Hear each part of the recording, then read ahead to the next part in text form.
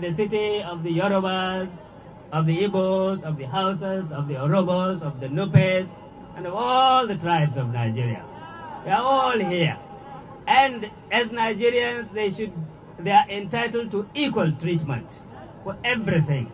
For any party which will discriminate against Nigerians, that party does not deserve to be called a national party or a Nigerian party. That party is not Nigerian, but it is a tribal party of division. We cannot afford that anymore here in this country.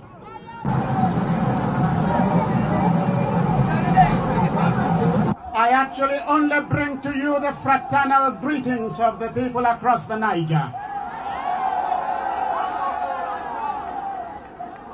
What you are trying to do here, we have already begun across the Niger. And we hope in this age of solidarity that with our arms linked across the Niger, we shall march behind Al-Haji Shehu Osmani Shagari into the State House Ribadu Road again on the 1st October 1983.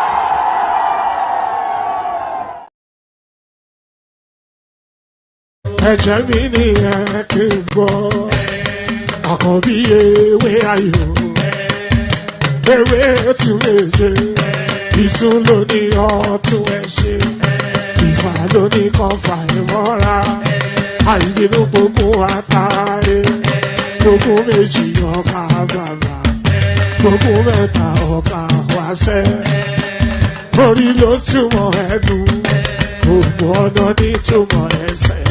Akọni ìmọ̀ tú ìmọ̀ ọjọ́, ìmọ̀ èmi ni wọn kì í dálẹ̀. Wọ́n bá lọ mẹ́lẹ́mọ́, wọ́n á fi jóye ẹlẹ́mọ́. Akọni wọ́n bá lọ bèbèrè, wọ́n á fi jóye ẹlòkò. Bọ́ọ̀wọ̀ wọn bá tẹ̀ mí, wọ́n á fi jóye aláre. Àwọn mẹ́tẹ̀ẹ̀ta parapọ̀. Wọ́n wá jọ ń pẹ́ mọ́, ẹ̀ẹ́mọ́ olóko jẹ. Wọ́n pa Akíntọ́lá, Akíntọ́lá ọmọ Ògún. Wọ́n pàdé Ìyọ̀dà, ọmọ Àtàlàbọ̀bà. Àkọ́bí wọ́n pàdé Ṣàtàdàdẹ, ọmọ ọba Ìjẹ̀bú Mèrè. Aṣíwájú odò gbólùkẹrẹ, Ajagun lólòdì ọ̀run. Tó o bá ṣe pé tìyẹ, tó o bá ṣe pé tìyẹ, lọ́ bá ń darí jọ wí. Àgbèrò ni kò ń gbọ́wọ́, ọ̀gọ́ ti ṣìgìdì bá gbé, àbẹ́tì ló máa ń gbé, àyàn ti ìlàyàn ewúrẹ́. Ọlọ́run dákun má padà lẹ́yìn ẹ̀, ó má gbàgbé ọ̀rọ̀ tẹ́. Aṣíwájú Ọlọ́run dákun má padà lẹ́yìn ẹ̀. Àkọ́bí Ọlọ́run dákun má padà lẹ́yìn ẹ̀. Ọkọ̀ olúrẹ̀mí Ọlọ́run dákun má padà lẹ́yìn ẹ̀. Òdò lè sọ bẹ́ẹ̀ gọ́nà. Ayandaba, ayandaba, ayandaba, ayandaba. Ayandaba, ayandaba, ayandaba, ayandaba.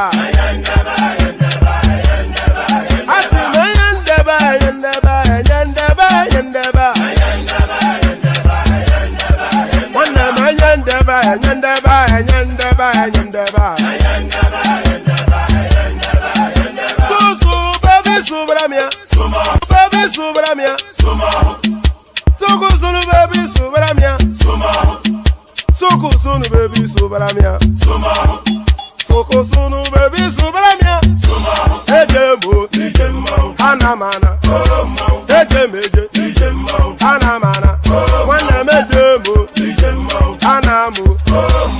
Karatuba jodiri chukuma tukutuba jodiri ndimo eguma wego.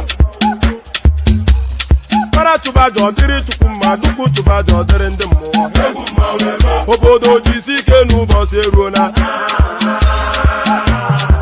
Oyibo. It's everyone, befere. Ayandaba, ayandaba, ayandaba, ayandaba. Ayandaba, ayandaba, ayandaba, ayandaba. Ayandaba, ayandaba, ayandaba, ayandaba.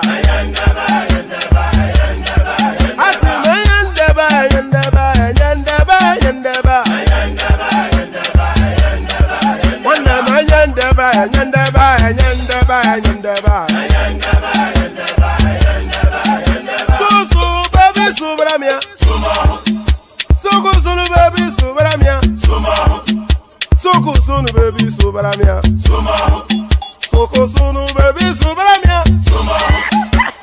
and gentlemen, sometimes you just have to act like you are drunk, like you are crazy.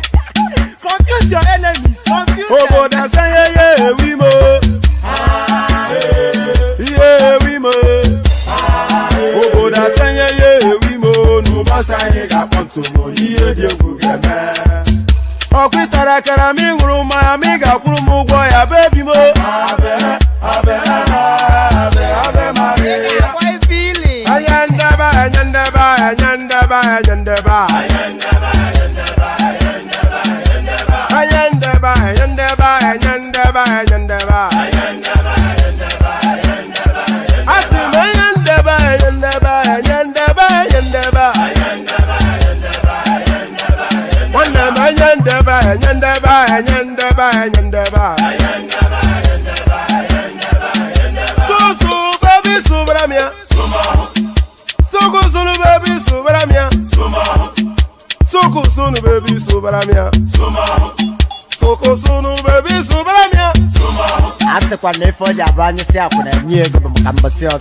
Since I was born, but now I am getting youth.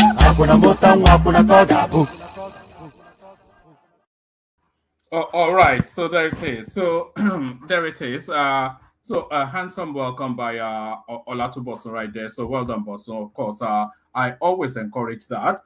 We said we have the anticipation, not the expectation, but the anticipation of at least 5 super charts in the course of any session. And of course, Olatubosun always sets us on the way. So Bosun sets us on the way.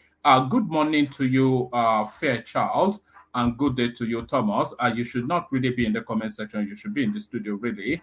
And of course, good day to you, Bosun as well. So, good day not just to those 3, but good day to everybody listening to the sound of my voice. So, good day to you all. A short little session, this one, is going to, I say that often. Let me just make sure my, I say that often, but it's going to be a short little session, unless, of course, somebody comes in to rescue it. I'm not going to be here for more than I anticipate 2 hours, if even that. But I will make of it what we will, only because of our commitments later on in the day. So it doesn't leave the scope for that long extended session that you guys have grown accustomed to. But good day to you, nevertheless. Good day to you, Money More. Good day to everybody. So all the greetings. All protocols duly observed, as they like to say in Nigeria. All protocols duly observed. So all protocols duly observed.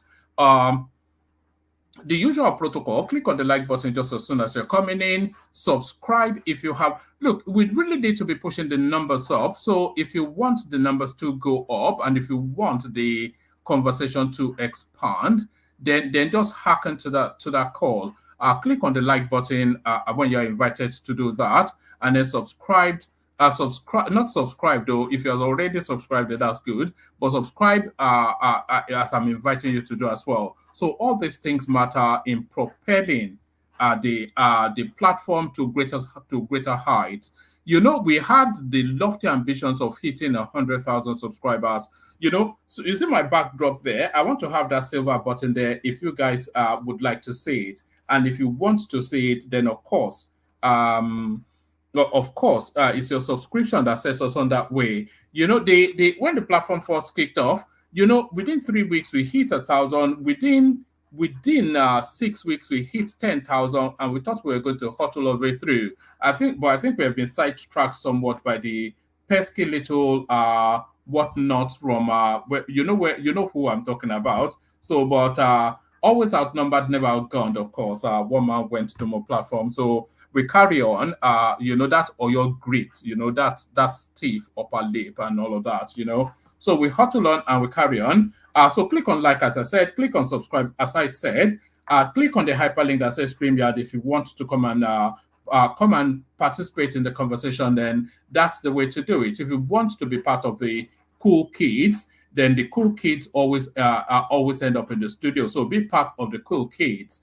by clicking on that hyperlink that says trivia. So do all that funky stuff, play that funky music, White Boy, and all that. So do all that funky stuff.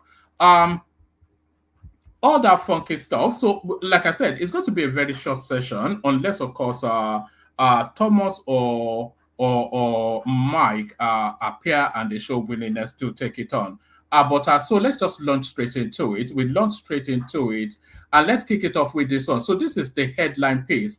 So now, a lot of hopefully you're hearing the sound of my voice, by the way, and hopefully it's coming up across crisp and okay. So loud and clear, one man. Loud and clear. All right, brilliant, excellent. So we kick it off with this one. So it's an ongoing conversation around that it's one of the most ambitious projects ever taken, not just in remember that when the third mainland bridge was built, it was the longest bridge in Africa for a very, very long time. Before it was overtaken by, I think it was overtaken by some bridge in North Africa. But for a very, very long time, the third mainland bridge was the longest bridge. Correct me if it's still the longest bridge, but I think it was overtaken. So you have to think of this Lagos-Calabar superhighway as something akin to that. So this is not just a Nigerian project. This is not even an African project. This is a world monument size project. And this is what this present administration is presenting as an offering to the Nigerian space. So a lot of conversations around that. Of course, as with politics, the opposition parties would try to diminish it as an achievement and try to sow seeds of doubt in the mind of the public. But then, of course, it behooves then whoever the government is to defend that project. And this project, by the way, it's a legacy. It's beyond the. You remember the third mainland bridge? Anytime that people are criticizing Babangida, they will still reference that he did the third mainland bridge. So he did that until eternity. That will go under his name. So if this guy now, and they have started work already, if they succeed in completing this, then it will be a legacy that would outlive him long before he's been dead. The same way we reference Awolowo is the way we'll be referencing this guy. Imagine a 10-lane super. They're drawing the parallel between this bridge. By the way, I'm skipping all over because the thoughts are rushing through my mind. This the longest bridge is in Cairo now. Money more correct, but for a very long time it was the third mainland bridge. So this project is going to outlive. Oh, sorry, I need to put that banner back up. This project is going to long outlive Tinubu as a legacy project. So I lost my chain of thought there. So let me just carry on. So but the opposition, of course, they want to. And by the way, so sorry, the thoughts are rushing through my mind. So I'm cutting off one thought to land on another one. By the way,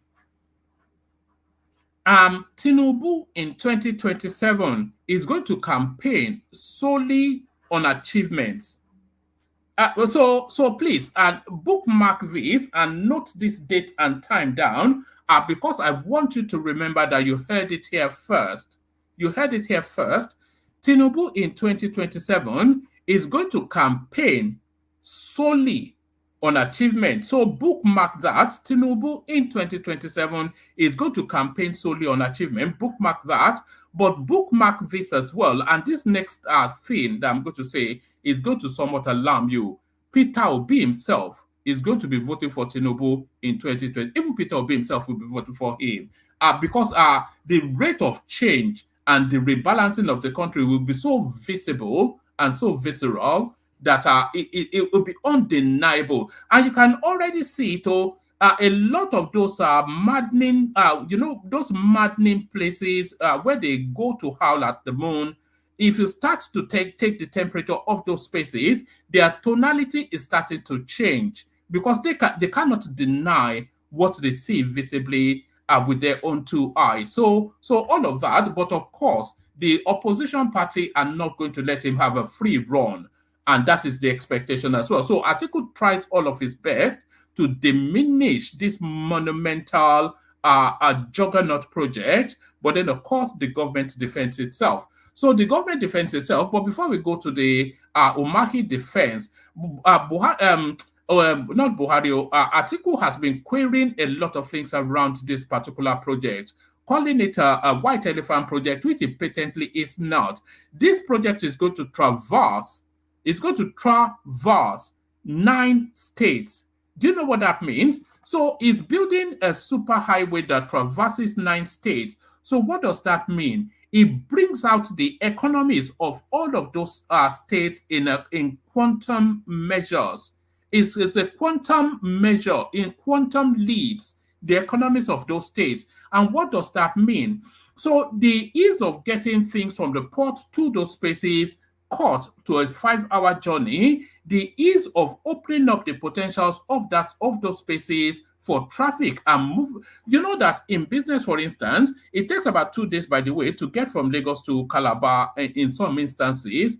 But with this super highway, you can get there in 5 hours. So imagine then how that cut back the logistics of business, and how that then impacts on productivity and output. All of that, it opens all those right up in all of those 9 states. So when Tinubu says is going to turn Nigeria into a $1 trillion economy, it's not words. It's not by magic. It's not going to wave a magic wand and say abracadabra and Nigeria becomes a $1 trillion economy all of a sudden. No. Don't be silly.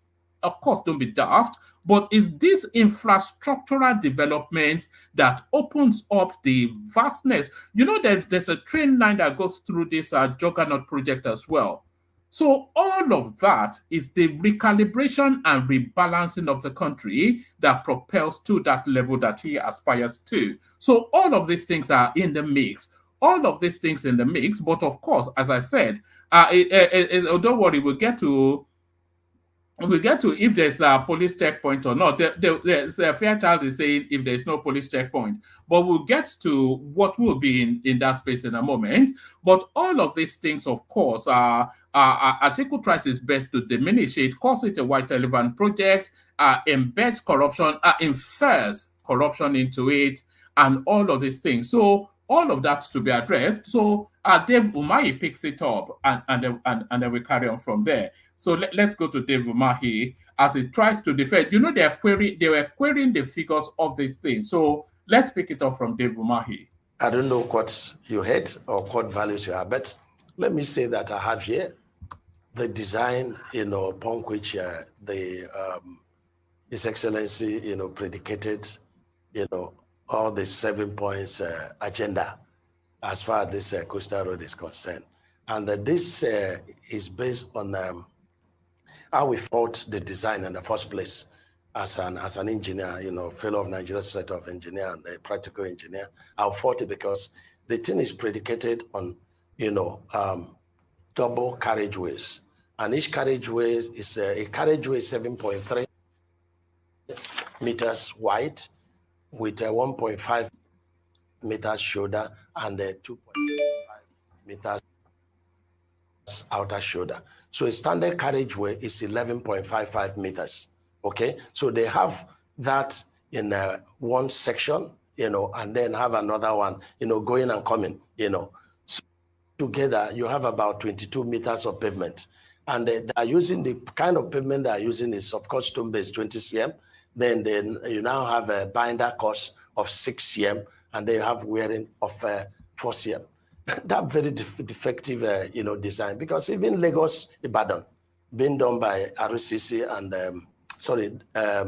RCC and Beja, has a much more, design. And I can tell you that design has a binder of 140, millimeter. It has a, stone base of about 40 cm. So how much more a coastal road? And also that defective of that design is that you cannot use flexible pavement to build a road along the coast. It's bound to fail, and there was no even cement sand treatment. Now, so this road is bound to fail. Is that what you mean? Yeah, this design is bound to fail. This design you are using is bound to fail. No. This design upon which you predicate predicated his argument on. Okay, now I run my design.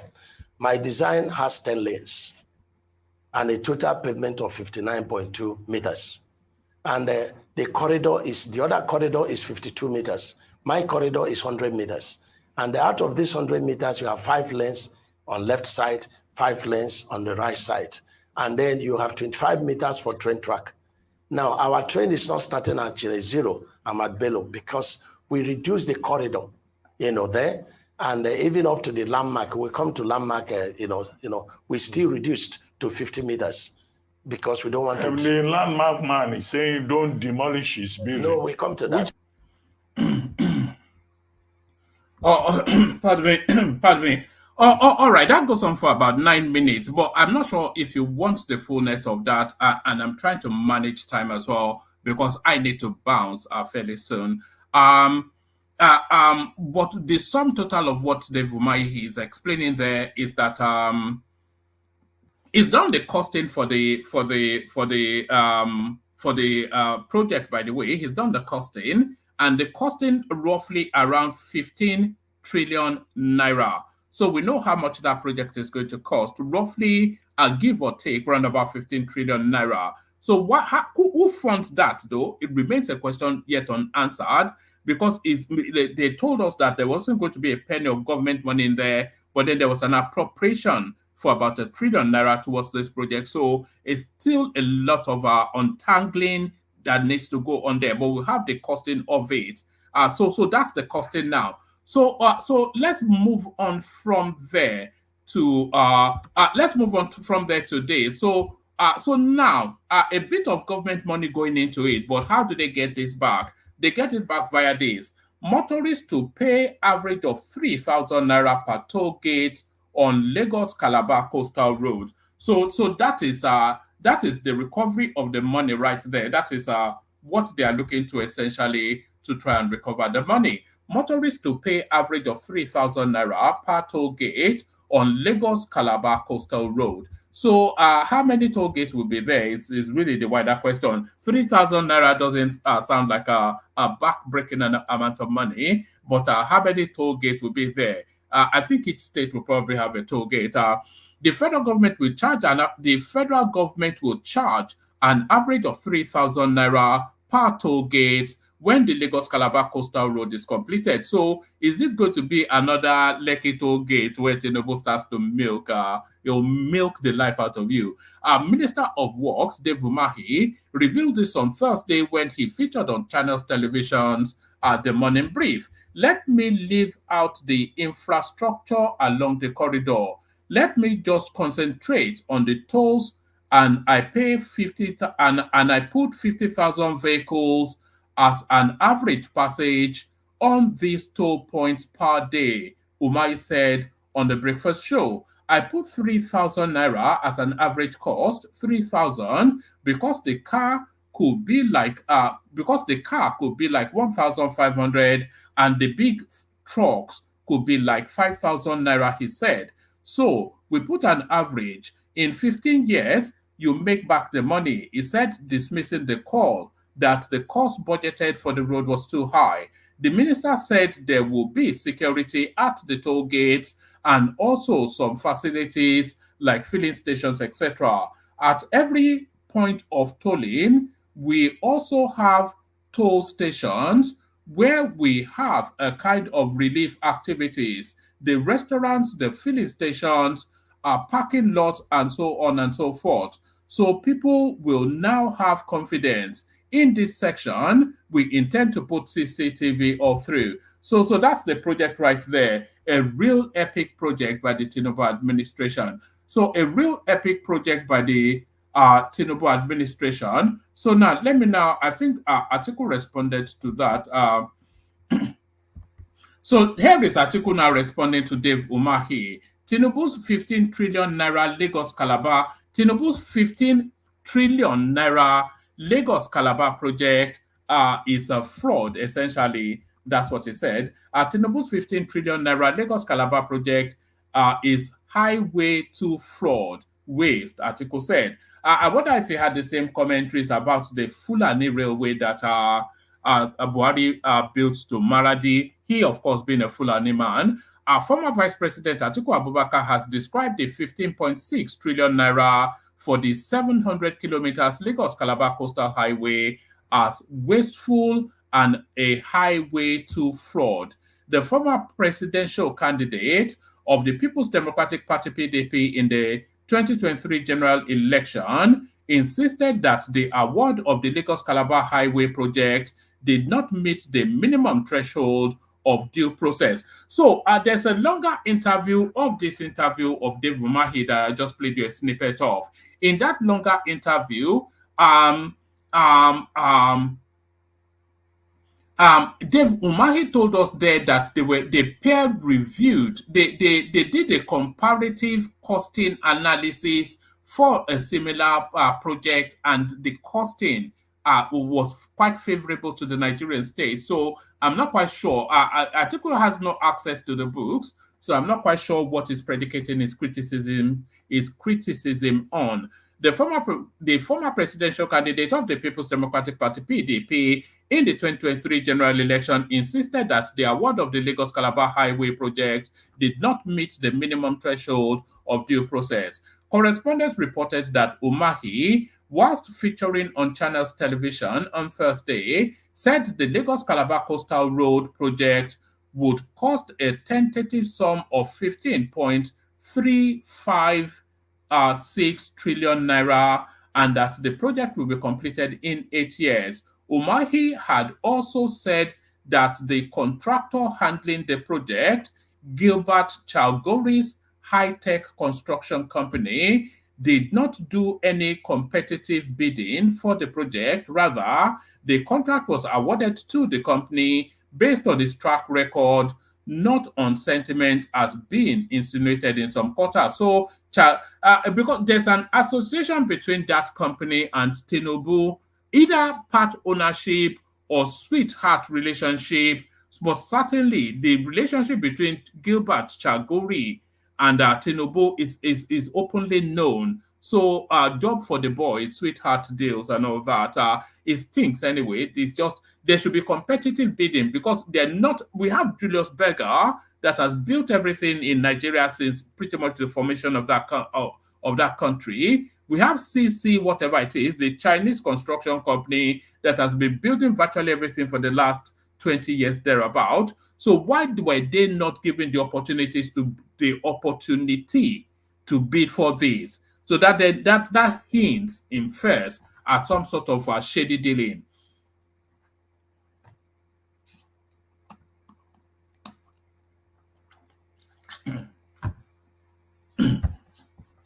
Right. Umahi had also said that the contractor handling the project, Gilbert Chalgori's High-Tech Construction Company Limited, did not do any competitive bidding for the project. Rather, the contract was awarded to the company based on its track record, not sent on sentiment as being insinuated in some quarters. So Umahi is really putting his credibility on the line for this. They've rolled him out because, of course, he has a clean image. So he has believability, and he's really trading his believability on this particular project. He's trading his credibility on this particular project. When asked for clarification on the cost of the project, how it was approved, when asked for clarifications on the cost of the project, how it was approved in line with Public Procurement Act, and if due process was followed, Umahi had said, "I don't understand what you mean by due process. Yes, due process was followed. People are concerned about whether it was appropriated for." And I said, yes. Reacting in a statement through his media office, Atiku knocked Umahi for altering the initial plan of the project after Gilbert Chigauro, or whatever his name is, High-Tech, had been awarded the contract without any competitive bidding. He said Umahi had announced that the project would be fully funded by High-Tech, and based on this, there was no competitive bidding. He, Umahi, then turned around to say that High-Tech could only raise just 6% of the money for the pilot phase. This marks of deceit. So, if that did happen, if the original promise, because what Atiku is saying essentially is that, and people can confirm this in the comment section or come into the studio to confirm it. What Atiku is saying essentially is that there are processes that needed to be gone through. So, of course, a project this size should be thrown to the open market to get the best deal for the country. So that's the competitive bidding he was talking about. But what he is saying is that because high tech had vowed to sponsor the project themselves and no recourse to public funds, that was why the project was given to them without competitive bidding. So after the project had now been awarded, high tech or the government is now turning around to tell us that no, they are only really able to raise 6% of the money and we will have to pay for the rest. And that's marked, of course, of deceit. He said Umahi had announced that the project would be fully funded by high tech. And based on this, there was no competitive bidding. He, Umahi, then turned around to say that high tech could only raise just 6% of the money for the pilot phase. This marks of deceit. Umahi had, during his media rounds at select TV stations on Thursday, said the road project would cost 15.6 trillion, which is about $13 billion at the current exchange rate, 1.2 to a dollar, 1,200 to a dollar. And by the way, that cost will drop, of course, as the Naira continues to appreciate. While the rail, which will pass through the road, will be costed separately. So this $13 billion, it doesn't include the rail service that runs through the middle of that juggernaut road. The minister had also said the project would, pardon me, the minister had also said the project would not be PPP, but the government will provide 15 to 30% counterpart funding. So who accounts for the rest? Chigari able to raise only 6%.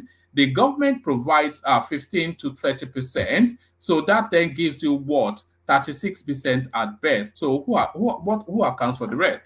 Atiku said the tentative cost was the equivalent of the total budget of all 36 states of the Federation. He said the total budget of all the 36 states of the Federation for 2024 stands at about 14 trillion naira. If you add that of the FCT, the entire budget of all subnationals is 15.9 trillion naira. This is scandalous. What still, they have already awarded the contract, but are still not sure of the level of the counterpart funding component of the federal government. So it looks like a rushed deal. Umahi's media tour is left more questions unanswered than answered questions. So more questions left unanswered with his media tour than questions answered. Umahi has said, let me have some water.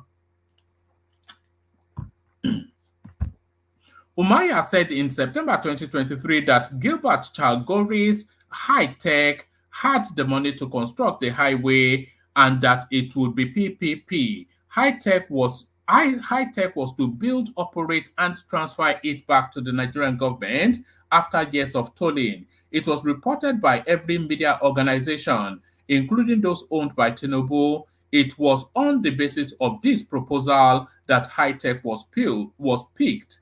Why did Umahi then turn around to claim that it was not to be PPP, but that the government will pay 15 to 30%? The former vice president noted that in the 2024 budget, the project was captured as the Lagos-Port Harcourt Coastal Highway and was put at a cost of 500 million naira. Although the National Assembly approved 500 million naira for this year, the T0Y administration released 1.06 trillion naira. That is more than 200 times what is in the Appropriation Act. This is what happens when the National Assembly fails to do its duties, he added. Atiku said it was curious that the 15.9 trillion naira announced by Umahi did not include the cost of the railway component. He therefore wondered how much the project will cost if the railway component is included. So if the railway component is included, then you can double that sum. So this is a $30 billion project. That's just what we're looking at. If 15.6 trillion naira for the road component, if 15.6 trillion naira is for the road component alone, then the total cost could be far higher when the rail is included. We want to know the cost of the railway. The PDP presidential candidate also lambasted Umahi for admitting that the project was given to Gilbert Chigari's high-tech company without competitive bidding. He asked to Umahi to stop trying to deceive Nigerians with the claim that only high-tech was competent enough to do the patently not. They're not. I mean, Julius, who built whoever built the third mainland bridge and the second Niger bridge, they are more than competent to do that. To build this whatever it is as well. He asked Umahi to stop trying to deceive Nigerians with the claim that only high-tech was competent enough to do the project, wondering if it is the same that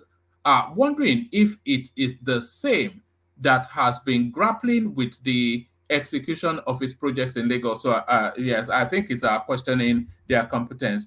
Let me see. I hope it goes on and on. I'll give you 3 more paragraphs and then we'll move on.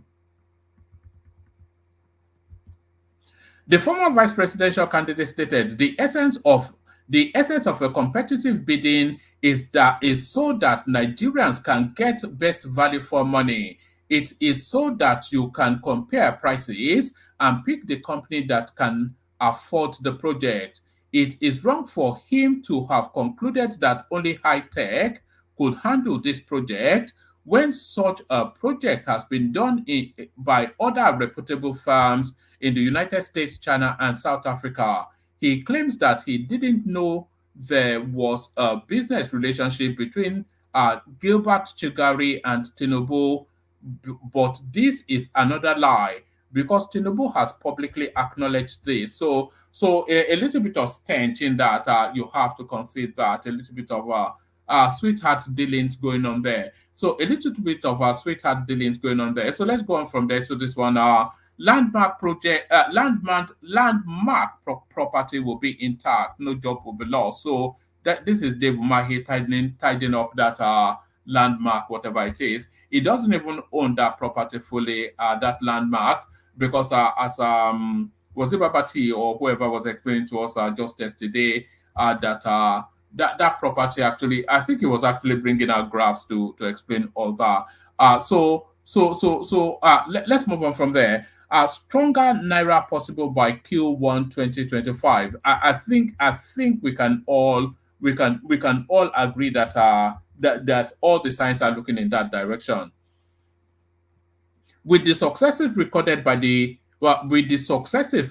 President Bola Tinubu administration's intervention in the foreign exchange market and resumption of full operations by the refineries, a stronger Naira could be achieved by the first quarter of 2025. Special advisor to the president on media and publicity, Ajuri Ngalali, who made the projection in a brief to the State House correspondents in Abuja, said the policy revitalization in the foreign exchange market is aimed at strengthening the Naira in currency markets. Ngalila or Ajuri, let me just call him Ajuri. I find it very difficult to pronounce his last name.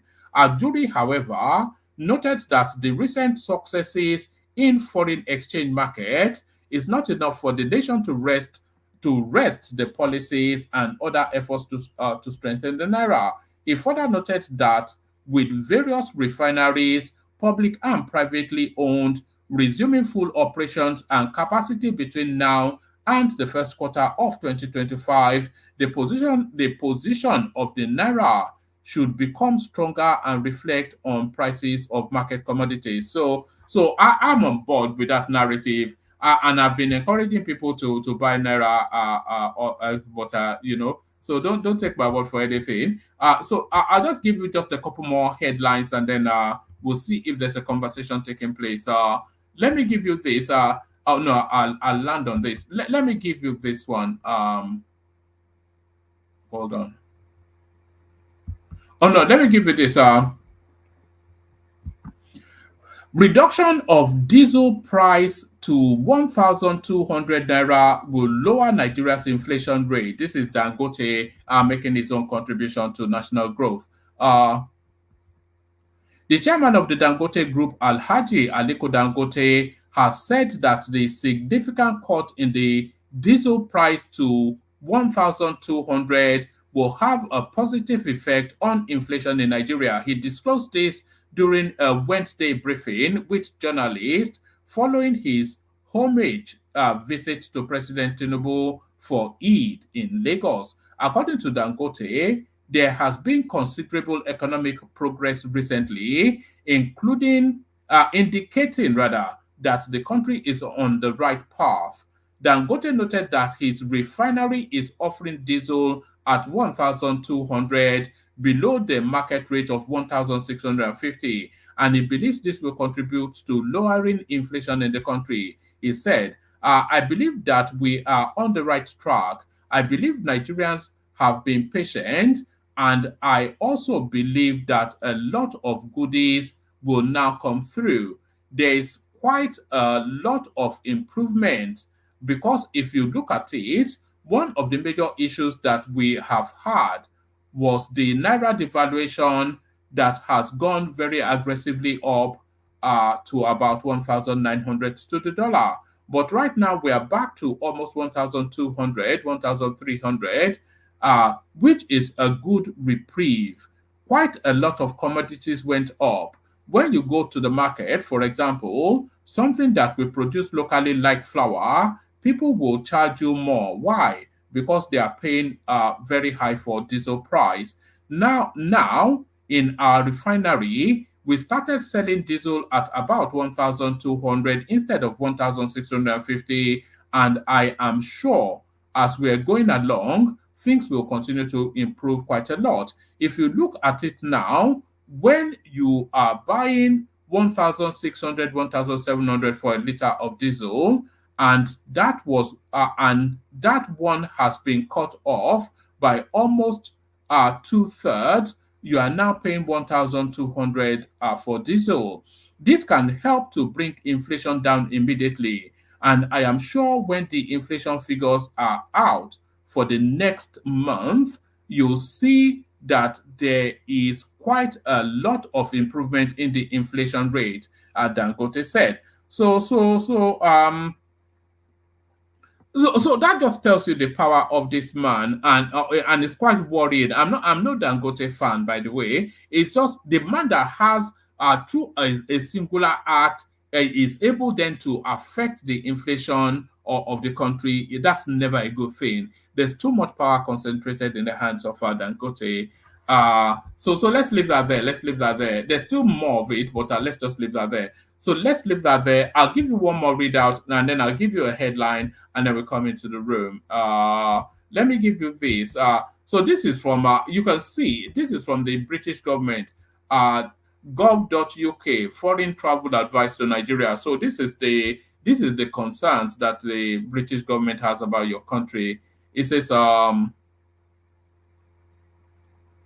warning and insurance still current as at the 11th of April 2024. So that will be as at yesterday, updated in January. It says latest update, this travel advice has been updated with regards to information on kidnapping, see kidnapping for ransom, and taxis and buses. The Foreign Commonwealth Development Office, let's say, areas where FCDO advises against travel. Your travel insurance could be invalidated if you travel against FCDO advice. So Northeast, so they are not wanting you to go to Borno, Yobe, Adamawa, and Gombe.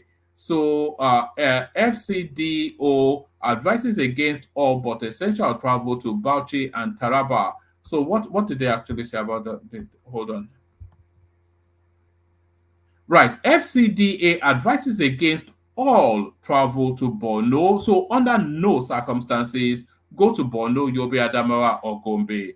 So FCDO advises against all but essential travel to Bauchi, Taraba. FCDA advises against all travel to Kaduna, Katsina, and Zamfara. FCDO advises against all but essential travel to Kano, Jigawa, Sokoto, etc. within 20 kilometers of the border of Niger in Kebbi State. So that is advisory against that as well.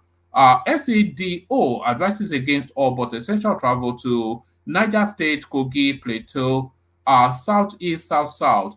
FCDO advises against all travel to the riverine regions, riverine area, the river and swamp locations accessible by boat but not by road, of Delta, Bayelsa, Rivers, Akwa Ibom, and Cross Rivers. FCDO advises against all but essential travel to Abia State, non-riverine areas of Delta, Bayelsa, and Rivers and Akwa Ibom states, Anambra State, and Imo State. Nigeria-Niger border. The Nigeria-Niger border has been closed by the Nigerian authorities in response to the political situation in Niger. If you are planning to travel by land across this border, check with the local authorities for the latest information before traveling. So there it is. But you can only go to Yoruba land, is what they're saying. Is what the British only want you to go to Yoruba land. It says no travel. And by the way, if you go against this, of course, you can't claim insurance if anything happens to you. So this is a serious matter. So let's say, so you can only go to Yoruba land according to the Brits. You know, it says before you travel, no travel can be guaranteed safe. It says read all the advice in this guide as well as support for British nationals abroad, which includes advice on preparing for travel abroad and reducing risk, information for women, LGBTQ and disabled traveler, follow and contact It says travel insurance. If you choose to travel, research your destination and get appropriate travel insurance. Insurance could cover your itinerary, planned activities, and expenses in emergency. So there it is. The British don't want you going anywhere in Nigeria apart from Yoruba land. So that's you heard it there, and that's from their website. I'll give you this only as a headline. It is a reminder. It is a reminder my son was pied by him. Ron Goldman's father, Fred, breaks his silence on O.J. Simpson's cancer death. So O.J. Simpson passes on age 76. So there it is. Hopefully that puts a cap on that particular narrative. So let's play the Kegite music, kick the session off, see where it lands. First to the, where is it? Kegite. Water, only water, only water, where they see ma. Water,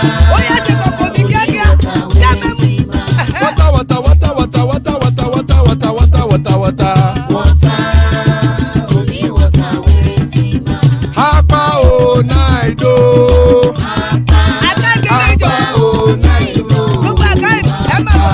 Hapa you don't come o.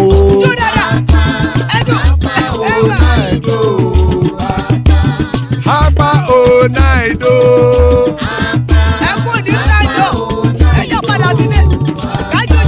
Oro kẹ̀kẹ́ ẹlẹ́mù yé o. Ilé sọ́dí àkẹ́kẹ́ rẹ̀ ẹlẹ́mù ré o. Bobby master kẹ̀kẹ́ rẹ̀ ẹlẹ́mù ré o. Chifu Wẹ́lá tí kẹ̀kẹ́ rẹ̀ ẹlẹ́mù ré o. Eruku lẹ̀lẹ̀ ẹlẹ́mù dé. Eruku lẹ̀lẹ̀ ẹgbẹ́ ẹlẹ́mù jàre o.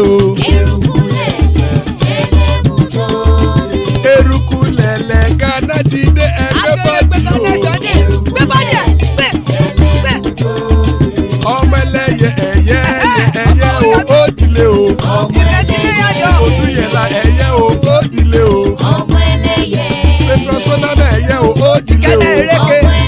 Petrosodunke ẹyẹ rẹ̀ ó dilé o. Ẹlẹ́kọ̀ ọ̀run mú ìní o.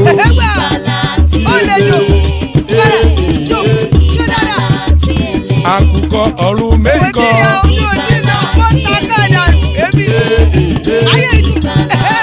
Ikú kò ní ríwà gbéṣe o.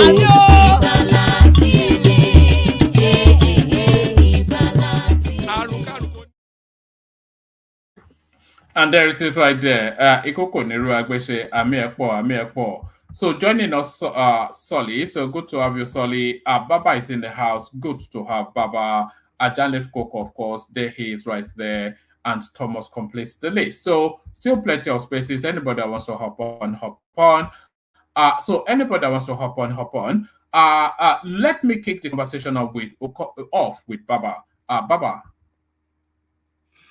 Hello, one man. A very fine evening to you. Good evening, good evening, gentlemen of the panel and people of our comment section. I salute you. And to our esteemed viewers, I greet all of you. So I'm waiting for you to click the like button because the numbers are not adding up with the number of our viewership. Please do that because this is the only forum where you can have the kind of conversation we engage in, which is pointedly and also robustly. And I know you do enjoy it and learn also from it. It's a teachable period for every one of us, both young and old alike. And you do enjoy the aberration once in a while too. I do. So let's get it off the ground today. Yes, one man. Excellent. Well said, Baba. So well said, Baba. So do you want to kick us off with? There's only really one place to start, and it's this coastal Lagos Calabar project. A lot of controversy, and Umahi's appearance on selected media spaces left more questions unanswered than answered questions. So what are you making of Atiku's stance and Dave Umahi's defense? The thing is, I think there is a hint of green fever here on the side of Alhaji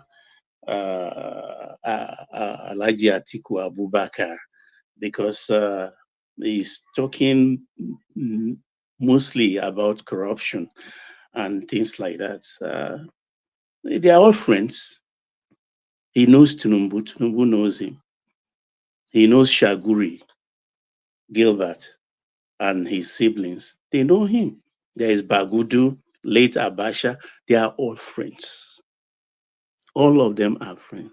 Though he has been pushed aside by virtue of his losing out and being a little bit aggressive in his protests. So I think it's a case of sour grapes as far as I'm concerned. But it's a project I like. It's Tinubu's legacy project. And he has chosen well as a consummate politician that he is. Because any presidency, you have to have a legacy program, be it military or in a democracy. I mean, there is no way we'll talk about Babangida. We will not talk about his legacy. If it's to be in the West, we all point to Third Milan Bridge, for instance, and several other things. And if we talk about OBJ, he has his legacy project. So Tinubu has chosen this, which is a very, very big one. I mean, it serves a lot of purposes because the main issue, we need to turn Nigerian space to a mega construction space, because this is the only way we can curb unemployment. Imagine the kind of people that will be engaged in this 700 kilometers coastal road project. Just imagine how many people will be employed, fully engaged. And it covers, I think, about 7 or 9 states along the coastal area. All you have to do is ink from Lagos, just along that our a little bit pregnant delta delta side up to Calabar. You will see that it's just one blue wave of line. It is beautiful. It is good. They're talking about it's going to cost 15 trillion. The money, I think, let me put it in Yoruba language succinctly. Owo abula fi n ṣabula lejo. You get my point. The federal government will chip in, but also a lot of money will be coming from high-tech construction work. All these are our money. Let me put it that way. It's our money. So if they are using it to do something for us and we're coming back to pay them later, no problem. As far as we have it, it will help our people, because the most important thing we need now is employment, for our people to be engaged, so that there will be less pressure on families. Coupled with the loan thing and maybe the social security scheme that will be coming up later. Too many things are going on for our country right now. They are not registering their presence. Baba, let's keep the focus on this coastal highway. There's too much ambiguity around the costing and who carries the burden of that cost, and I think that is where the concerns have been raised. So when this project was first announced to the public, they told us that it was going to be sponsored entirely by the contractor, and that was why they did not do competitive bidding, because he had volunteered the company that they were going to carry the burden of the cost, and then of course recover in terms of tolling. But then when they started the budget cycle, it was embedded in the budget. And then when the payout started, they paid out, this is according to Atiku's narrative, they paid out twice, if as much as, so there's too much. In fact, they paid out 200, they budgeted 500 million and paid in excess of $1 trillion. So that's over 200% that was paid out. So what are you making of and I watched Dave Umahi's interview, and it was quite a man of numbers and figures, by the way. It was quite flaky, and his voice started quivering when they started to probe him on the monies and who carries the burden of what. So what are you making of? If we're talking about close to, if all the sums are dotted up, we're talking about close to a $30 billion project. So who carries the burden of all that is really where the question is. And why was there no competitive bidding for a project that size? High tech is not the most reputable name. We have Julius Berger, we have the Chinese conglomerate, we have so many, Slumber J, all of these people. So what are you making of all of these questions that Dave Umahi docked in his media tour?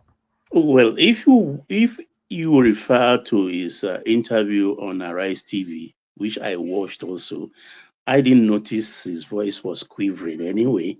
Maybe you watched on Channel or TVC, but I watched Arise, and he crunched the numbers.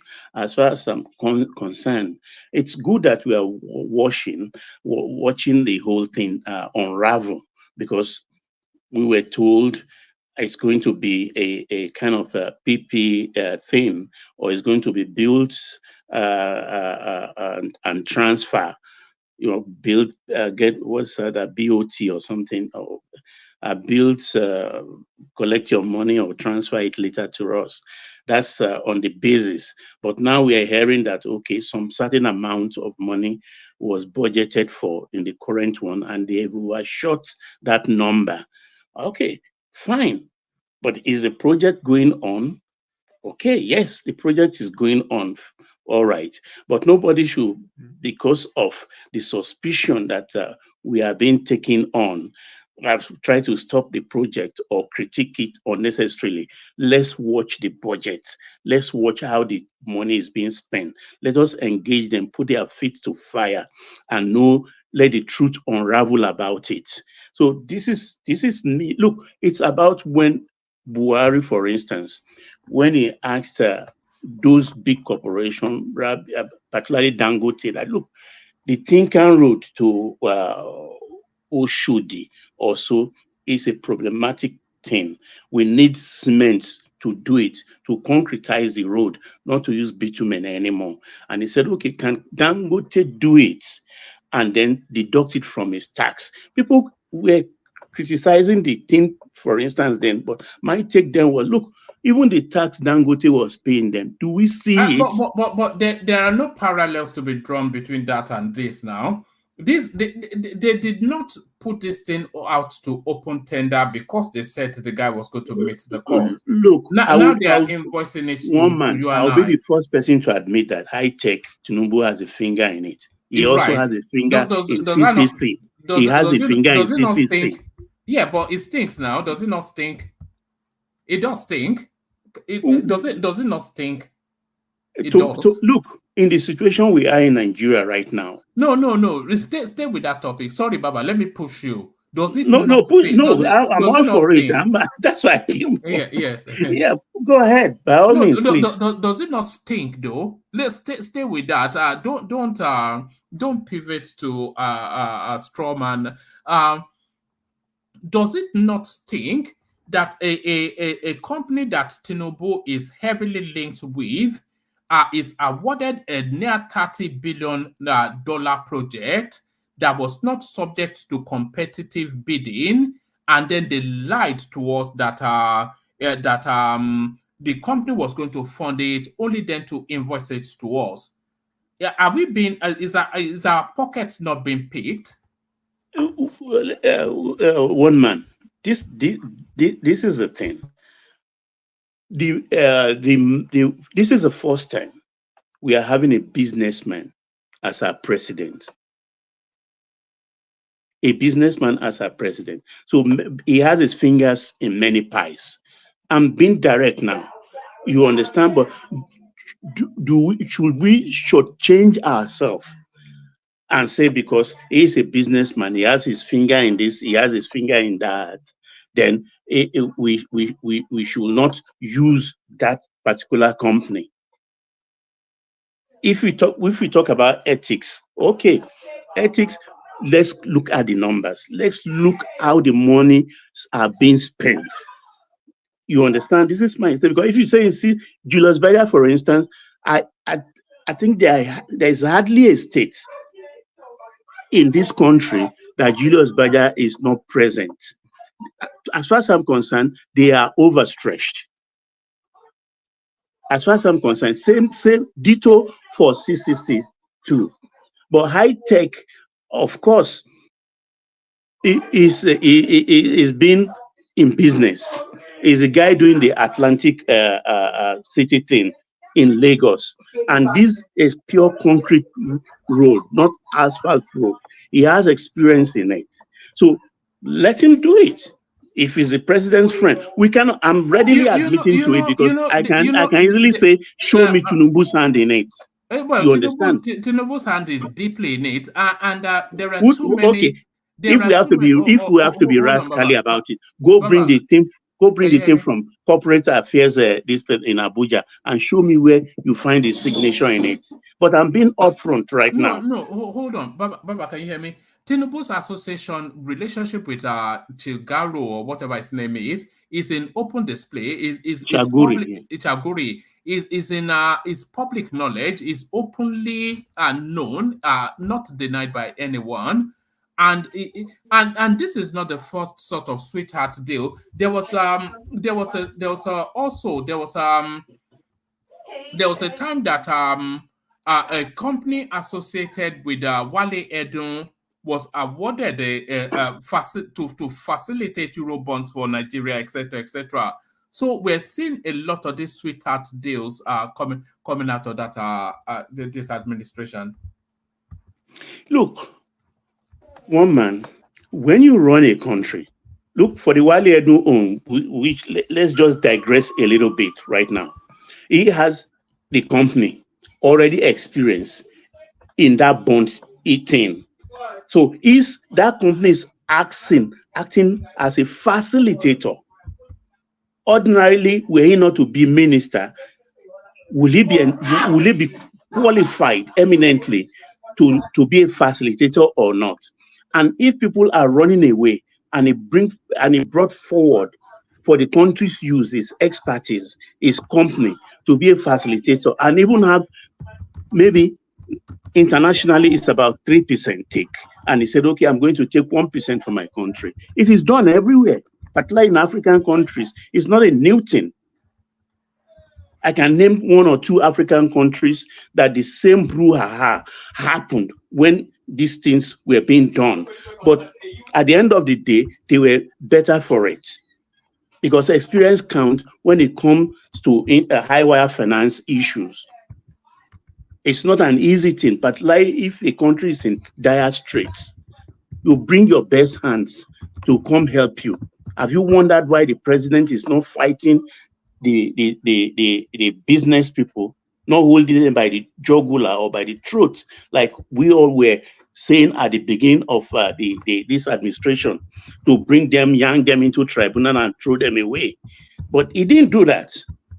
Because with these people, you have to persuade them to come forward. What I look in this high-tech thing for this road particularly, we need employment.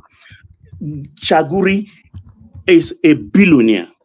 Notorious, yes. Has he had issues with America? Yes. Has he paid fine in Switzerland? Yes, he has paid. But he has very deep pockets. If his money is dirty, well, it's not soiling my pants. Somewhere, let him bring that money. Let him use it. We are going to pay back little by little by little by little by, maybe for 30 years. It's as much as you use the road, they collect their money back. All right. Let me take you to another space. Still within this same subject matter, Baba. They're going to be charging 3,000 naira per. This is on average, by the way. And I think this is still in the realms of speculation. But now that it's been put in the public space, almost starting to be the way things are. Of course, this road is going to be tolled, and it's not just going to be you pay one toll in Lagos and then you drive all the way through to Calabar. No, it's going to be heavily tolled, I think, right across all of the states that it traverses. So what are you making of these three? It's going to be about 1,500 for a vehicle, about 5,000 for heavier vehicles, averaging to about 3,000 naira thereabout. So what are you making of this tolling? What level of tollings are you anticipating on that road? And do you think this is Tinubu still continuing to milk now this golden cow? Baba, Ekalesa, I know, yes, good evening, one man, everyone. I know where one man is going. There are thousands where is he going? Where is he going? Let me finish it now. Let me finish. There are thousands of toll road in Australia, but if you don't want to pass through the toll road, you pass through the normal road. So I know where one man is going. Is going to don't worry, Thomas. I will give him an answer because from VI, even if they told that place, maybe in 4 segments, you understand, it takes you nothing less than maybe 7 hours, you get to Calabar. If you want to branch off in Port Harcourt, you branch off. You want in Asaba, you just branch off. There will be a lot of routes. And if you don't want to enjoy a ride, to save your car, to save your body, go take the Bini or a road and continue from Bayelsa to Port Harcourt and continue your journey. You have options. God bless you. You have options. Because if you owe money, you have to pay. So if they told it, this is just a figure that is being played around with. Imagine by the time because that road, I said before, 15 years. But looking at the posture of this administration, I think it's a road they want to complete within his 2 terms, God willing. And maybe he will use it to campaign when they are maybe about 500 kilometers gone. No, yes. For a second term. Dave Umahi said it's an 8-year project, and yes, Tinubu will be campaigning on achievements in 2026. I think that that's what all the indications are indicating. But one man, I've been saying this thing since now. Saying what? That Tinubu is going to use achievements to campaign. Well, then you're right. So there will be many firsts. There will be many firsts. There will be many firsts because all the ministers. I mean, Wike is driving it. I listened to his press briefing the other time, and Tinubu, he will be making Tinubu to commission several projects in FCT alone for his first anniversary. And I know other ministers also, they have some aces up their sleeves for projects they will be, or things they will be unraveling for his for 1 year anniversary. So a lot of things are coming on stream as far as I'm concerned. And I think we should sit back, relax a little bit. Let's calm down and give this government a chance. I mean, this is the first time we are having somebody. Baba, sorry, Daddy. If you travel from where I'm living to the airport, to and fro in Australia, you pay almost $30 to the airport. But there's another road. If you don't want to pass through to the toll road, you go to the long road. Where you burn your fuel, you burn your energy, you tear and winding of your car, you stress, that is free for all. Go continue, my brother. Yeah, so that's an option there. Yeah, so okay. What I'm trying to say here is we should just calm down. We have to calm down. All we need now, all I pray for, I want to see the minimum wage. I'm very anxious because that will also help our people so that they can have small. Baba, I've never really thought that minimum wage should be a priority. Yes, of course, the wages always they have to be reviewed upward. But I've always thought that the purchasing value of the naira is what needs to be strengthened. So if the purchasing value of the naira, if the purchasing power of the naira is strengthened, then that minimum wage has greater value. But if it's not strengthened, then you can give them however much money that it'll still be the same thing. They'll still struggle. It's the purchasing power of the naira, and not really the minimum wage that's the issue.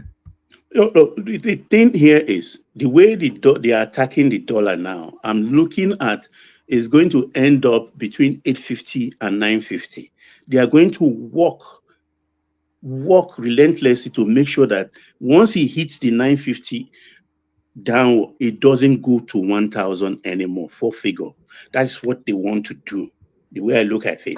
And I pray if they can fix that, you understand, consistently, we can raise our oil production, our crude oil daily output to at least 1,800. By records today, I think we are hitting 1.4, 1.5. Just 300,000 more consistently with the new prices of oil inching towards $90. You can imagine, and now it's not NNPC that is collecting the money. The money goes straight to the coffers of the central bank. So Kyari is not having money to play with anymore or deceive us because Cardoso receives all the money right now as we speak. So because the accounting of our nation has been dodgy for many, many years. And for the first time, everything is being brought to fore and handled properly. It's just because we are not patient and maybe we are so disagreeable. We are not looking deep. We are not even thinking. This man is saving a lot of money. Where do you think he gets all the money he's spending? Look at the Ways and Means 3-point-something trillion they borrowed. They've paid it back. Whether they use the returns they have from the bonds or not, that is not the issue. But they paid it back straight. While they tackled that of the 23 trillion Buhari borrowed. So little by inch, the bird builds its nest. You get my point. Look, if you from your window you wake up in the morning and you observe a bird, for instance, it goes and come back with one twig in its mouth. He will put it somewhere. You will be thinking, when he's trying to build a nest, when will this nest with one twig? But 2 weeks later, you come and you see that the thing is almost like 3/4 gone, and you'll be wondering. So that is how I look at this at the moment, because we've been deceived. This the most gratitude we should have for this administration is this subsidy removal. We may not appreciate it now, but 5 years down the line, we will be grateful that this man removed that subsidy, because we don't think deep. If we know the rottenness of that subsidy, even they deceive us, they are taking these things across the border to sell. Yes, they do that, but not in the magnitude they made us believe that is what is happening. They don't even bring the refined petroleum product to the country. Nothing. Because if we are using 30 million liters a day now, before the subsidy was removed, they were inching towards 60 million, 65. So for convenience of arithmetic, that means 30 million liters is being taken across the border every day.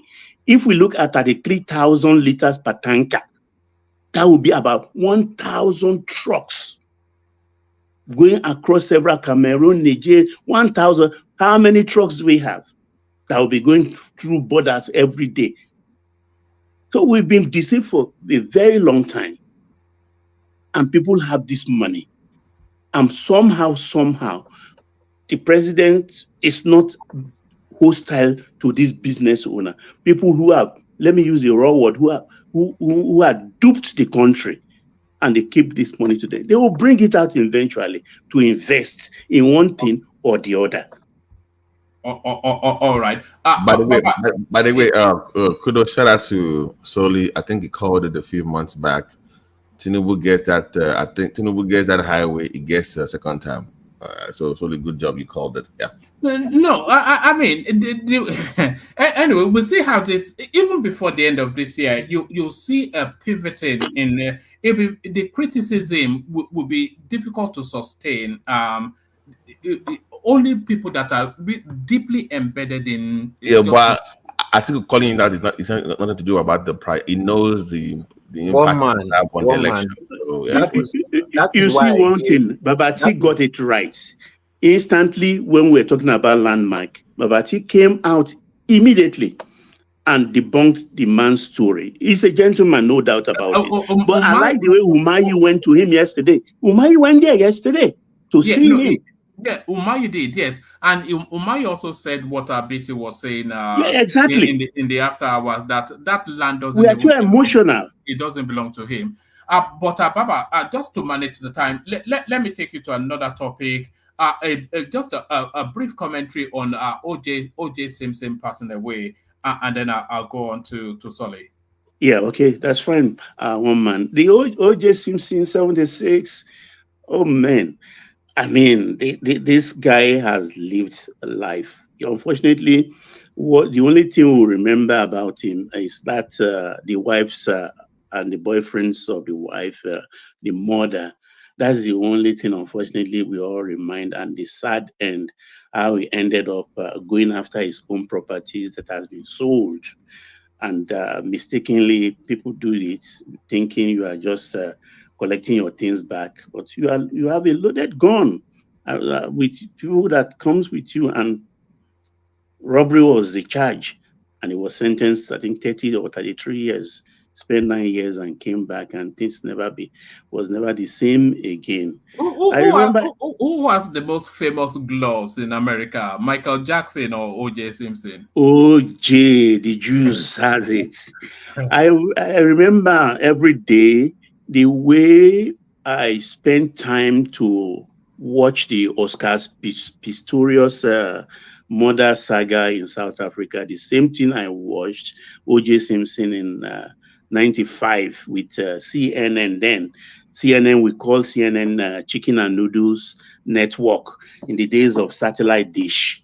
You understand? I will not go even to go to work, sit down and watch this whole thing every day with George Ito presiding. And Cochrane was there with Kardashian or so, and things like that. And I met Cochrane once, actually, many years after that trial. I think early 20s, I met John Cochrane. These are good memories, you understand. I'm not a fan of American football anyway, so I don't know much part of that. Yeah, he was the league MVP 1975, one of the greatest running backs to ever play football in this of America, one of the greatest to ever play that sport. But they scrubbed his history out. So if you look at his record, he was amazing. He's a damn good looking dude, man. It was good. It was. And a dresser too. And may soul rest in peace, perfect peace. God rest his soul, woman. All right, brilliant, excellent. I was good. Thank you, Baba. Stay with us. Still other topics. There's Odili back in Fubara over weekend or that. But let me take the conversation to Solly, and then we'll loop it around again. Solly, you're up next. Solly, on mute. I'm here. All right. Where do you want to pick it up from? Do you want to pick it up from Tinubu or O.J. Simpson? There were some other topics that you didn't break up that I just wanted to just quickly bring all right. up. All right. For example, the Air Peace, once they started their flights, you can see all these other Korope, TV, airlines that were feasting on Nigerians. They now reduced the price of their tickets. Almost all of them taking advantage of Nigerians, but they'll be pretending like they don't make money from us. All of them reduced their flight tickets. Why? Because they finally seen competition. I like when I see things like that. Then secondly, they sentenced one Vietnam real estate tycoon. They gave her death sentence. Yeah, 12 point something billion she stole. One man, did you read all the things that she did? I didn't read it. I only saw the headline. Emefiele, in fact, all these Nigerian politicians are learning from where this woman was fearless. And she ran it for decades, So our own story itself is another one on its own. Netflix needs to pick it up. She was crazy. Then Nigerian police force released the kidnapper. I don't understand what's going on in that country. So, on bail or release. They released him.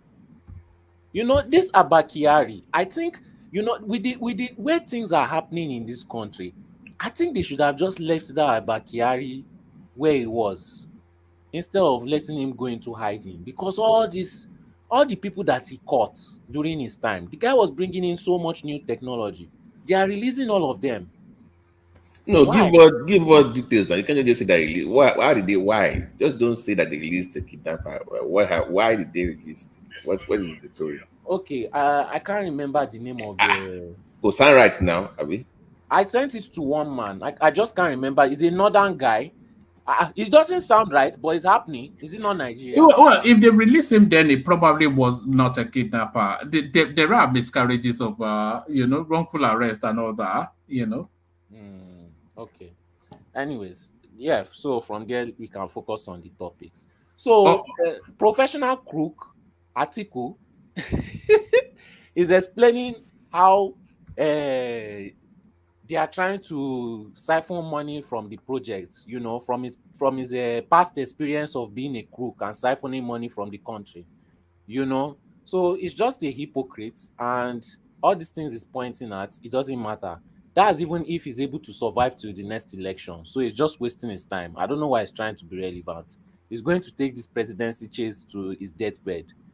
And when one man gave Obi 3 million votes, I said he was being too generous. If that guy smells 2 million, I want to say 1 million, no. But if that guy smells 2 million votes, it will be by the grace of God.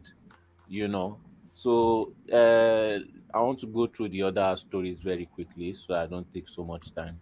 All right, take us to the take us to this headline, because I can see it happening a lot quicker than they're advertising it. Stronger naira possible by Q1 2025. This is the presidency. But they didn't actually give us a figure. But a lot of people anticipate that the naira is a three digits to the dollar sort of currency. That's its strength. Actually, when they devalued the naira, a lot of the big financial houses told us that it was 700-800 to the dollar. So they said that the measures they are taking are just temporary methods. But when people like that talk, I know that they've never filed taxes before and they don't know the job of an accountant. You see, an accountant can turn sand into gold and can turn gold into sand with just the stroke of a pen or Microsoft Excel. You know, they don't know how these things work. This guy is going to fix so many key areas in the country that the fear of voting him out will keep him in.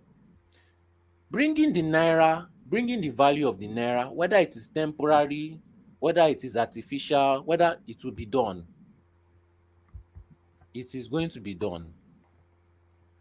Getting it below 1,000 is not going to be hard. Probably before the end of this year, it is going to be done. Me personally, I see it going all the way to 500. 500 before he leaves his position. You mean over the course of the next 8 years? Yes, it can get up to 400, 500. But that is bad for your economy now. You want it at about 700 naira for export. You don't want it too low. Okay? Why not? So sorry, why? 1-to-1 does not mean that 1-to-1 does not mean. Okay, let me give you an example. Let's say you do a camo, right, for 10 naira. You now ship it out to America, and they give you $1 for that akamo. You get how much back? 10 naira, but does not have any value. So you want to peg it to where when you get the dollar back, it means something for your economy. So you don't want it too low.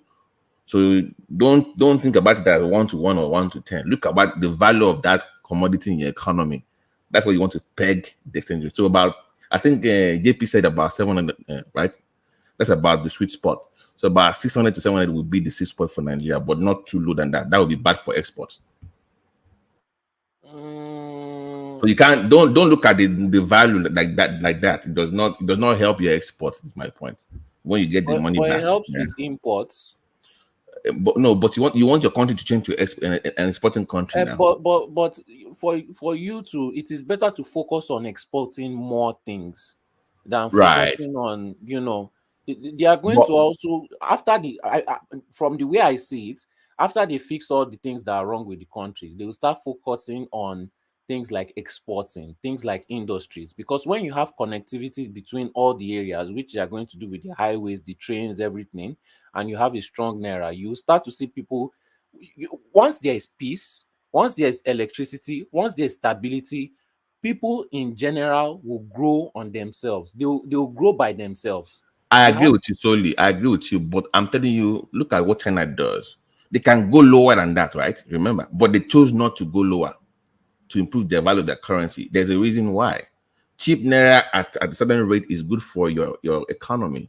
If it gets too strong, it's not good. Just study China and see what they do with their currency manipulation. You don't want people say, oh, we want it to be stronger. No, it does not. It does not mean that you're going to have a good value for it. So you must find the balance between it being stronger, but at the same time having it cheap enough to help with export. Because when you get that dollar back, like, look at it this way. If I say tomorrow naira is now 1-to-1, right? Tomorrow, right now, if I send or let's say palm wine to Germany, to your old land now, and you pay me $1 in Germany, if you give me that $1 back and it's 1 naira, what is 1 naira in Nigerian currency? It doesn't mean it could devalue now. So you want it to be higher enough. I'm not really seeing it that way. Just study the look at it that way. Yeah. the that one naira doesn't have value in your own currency when you get the exchange back when you sell. So you want that money to go up more for you so that it has value when you sell. Which is what China is doing Look at year in, year out. Yeah.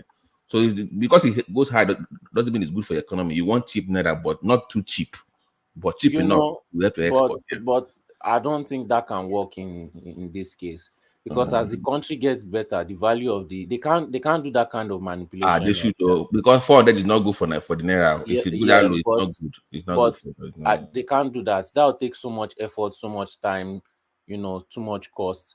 The value of the naira will just continue to increase, whether you like it or not. No. There was a point. Just take time to look at the China model. What did we lose when 1 naira was equals to $1? What did we really lose? No, but that time the value of 1 naira was higher now. You can't compare the value of 1 naira now to now. Yes, and the value of 1 naira too will become high also. Because no, it will not. In that case, when you have price control, you do not necessarily need to increase the salary of people, right? Because the value of what they have is increasing. If there's price control, people will be able to afford things more without such a high increase in salary. People will be able to afford not just the things in their country, but things also outside the country, things like cars, things like so many other basic things that you need for living, because we are not yet producing things like cars, right? We are not producing things like vehicles. There are a lot of things that we will still need to import that we do not necessarily have the industries for. And the average Nigerian, the poor Nigerians, will start being able to afford things that they could not afford before without such a huge increase in salary. What is if we start producing sufficiently for ourselves and having enough to export? That is where it becomes of benefit, because we don't have to bring in toilet roll, we don't have to bring in spray starch and things like we can produce them locally. So what we export with our cheap, we produce with our cheap naira and export, we earn enough dollars. And when we bring that dollar into our country, we have a lot of naira. So the GDP base, the gross domestic product base will become enlarged. That is it. But we need to start producing. That we will be in BRICS by that time? Who told you BRICS? Look, I don't know why you guys believe in BRICS so much, Solly. BRICS is just an abracadabra thing. It's not about believing. You think China, India, and Russia, strange bedfellows, you think these people, they will not undo themselves? And if they undo themselves, we'll go back to where we were before. Don't even let's go there in the first place, Ollie. BRICS gives us the options BRICS gives us options. Okay, with BRICS we can trade in our local currency, basically. All right. Don't go too deeply into BRICS. Let me take you to a different topic, Solly, just to manage the time. Let me take you to the British warning regarding. So you can see this is the official UK website, and this is their travel advisory regarding Nigeria. Under no circumstances, go to Borno, Yobe, Adamawa, Gombe. Only if it's essential, you can go to Bauchi, Taraba at your own risk. Under no circumstances, go to Kaduna, Katsina, Zamfara. Only if it's essential, go to Kano, Jigawa, Sokoto, and stay away from parameters of Kebbi. Only essential travels to Niger State, Kogi State, Plateau State. Only if it's essential, go to Abia State, Delta, Bayelsa, Rivers, Akwa Ibom, all of those places, Anambra State, Imo State. So the British only want you going to Yoruba land if you go to Nigeria. This is what they're saying. What are you making of that? The British travel advisory. If I speak on this now, they will say I'm being tribalistic. You can speak on it without being too ethnic. When I first came to this platform, one man was always saying, we have to civilize the North. We have to civilize the North. But me, I always knew that it was not only the North. you know. So when there was when I Sorry, look at you know you are a Yoruba bigot now. Yoruba bigot. once I speak the truth like this, I'm a Yoruba bigot. But the moment I talk about my Yoruba people the same way, I'll see all of them agreeing with me, you know. So it's just the truth and it's just the facts. Those areas are not safe. Those areas are not safe because the first move is always violence and emotions because of misinformation. I don't know, maybe it's the culture, maybe it's the way of life, but all these places have always been violent. They always claim to love themselves, but you know, there is nobody that has dealt with a northerner more than northerners. There's nobody that has killed northerners more than northerners. Same thing in the southeast. Fortunately, the southwest is not like that. I don't really know why we are not like that, but I also agree with this travel advisory. Now, on the other hand, I don't really see much about it. A lot of white people have been going there and nothing has been happening. Solely, you know why we are not like that? Because we are Omoluabi. So does someone know Kobo Yoruba de level here now? So I don't know, but I used to hear Omoluabi. Okay, you used to hear. You look at that. Look at that. A Yoruba boy. You used to hear it. What did you used to hear about it? What does it mean? I know Omoluabi. Omo means like a child of something. Child of Luabi. Don't worry. Baba T will explain all of that to you later. Look, Baba T, show me, you know. But at the end of the day, it's quite hypocritical because there are a lot of places in the UK that is very unsafe. In fact, there are a lot of places in the UK that I'm sure is more unsafe than those northern states they put, and is more unsafe than the eastern place they put. They are always very hypocritical. And me, I always say, when these white people do their own, the only way they respect you is when you do your own back. So Nigeria too should also print their own on their website. Start showing all the places in London where they will cut your hand off if you are wearing watch, and put travel advice. You know, it's an insurance thing. You know, they don't do it out of prejudice or discrimination. They don't.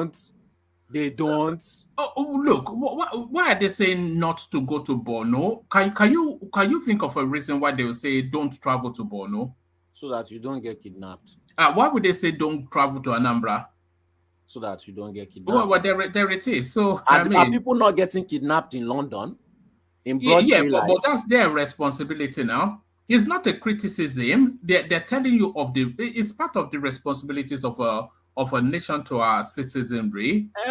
They're telling you of the risks and it affects your insurance as well, because there's a high propensity of.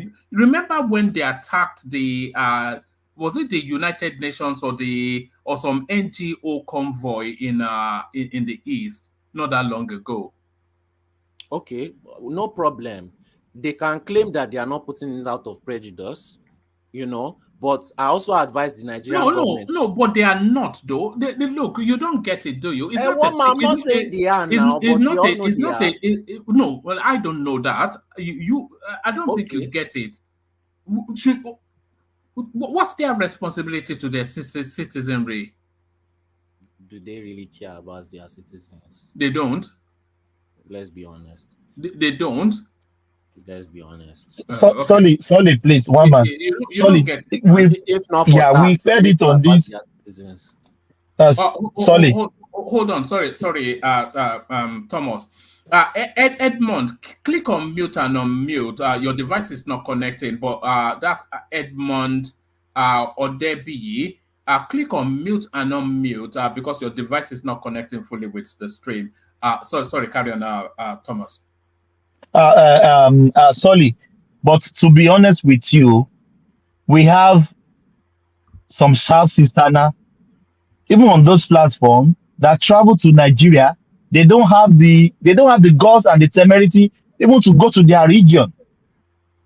So we can't blame the UK. Australia has used something like that before when Boko Haram was ravaging that time. They advised people not to travel to Nigeria. They said people don't travel to Nigeria. If you go to Nigeria, it's on your own risk. So you can't blame the UK. We can't say there is no insecurity there. We can't deceive ourselves. Go on, my Yes, brother. I'm okay with that. They should print whatever they want to print. But I also want Nigeria to start printing their own too. You know, let us follow them. Maybe they are leading, and we should follow the good things that since they are printing it to help their people, Nigerian government should also print our own to help our people too. When people are going to UK, we need to start warning Nigerians that they should not go to London wearing No, this. you're not getting That it. is not I get it. I get it. It's not a tit for tat now. But I want it to be. But I want it to be. On what basis? You don't get it. So let me take you to another topic. Are you fully understanding why they are putting the advisory out? Yes, I fully understand. To discriminate. You, I do. You know, it's not applicable in this scenario now. I mean, it doesn't. I don't think you fully get it, though. I get it, but me, I like doing it stuff. Oh, like etano ni. Yes. Okay, that's all right. I know now. They are saying they are kidnapping in this area. Please don't go there. They are kidnapping in London too now. People should stay careful. Me too, I'm advising my own Nigerians. Please stay careful.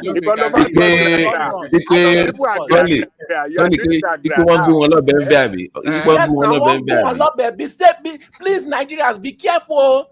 When you go to London, please don't wear your watch. They are choking people. Please, we need to care about our citizens too. You know. And they are kidnapping people in broad daylight in those places. So we need to warn our people, okay? And the people that have insurance too. We need to take care of them. One man, so 21 man. Yeah, stabbing and no, they are. You know. I've even heard so I agree with. You know what? I agree with you on that one. If it's true, I've even heard of instances of them chopping somebody's people's hands off. Okay, so I agree with you. In broad daylight, though. I agree with you. See, there were even one guy that had a Bugatti on the road. They were banging his glass to rob him in the middle of the road in traffic. Bugatti, you know, in London. Yes. So, people, Nigerians, please stay careful, stay alert. London is very dangerous. They are cutting people's hand off for even fake wristwatch safe. One mark by down. So, as is happening in Nigeria, it's also happening. That's totally travel advisory. Nigeria, listen. Travel advisory. All right. All right. Do you want to go to this topic on the screen? Reduction of diesel price to 1,200 with lower Nigeria's inflation rate. So this is Dangote, who has now started to churn out from his expensive refinery that we paid for. I don't have much to talk about this guy. I don't really watch him. I don't know his ways, and I'm not trying to learn his ways. His ways are wayward. That's what he's a very at this point, he has everything a Nigerian would dream of. I would expect him to start sharing the wealth because he's getting to the age where he will soon die, you know, but he's still trying to suck Nigerians dry, you know. So clearly this is not more about wealth. This is just for the fun of greed. So I don't watch what he's doing. All I know that he's always trying to suck money from Nigerians one way or the other. Even when he said he wants to, there was one time he said he wants to buy Arsenal. What about the leagues in Nigeria? You know, what about the leagues in Nigeria? What about the leagues in Nigeria? Why is he not buying a club in Nigeria? Why is he not for the same reasons why the Arabs are buying English clubs now? To make more money. No, that is for the prestige. It's to be on the global stage. Is he not global enough? He's the richest black man in the world. All right. What more recognition and prestige are you looking for? Nobody. It's not prestige now. It is clout. It is you know, somebody like Dangote now. He equivalents somebody like Abramovich, somebody like maybe not quite the Saudi royal family, but that's the bracket. But Soli is right. Soli is very right. I think I agree with Soli. In what? There's no more to go and buy a ICC. As a black man, hold on. There's nothing more for him to climb. There's nothing more for him to climb as a black man. Yes, he is benefiting so much in that country, and there's nothing wrong in him if he start, sharing the wealth. not sharing the wealth. If we start, if it's sponsoring ICC. All you these socialists, just say it. Just say it. Investing. Just say it. Why must he do that? He's a businessman now. Nothing wrong if we started to invest in sporting activity in the country, particularly soccer, where we are very good at. He can start something like,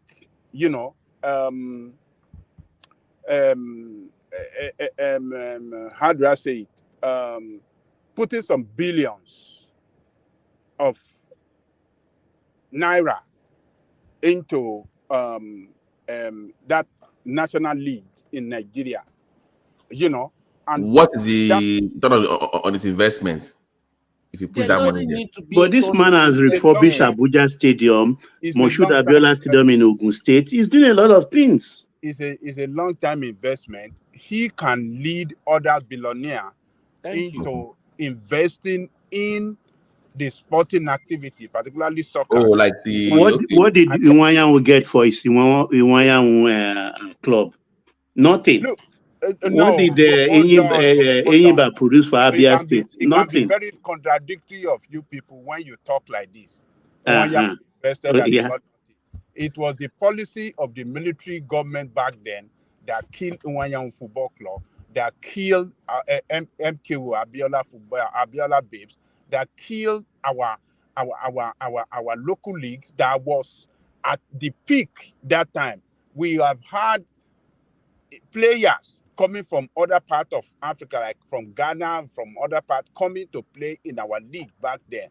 But the policy of the government killed those efforts by, Nigerian millionaires that were owning football club back then. Maybe if they have supported them and give them that, supported them to develop, maybe we will have become a very big league in Africa, like we have the British that all of you Aja, don't you think it's the mediocre league we have? That's because all the players, even if they play in the local leagues, they have their eyes set on Europe. You can't stop them. No, when you have a competitive league, football league, they will not, and they are well paid, they will not look up to Europe. They will not look up to go. Okay, how does the investor make his money back? How many people go to watch football in Nigeria? Marketing is the marketing that is going to do. There's a way that you can market it. Baba, let me agree with him on this one. We have people that can do it. Marketing. There's this club called Sporting Lagos, owned by a young man in his 30s in Lagos. If you even I follow them on YouTube, so it's called Sporting Lagos. When they play in that only stadium, it's always full. The people actually come to watch them play almost every weekend, and they're making money. What are we talking about? It was like that. It was like that before. When we have Shooting Star, when we have Rangers, when we have Adebayo Babes, the whole stadium will fill up. There's no time that Adebayo Babes is playing in Lagos. That the whole stadium. That's a different era. Superstars. We have Leventis. We have ECN. What happened? Why are we at the lowest ebb now? We look elsewhere. What Soli is saying, I think I agree with Soli. This man should start using his wealth to invest in Nigeria and develop the sporting activity. It can have it, can lead others in the soccer, in the football, in the sport, and it can make this money out of there. Hold on, Daddy, am I there? And your lot am I there? No, socialist in Baba.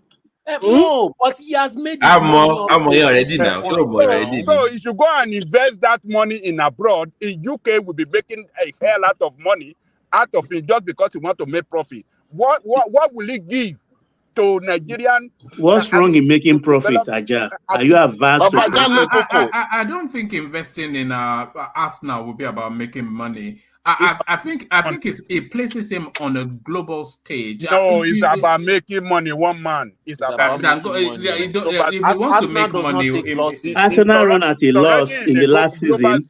In the last season, we have found about 45 million. Do you know? No, sorry. Do you know what it means to your business to own a sport franchise? Yes. It opens up for you globally. If you own a major sport organization globally, Cowboys, Knicks, Lakers, you get access to many things. I even heard Lumelu wants to buy an NFL club. It's not about no, it wasn't NFL. It was a Nigerian league club. Lumelu? Yes, I'm the one that sent it to you. All right. Hello, Baba Janle Koko. I want to ask something quick. Yes, sir. I know you're a Christian. What do you feel about? How do you know he's a Christian? He never declared his religion. He has always said around things like that before now. Okay, what do you feel about the narrative or the prodigal son? What do you feel about it? One stayed with his parents and the other one left, wasted the money and came back, and he was still celebrated. How do you feel about that story? No, take him to where you want him to be, because Solly has the floor so that it doesn't. Okay. Take him to the point that you want to. Yeah. Okay. Why I ask that is like people, especially we in Nigeria, we want someone to be hardworking. When he makes money, then we use that money to feed every other person that have decided just to enjoy their lives all through. No, this is not the case. No, investing in sporting activity is not feeding our people. Dangote has done a lot also for the country. We cannot say we can easily a lot. Everything he's doing is for him. Is for him to make more money. That is not fair. It has always been for him. Always. This guy made his money. He made his money off the back of Nigerians, charging them like they are from a first world country. To reduce cement price, he was doing as if they want to break his neck. Yeah, right. Even when he came to this, he built refinery. In my mind, I was thinking, okay, this guy is going to give Nigerians a break. No, he wants to charge us like we're living in Europe. Yeah. He has foreign investors that contributed to that refinery. That refinery is not only his money. That refinery will be on the stock exchange market. Investors want profit. But if we want to discard that Dangote has not been a very helpful individual to us in that country, it makes people like me to be really afraid. Like, what more can you people give? What more can you give to satisfy people? It's like a tree, a cherry tree that produce seed that people take it and sell. They use the leaf for medication. They are trying to cut even the taproot just because they think they need. Must this tree fall before people put caution? Look, let me tell you this. Sorry, give me 1 minute. You see, at the stage where we are now, if we don't start to invest in our country, then we will not be able to be competitive in anything in this world. If our billionaires does not invest in our sporting activities in our country, and in other sectors that constitute the running of the country, if they don't start to invest inward, then we won't be able to get to anywhere. You see, all those Saudi Arabians, all those people you are seeing investing or buying club in Europe and stuff like that. Look at what Saudi Arabia is doing. Look at what they are doing. Look at the way they are attracting players to their country to develop their own, soccer league. Look at what United Arab Emirates is doing. All of them are attracting foreign players to come and play in their own league. What are we doing in our own?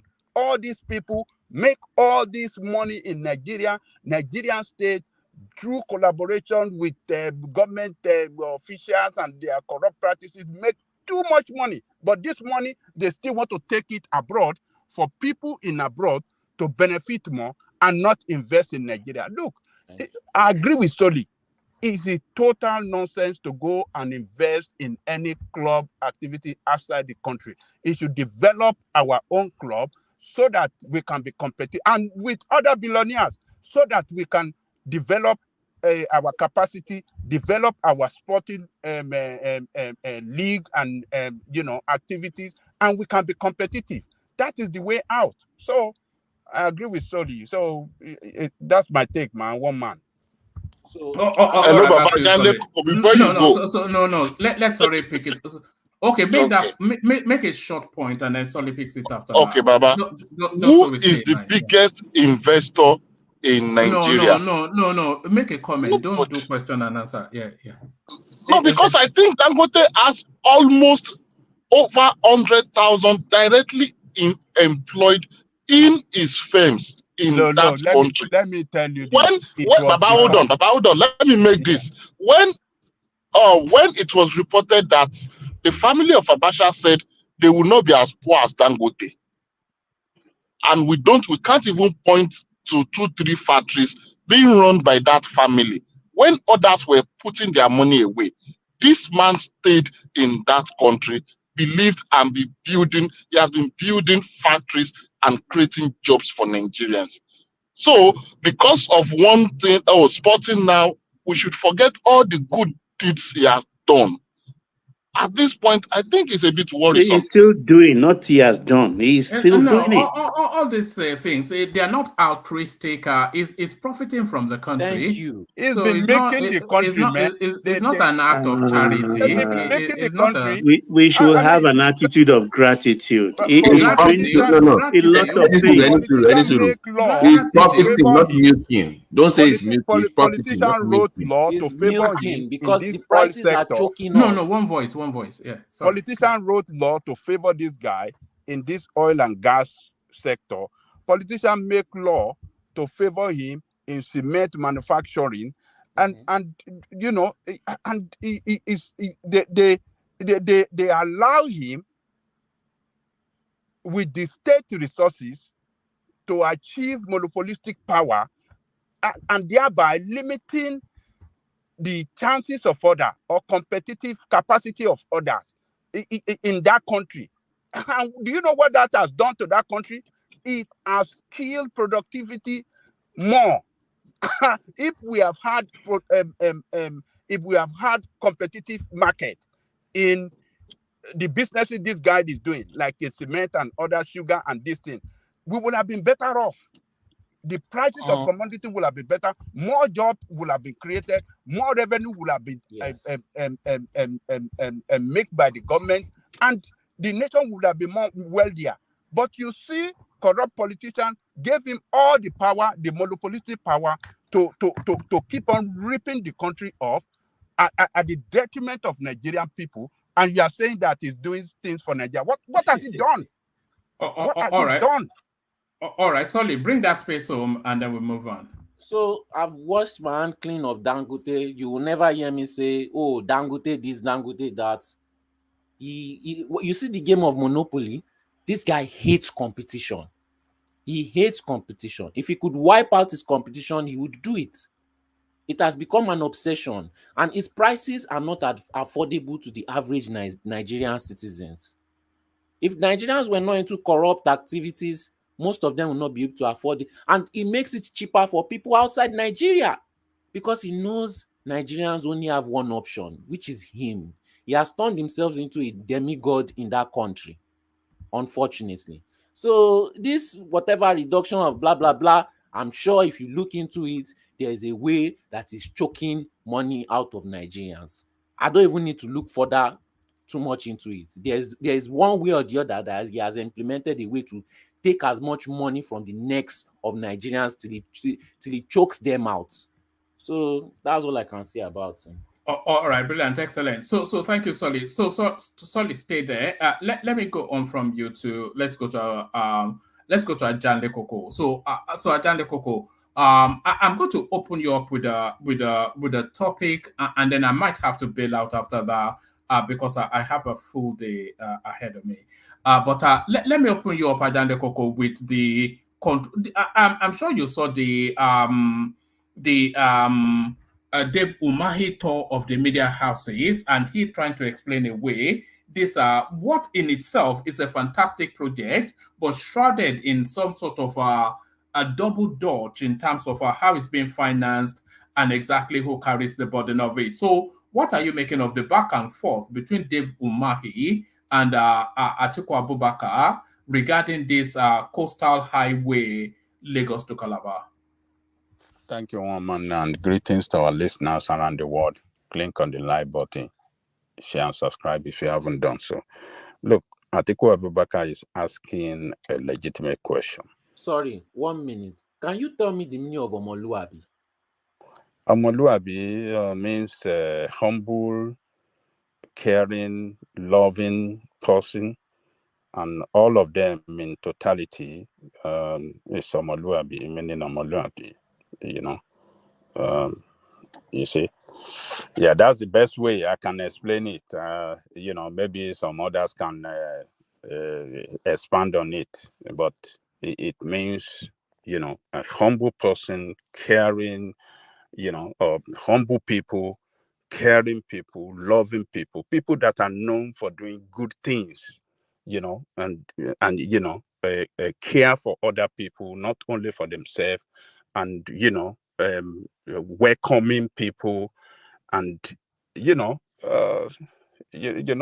what we represent as Yoruba people now. So good things. That is what Omoluabi means. So that's it solely. So Atiku Abubakar is asking a legitimate question, and the answer we've had so far have been very contradictory from Davis Umahi. At one time he said PPP loan. At another time he said, he was just saying all sort of things. And even the figure he was saying, well, the one he gave on channels is somehow a little different from what he gave on Arise. It's too much contradictory, but the worst part of it is that this contract is given to a business partner of the president. I mean, how do we continue? How would we continue to run a country where business partner of the president gets? Ajani Koko, can we say that can be accidental or level of competency? We can't continue saying because he's the president accolade, they shouldn't get business from Nigeria government. It's not fair on the man. It's not fair. Thomas, look, don't let us continue to deceive ourselves. You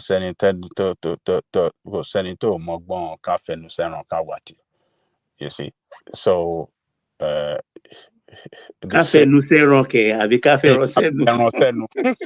Baba,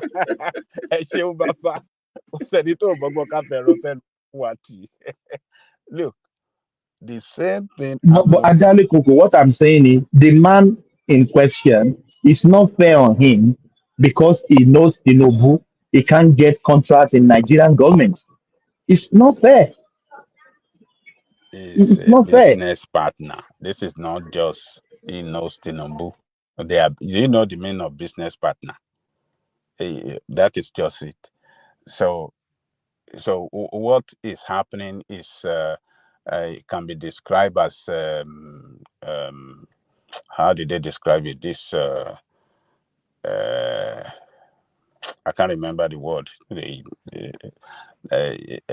Nepotism. No, not nepotism. There's a legal word. This conflict of interest. It's a conflict of interest right there. So, and the same thing happened to his company, Orlando. That one got, this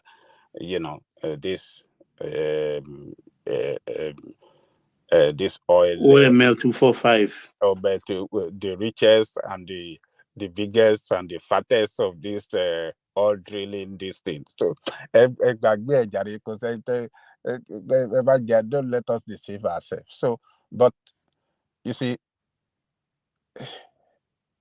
it is clear that this contract. Are we seeing too many instances of this sort of thing? You just talked about the Oando oil. I was in conversations with Baba. I was talking about the deal that Wale Edon's financial house got from the Nigerian state, and now this $30 billion thing that just happened to land on Tinubu's lap. I mean, is it? What is this? Is it friends and family? What's going on? What's all this? What's going on? Look, it is a corruption of the highest order. It is corruption, isn't it? Yes, this is corruption of the highest order that is going on, and it's very shameful that is doing it openly. It looks smart to some people, but I don't think, to me, it is smart. It's not smart because we are saying it. It's not hidden. And that is not the way to run the country. So it could look like, it's trying to build a project, first of its kind. It's going to good, but it's not. Where is that coming? Hello? We can hear you. Yeah, the noise is coming from somewhere. So, but we are seeing this contract, it carries some element of corruption. It's not transparent enough. It's not the way it is awarded is not in conformity with the law that guides, how contracts should be awarded. So it is not good. It is not good. There was no open tender. There was no due process. It was only one contractor, and then they just handed it over to. It's ugly, isn't it? It's very ugly, and Umahi was trying to hide under the restricted. What do you call it? Restricted bidding. That open bidding is one thing, restricted bidding is another thing. Then there's another one they call. There wasn't even a bidding at all. It was just There's no bidding. We have a lot of companies that can, because they told us the guy was going to pay for it. Now they are signing off checks in trillions quietly. They are not signing trillions. One man, don't spin it. But the main thing is that it's shrouded in corruption, and we just have to speak against it. But would they listen? They're not going to listen. They've started it hurriedly in such a way that it cannot be stopped. And are they doing it well? With what you've seen so far? Well, with the high tensile iron rod. Well, they just started. They are going to do a good job. Yeah, Thank you, one man. Because Dave Umahi is one of those. He has OCD, doesn't he? He's one of those people that he exudes confidence. Well, let's see them build it, and but a lot of money, a lot of resources of the state will be carted away into some people's pocket. But we hope they build it. But I wish some people can take them to court to challenge this process and possibly stop it. Stop it. Stop it. stop it, and then force them to go through the right process. That is we don't want to stop though. Doesn't that sound like the enemy of progress? Why would you stop something that is progress? Why now? Enemy of progress. Hold on. Just want to keep high moral ground. Can you guys listen before you start running your ethnic support for don't go there. Nobody's putting ethnicity in it. A corrupt president. What are you people talking about? You can call him corrupt, but don't bring ethnicity into it. It is ethnicity now. Why? No. What is openly showing corruption? Is Shaguri a Yoruba man? He's a Lebanese Nigerian. If your president that is awarding a contract that does not go through the process, are you guys not supporting him? It's not all contract that goes through the bidding process. There are three classes of contracts, processes. I wish it can be stopped and by the court, and then the court can order them to go through the right process. I thank God it can be stopped. By open bidding. That is the way. That is the way out. That is the way out. We must start, if we want country to run well, we must conform with the law and run the country in accordance to what the law says. Do you know why you are wrong? Do you know why you are wrong? With the law says about this thing. Do you know why you are wrong? If they did an open bidding and Shaguri won the bidding, you will still complain that he got it for the money. Exactly. He can't win. Why it's a no-win for him. Hold on. Complain about it now.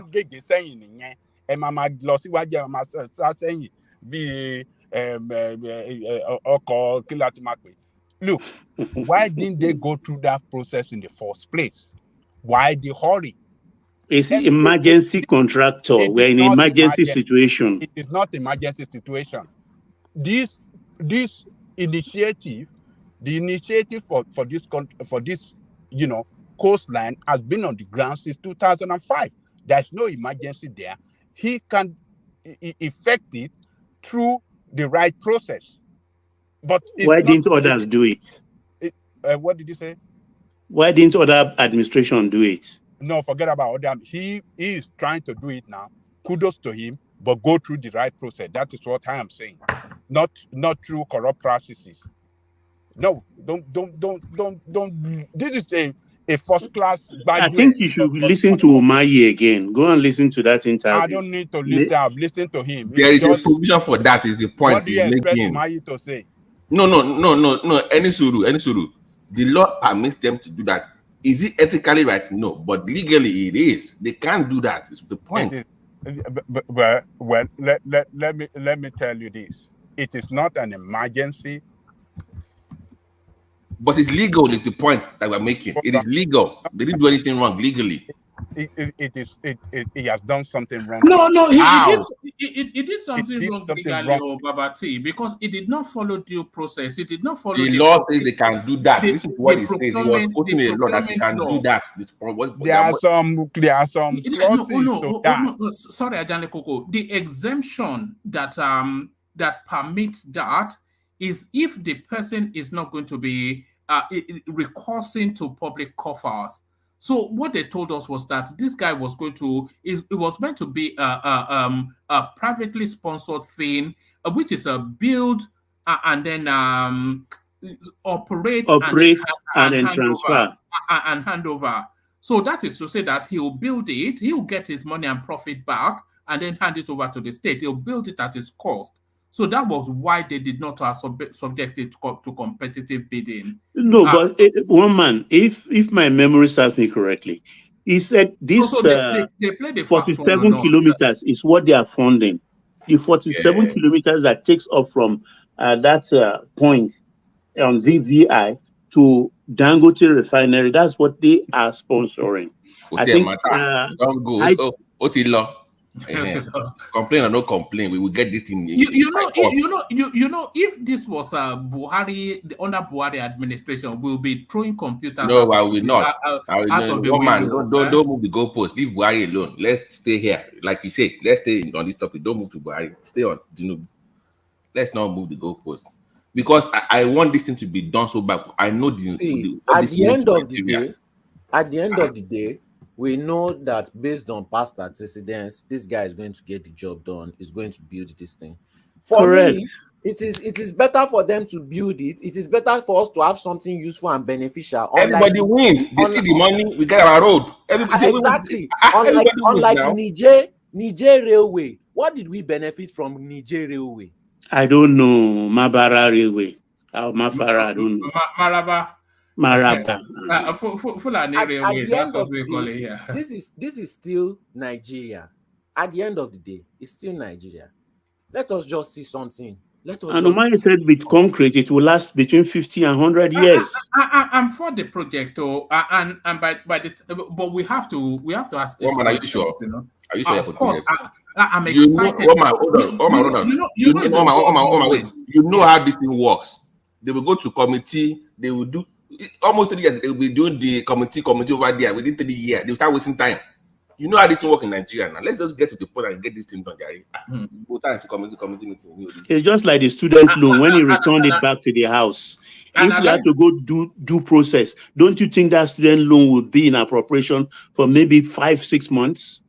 But it came back within weeks, 3 weeks, and now it's signed into law. And I like that they've kicked it off immediately. So already, I think they've done about 4 or 5 kilometers already, even. So they're not hanging around. They're just bulldozing. They are bulldozing people's properties down and putting as well. Committee. No, that's why I don't agree with that. But one man, with what everybody is saying now, is it win-win or not? Is Nigeria still winning? People are winning. No, Thomas. Are you people forgetting the employment facility? Papa, hold on. Thomas, Nigeria wins. It's a world monument because they are comparing it to the Pacific coastline. I think Babati and the Americans will know more about that. So it'll be like a world monument, sort of a real big epic statement by the country. It'll be referred. It'll be referred to globally. People will travel to come and drive on it. So it's a real boon. But what we must be able to query this. You can get from Lagos to Calabar within 6 hours. Do you know what that means? Yeah, no, that's the $1 trillion economy right there now. One man, are you looking about the work opportunity is going to give our people? Yes. Work opportunity. But still, he shouldn't be awarding the contract to himself. Even with all that, he shouldn't be awarding the contract to himself. Do you know why? Do you know why they actually did that? To be honest with you, that road passes to Eco Atlantic. That land is Eco Atlantic property. I'll keep telling you guys. That coastal road passes through their Eco Atlantic. So who could give it to the man that owns the place now? Landmarks are accepted. He accepted. Yeah, David Umahi actually said that in his interviews that even that land belongs to Eco Atlantic. Like you said yesterday, Babati. So you got the spot on BT. I wonder if he heard you and then went to research it. I won't be surprised. But I don't my credit now. No. That's why I said. Oh yeah, you mean David Umahi? He heard you. I've been following. I've been following that thing since Clinton came to Nigeria. Then when they made the skyscraper city online available to follow that project everywhere in the world, I've been following them since 2016. So I know pretty much in and out of that area. I mean, I'm really invested in that project. So that's why I know all those details. So yeah. Are you part of the money bags that No, because there was supposed to be this very big hospital in the Eco Atlantic owned by a Nigerian Igbo guy from Chicago. It was supposed to be one of the biggest in Africa coming to Eco Atlantic. We're huge. They were supposed to have a shopping mall, the biggest in Africa over there. Behind it was the hospital where you would do research and groundbreaking, all this, huge stuff. But during good luck, something happened. Maybe the economy tanked or something. It kind of went wayside. So I'm like, what is this thing? Oh, it's the next Dubai. So I took interest in it. We're going to have casinos. I mean, that one man, if you see that the plan of Atlantic, I'm telling you, it will blow your mind. If that thing happens in Nigeria, Nigeria goes to the next level. It's just going to change. So I know what that road means to the Atlantic. No, BT, but this man, the minister Umahi, said one thing that I was surprised. He said that aspect of the coastline road was gazetted by Lagos State government under Tinubu. That means he saw the vision first. According to Umahi, he has his own plan and he registered it, he gazetted it. So it's really not new. So it's something he has at heart. Well, man, because in answering the question that why he started from Lagos. Well, man, I'll send you a video now. So let me just give you a brief of the business area only for good. I think they want to do what they have in France, their business district. It will be there. You have Dubai-like mall. You have Las Vegas kind of casinos. I'm telling you, the kind of stuff they want to build there, it's mind-blowing. But they need a major highway to go there. You can't have all this traffic on VI coming in. Nobody wants to put money there. But once you have a super highway going to Atlantic, that place opens up. You will see now. Just watch. You go see now. I'm a bit trepidatious about that actually, because I will tell you. No. You will see the plan now. Yes, because what I'm starting to think is that the rich in Lagos, in Nigeria, but in Lagos, they are trying to cut themselves off from. Now, one man. By the time they put an airport there, I know. Once they get the airport, they will forget the Kenya now. I know that. Yes, they don't care if you're look at the economic benefit to the whole country. Don't forget hating on rich people. Leave that alone for a second. No. I said leave that for Ajaleko. Hey, just think about the impact it has on the whole economy. Because if you can have a airport, remember that thing goes to Bejulekio. You open up that area.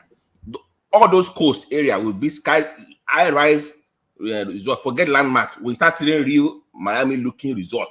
I call that highway for these people. The money you start making from that area alone for the whole country. This is a money pretty machine now.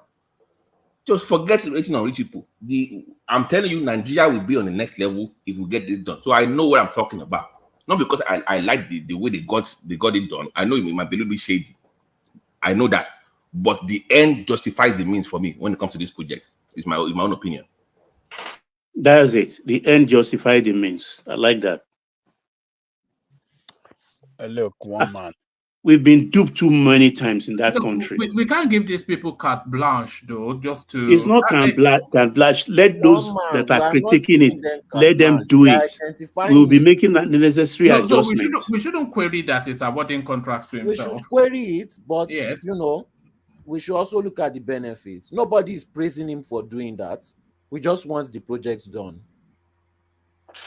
You see, sometimes when I listen to you guys, sometimes I can't just... But what can we do now? Hold on. Let Ajaleko go. Yeah. When I listen to the hypocrisy that you guys display sometimes, I can't just believe it sometimes. When Buhari was building this Maradi railway, everybody... You can't compare Maradi to this one now. No, even the Maraba was my own there. Something in Niger with my country's money. Well, you can call it something from Niger. It's link. It's a rail... how do I say it? Rail line. Rail line between Nigeria and that country. So that on its own is connecting our economy with that country economy. Everybody yell to high heaven here that, what is the economic benefit? We go to, you should have done this, you should have invested in rail in from Lagos to the north or through the east, and that will have been the best thing. Now, Tinubu is doing something that he failed to comply. He failed to comply fully with the law. And you are all saying, hey, let it, hallelujah. It is. Nobody said that. So. You see, let me tell you, when you have a country that is run by people like this, that we use one form of project or one kind of project to loot your resources openly, and you are not questioning it, we are going to suffer it in one way or the other. Because maybe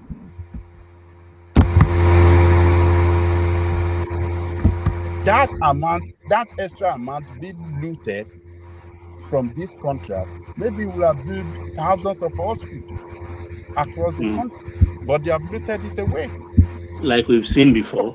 So look, we must start to run the country in accordance to the law, in accordance to the due process of the way specified by the law, and that is the only way out. If we are looking at things like this, oh, this is our man in power, we have to support him all the way, no matter what, it is not good. This is a project that started in corruption, a project that the president and his business partners are hugely. But Adani Koko, nobody is looking it from that premise. Sorry, Thomas. So they're hugely going to benefit from it. I am not saying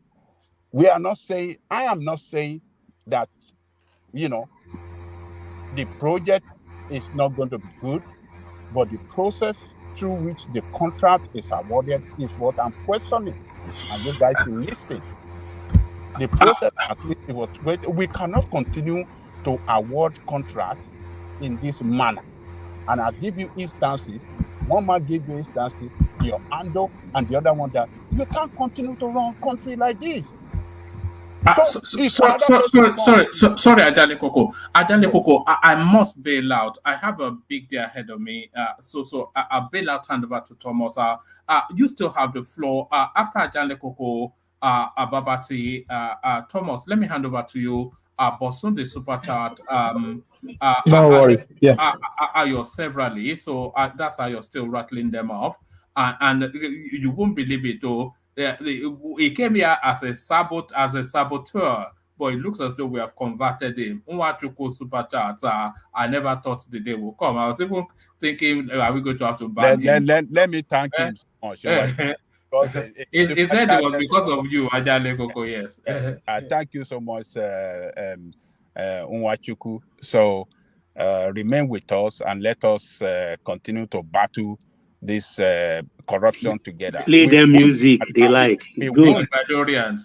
we won't allow them to continue with this corruption that is killing the country. We will continue to battle them no matter what. This is benevolent corruption. So you like it. One man, before you go, I want to say something. All right. Let me just say that thing. Then I have to build because I have a big day. Yeah.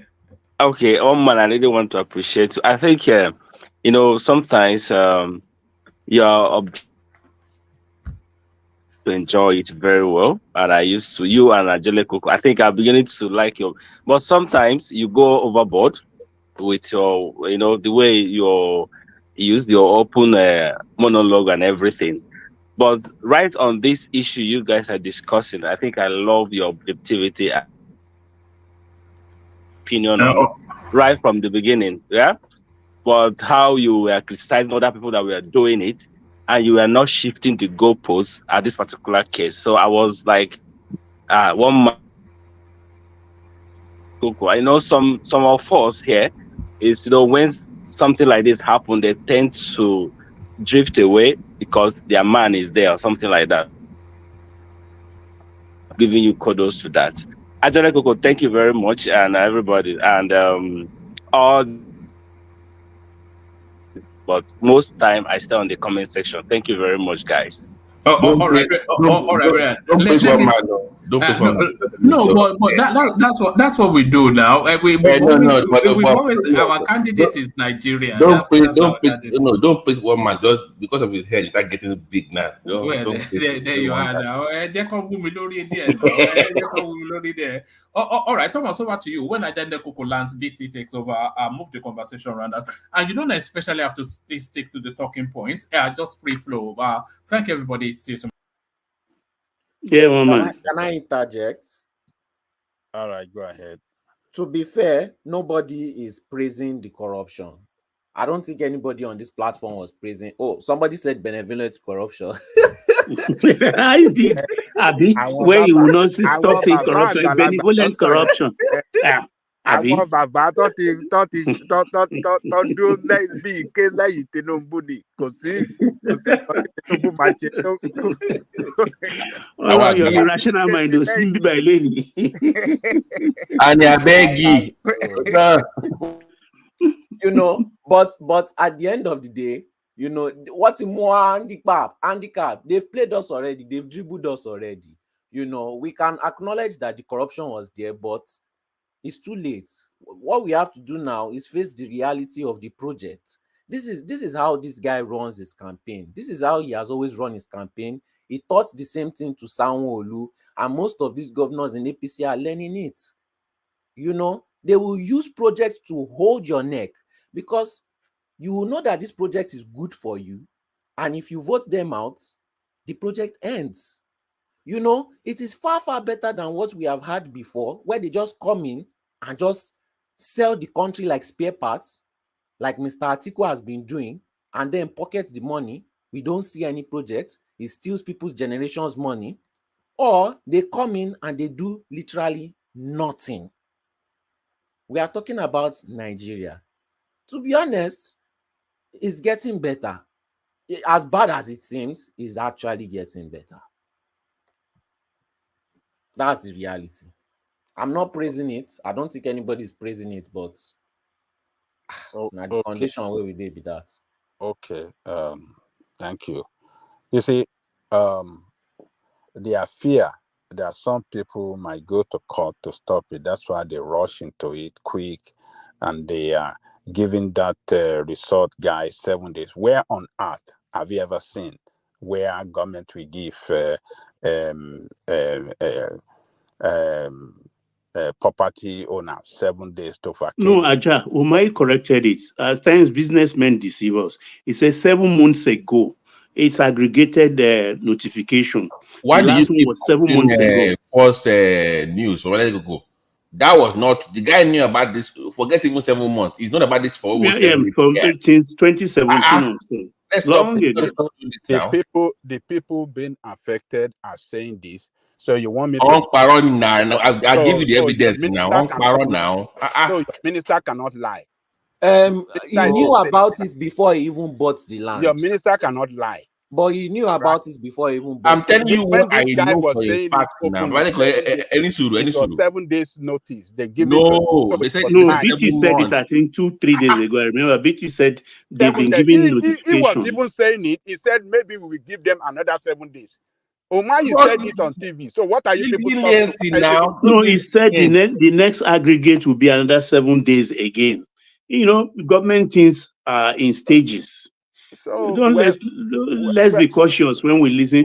If confronted him yesterday, that even right of way from the shoreline to the main district, government has the property of 250 meters. They even give the guy 50. I mean, okay, we will give you 50 meters just to use for your property. They give him 50 meters, the extra. He does not own the beachfront. Which is commendable. I really commend them for that, for not bulldozing the entire building. No. They are just passing through. Nothing. They are not touching anything. Yes, the only thing that guy will not have now is his access. The seafront. Yeah. So that's the something. But the project is, when completed, I mean, it's going to add value to our economy. It's going to expand our economic base. It's going to bring, it's going to connect all these states, the 9 states where this thing going to pass through. Is going to connect them to the economy of Lagos. And the economy of Lagos is connected to international, to the world economy, because Lagos is the gateway to the world. So what you are going to see, all the good things that Lagos State have attracted, economic activities that Lagos State have attracted, into her territory, all these other states will benefit from it, because you are going to see, connectivity is now involved. You're going to see all these states that are connected to this coastal road. They will open up, their economy will open up to tourism, to what do you call it, hospitality, hotel and hospitality, and businesses will I mean, investors, international investors. Actually, Coco, I will be the first person to fly to Nigeria, to fly on that road. Thomas, please Because check the Thomas, please check the private stuff. I left you a message on the this private stuff. Yeah, please. that's right. Yeah, I will be the first person to fly on that road. I've never been to the East before. Yeah, because of something they told me about the East. It's not connected. I'll be the first person to go. It's not connected to the East. It's going from Lagos Not connected to the East. It's not connected. Yeah, I've not been to the North as well. So, yeah. So actually, people, what of the 3,000 naira they'll be charging for? So, do you agree with that? Well, they have said it is a private.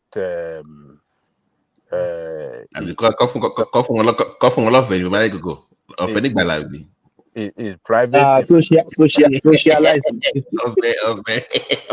Yeah, it's going to be heavily tolled. We don't know how many toll that is going to have. Number of toll gates that the entire 700 kilometer we have. We don't know. Is it one or how many? How many toll gates? We don't know yet, but they will let you know. But I believe it's going to be heavily tolled. People will pay. It's not going to be free. You have to pay through your nose to pass through that this thing. So possibly it might be very good for people that are running their commercial activities the most. But the most important thing is that this project will add value to our economy. It will bring productivity. It will bring investors. It will bring, job creation. So development will come, and it's going to be an economy of its own. That road is going to be an economy on its own, because all the state is going to pass through or connect with. Surely, we enjoy. We will have some sort of economic development, in their state. So it's going to be a legacy that Tinubu will leave behind, because people will remember him for that that coastal road, even though that he has stolen so much money through. Google, don't go there now. You are giving it some kudos. Now you leave a legacy. Backhand comment, backhand compliment. Àwọn bí mẹ́ni. Ó ti jí owó rẹpẹtẹ. But Ajali Coco, to be honest with you, if this how politicians do in Nigeria, they steal the money and they do the project, is it not better than not to steal the money, then no projects. No, it's not good. They should not steal money. They shouldn't use. Hey, we know, but they always steal. Now you know that they will always steal. No, they should follow the due process with transparency, accountability, and that is the way we can have the best. How do I say it? That's the Ajali Koko, against one in room. National mind ti dé ẹdí fún national mind lọ́rọ̀ sọ ẹdí fún national mind lọ́rọ̀ sọ. If we don't allow them to inject corruption into awarding of contract, that's the way we have the best value for our money. But when you have them not following the law, not following the due process, and they just put so much money and they make a millions of dollars out of every project, they be killing the country, on some kind of way. So it is not good. I don't like it. But this project is going to be good when completed. It is going to add, it's going to expand the economy. The productivity of the country will increase. The GDP of the country will increase, and the Nigerians will benefit from the economic output that this project will deliver, to the economy. So that's where I see it. It's gonna be very good. But I don't like the process through which the contract was awarded.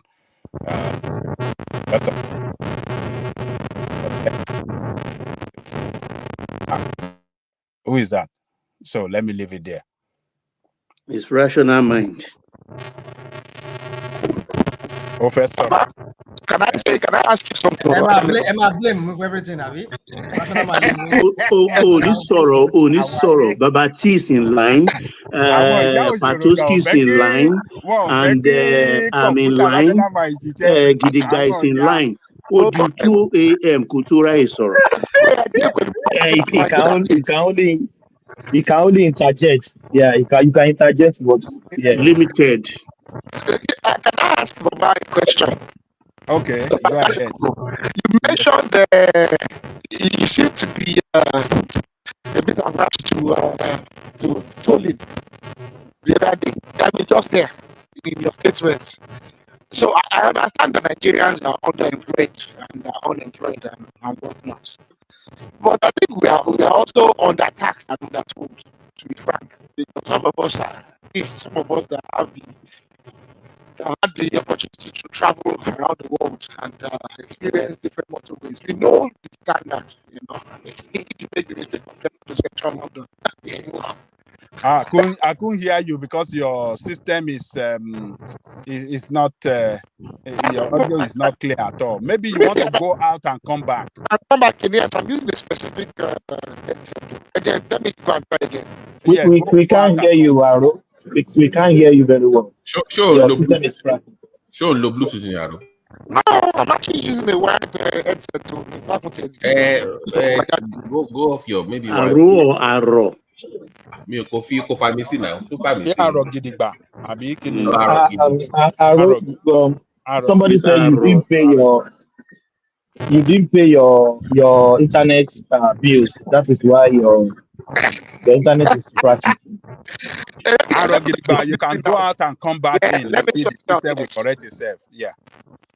So okay, so the part of correction, but go. Hypocrite. I know yesterday we discussed the club thing. So I am for them buying the clubs, but bad that they can make it profitable. Only the way I know that, but at least they can run themselves and they can make it profitable. But which club are you talking about?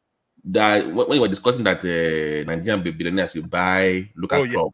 Yes, I'm for it, but not as a charity organization, but as a profitable business amongst themselves. Oh yes. So I'm not saying that it's just to give you money for no reason. That one they can make it profitable. And now they hold the company, so they can make it. Yeah. Depending on the marketing of the league, football league. They own the media too, so they can market it as much as they want. They own the media too. Yeah, they own the media, so they can do it. And let me tell you, we have a lot of talent in Nigeria that they can showcase through our local league. And I'm telling you, international football, what do you call it? All those European league, before you know it, they will start coming to Nigeria to shop for players. And that through that means they'll be able to make their money. If they are selling players to them in Europe, they will make their millions. The club will make their millions. But what about different sports away from football, like maybe UFC, boxing, that they can also invest in and also make money? Oh yes, not just football. Oh yes, not all the sport, all these people must be encouraged by law, to invest in that sporting activity. In the 70s, we used to dominate the box. We used to have the best boxers in Africa and some of the best in the world. I can't even remember their name, maybe Jimon something and all the motel, but we used to have, some of the best boxers in the world. I think, was it not lightweight or middleweight boxing? Yeah, the we Olympics dominated Africa. We used to win a lot back in the days. Yeah. Yes, we dominated Africa in boxing. Obisa Nwapa, Mama Clay, Raufu Jimon. Look at that Jimon. He dominated that his own distance. Yes, Osin Owoni. Where blew on knockouts. And even weightlifting. And weightlifting, Mike. No, I think it's the economy that affected our sports, because even if you remember, we have Lagos Open tennis, we have Ogbe Open, where all these big tennis names, they come around. Badminton. You see players from Europe. I think it's the economy that affected us, because they couldn't pay the prize money for those first-class attractions. So they didn't come to Nigeria again. I think we lost the licenses. But then, even those people then, Akinades Brighton, Abiola Babes, Superstars, Adebajo, Leventis owning Leventis, and on and on and on. It was vibrant. Even all over Africa, players come in, we import them. You understand? But it wasn't the era where they promoted we buying jerseys or replica jerseys and memorabilia and things like that. So the marketing was not there. It was just pure sponsorship. So the ownership of these clubs were discouraged. But it could be revived, but it's going to be a real hard work in marketing. But like we said, they own the media, so it's kind of easier for them to do that, though. These guys are into. If I say Globalcom owns a football club now, come on his, he can even spread the word on his cell phone stuff. Yeah, that's true. But let us hear from him. What's Aragiriba? He was asking some questions. Let's hear from him. Baba, can you hear me better now? Oh, now we can hear you loud and clear. Yeah. I think the headset has its own mute function that was disturbing. I was speaking about your statement about tolling. You seem to mention something about tolling, and it's not quite it's negative,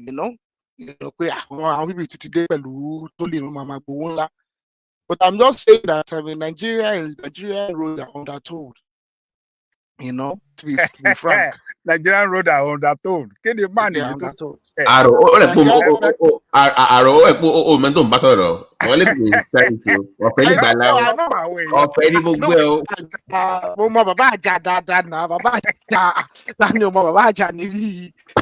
think Nigerian roads are undertold. That's the fact. We're at the travel data now. I know the roads are bad, but they're still also undertold. That's just we can't argue that fact. Now they are undertold. Now Nigerians are also underemployed and unemployed. I understand that, I appreciate that fact as well. But it doesn't remove the fact that Nigerian roads are also undertold. Even look at other West Africans, when they are paying through their noses for fuel, Nigerians are subsidized. I don't know, our government's gone. Although also the government are cheating us, but still, there's a lot of subsidy going on. Even look at electricity now. We are highly subsidized now. I pick up somebody in the airport here. So to and fro, I pay almost $30 just to the airport.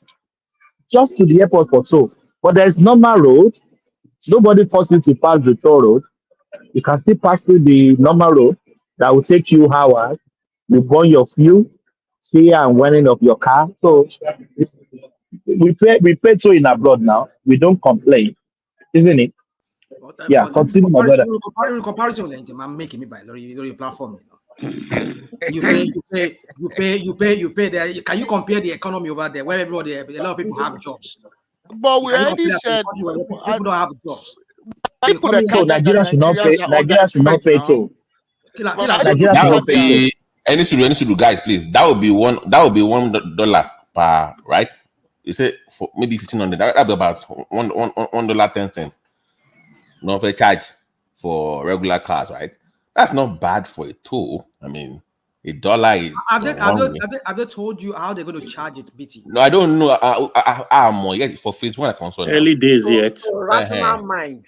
People that are passing through that only airport. 6 hours. Don't have money.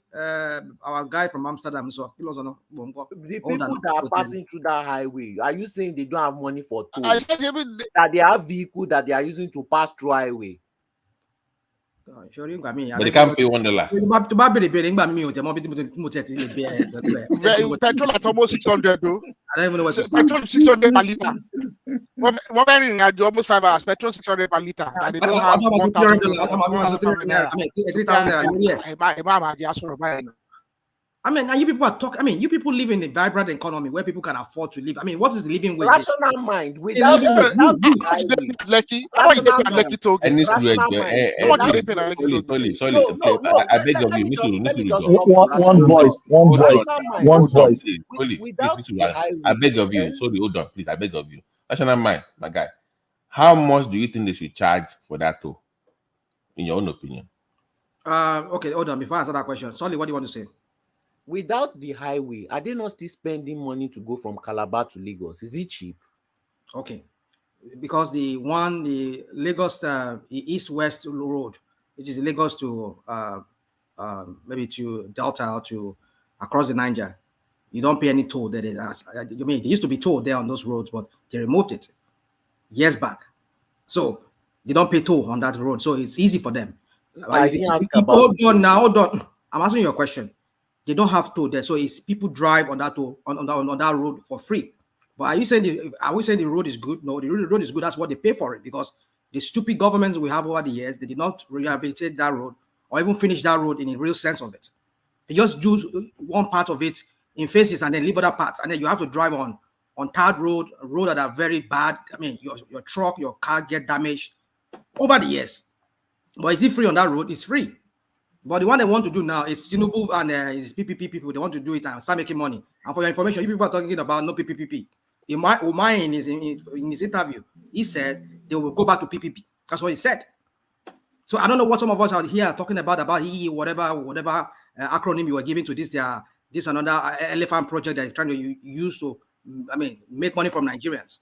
So to answer your question, BT, 3,000 naira and you have to work everything. What is the minimum income? How much are these people plying that road? How much are they making? With 30,000 naira every month, that's less than $15 or less than $30. What can you do with that? And you have to ply that road. I mean, if you have to use a bus or whatever bus or transportation system, and you're collecting 30,000 naira a month, how can you minimum wage will not remain 30,000 forever? If you are making that's not money. If you're making 30K, you don't have a car. Yeah, but then when you take transfer, would they not pass it on you? But not to the point. You have a car. If you pass that road, you pay 1,500. It doesn't matter. Nobody And the cares. train When you will go to not take Central London, toll. nobody cares how much you make. If you have your personal car, it means you can afford so many things. But we're talking about people who take public transport, like people who going to East, going to Calabar, going to all those But places. how much? How much? Spread the cost now. No, this is how much? I don't know. I cannot give you a price off the bat right now. But the point I'm trying to say is this: that so many things need to be put in place first. You see, I mean, I don't just know what's wrong government. These people don't have any idea how to run the government. They just want to do things like that. I mean, where they're yet to build the road. Like Baba said, if before then they finish that road, Nigerians' income has gone up, which I expect. Then if they do that, however how much they build Nigerians, we shall see then. But what I'm saying is, they should not expect Nigerians to be paid 30,000 naira or something like 40,000, or even 60,000 naira, and expect them to be going on that road and be paying those amount of money that will pass on them by the transport company if they have to take buses going to their village. But what about the train that passes in the middle? If it's a train, we're fine then too. But she train last by train. No, they say it's going to be in the middle, but that's another project entirely. So but the space will be created there. People will be taking it in the next 8 years from now. No, let's not do this now. Can I ask the question? Please. Okay, go on, please. Were you familiar with Lagos Ibadan Expressway in the 90s? I am. Can you tell me one structure? It's been a while I drive on that road. It's been like years. Can you tell me one structure that used to be on Lagos Ibadan on Express that is no more there? Toll gates. Lagos Ibadan. Are you talking about toll gates? Is that what you're saying? Tell me when yes. Can you tell me when Lagos Ibadan started getting terrible? When it started, when things started going south on Lagos Ibadan? When they removed the toll gates. It should be around late 80s, early 90s. Around the mid 90s, around the time when Redeem came along there. So maybe something like that. Yeah. Okay. Yeah. Even that Ota Road too started getting worse when this guy. We are not speaking about Ota. We are speaking of Lagos Ibadan because that's a prime example I can bring up. So I can bring up that toll gate. So what's the point? Your toll gate here. When Lagos Ibadan was there and there was toll gates, people were passing through it. Okay. And Nigerians were earning 30,000 minimum wage at the time. Obviously, inflation also. Inflation too. They will pay for it. It doesn't matter. They will pay for it. No, it matters. No, you see, this is you just want to gloss over one thing and you don't want to consider that thing. No, it matters. Ration mind. Does the chicken come before the egg? Understand your rationale that they need to increase wages. Does the chicken come before the egg, or does the egg come before the chicken? Let them build the road. Let them build the road. While they are tolling the road and building the road, they can also improve the life. Okay, the lifestyle of Nigerians. Expectations, the wages. They can improve it. Okay. So don't let us. People money now. What about the people being on money now? You're speaking of people that it's free money. No, it's not free money. They have to recover their investments one way or the other. They should toll the roads. We want the government to subsidize it. Yes, let them toll the roads. That's how it's done everywhere in the world. Let them toll it. That's not how they do it everywhere in the world. That's not everywhere. I don't know where you are that where they build mega highways and they don't toll them. I don't know. Can I put something in? The states, I struggle through many, 3 states here, and I go for work and whatever. There are places you can pay to if you want to pay to. If you don't want to pay to, there are other roads. We have I-5 here. You can drive I-5 from what's it called? From California. There's no toll on that road. Maybe other interstate roads owned by each state, they have tolls on them. But on the I-5 road, which is more of federal road, that connect states here, you don't have any toll on them. And those roads are very good for the most part. 90% good, 95% good. So what are we talking about here? If it is state roads that are run by states, maybe within their cities, that they toll. So here, as far as I know, here in Pacific Northwest here. So I don't know what you're talking about. You people who come here and talk about Tinubu who wants to do business. Everything is seized. Business no matter what shit. To the governors, business in this year. Over the president, business in it. How to make himself and put himself there and make some money that will be generating money for himself and his cronies. If people don't talk about one abandon that East-West road for many years. Although over not be 17 trillion naira, I mean, they want to spend on that one now. Almost 17 trillion naira they're going to spend, or if not more than that. And even that figure too is not even set in stone, because he said, what was that word he used? What was that word he used? He said tentatively. That's what he said. So now we're here praising Tinubu as if he's doing something. He's not doing anything. He's doing a partner. He's doing a business. It's business. You see, God, I mean, I don't know what to say anymore. And you see, we all live here. We all live here and live and see how this whole thing is going to pan out. The point is this: that you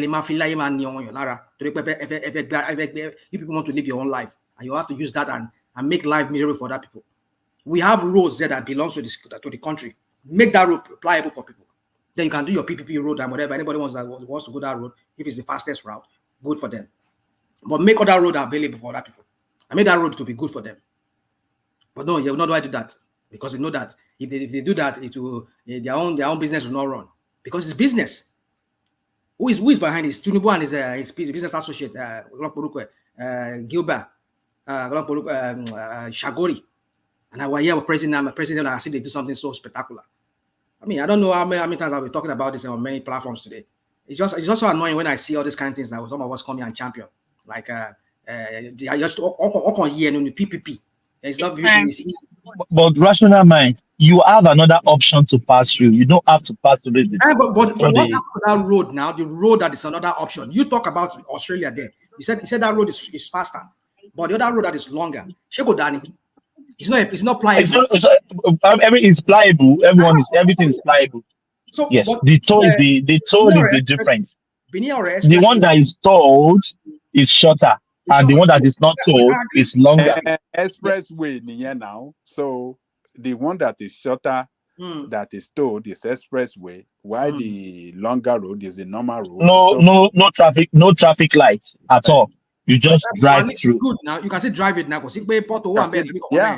But let's see Benin Expressway up to Delta State. Let's see the east man. All people on the apply motor come and budget. You're telling me that we have a job. But that is because there is no money for the repairs. But if we pay, we can challenge the government that I pay toll to pass this road. Why did you allow it to deteriorate? Lenu now, we can talk because we don't pay. Okay. Taxes we don't pay. So those regular road is not important. Our how do I describe it? Our resources that they use this to take care of themselves, to live. No, I get the question. So they can't get anything. No, don't dodge the question. It's motorable for us. No, but they can get money to finance that 15 trillion. Should we pay more taxes? Is the question. Okay. Okay. Let us do it. What Rational Man said now. Look, that would have been the best way out.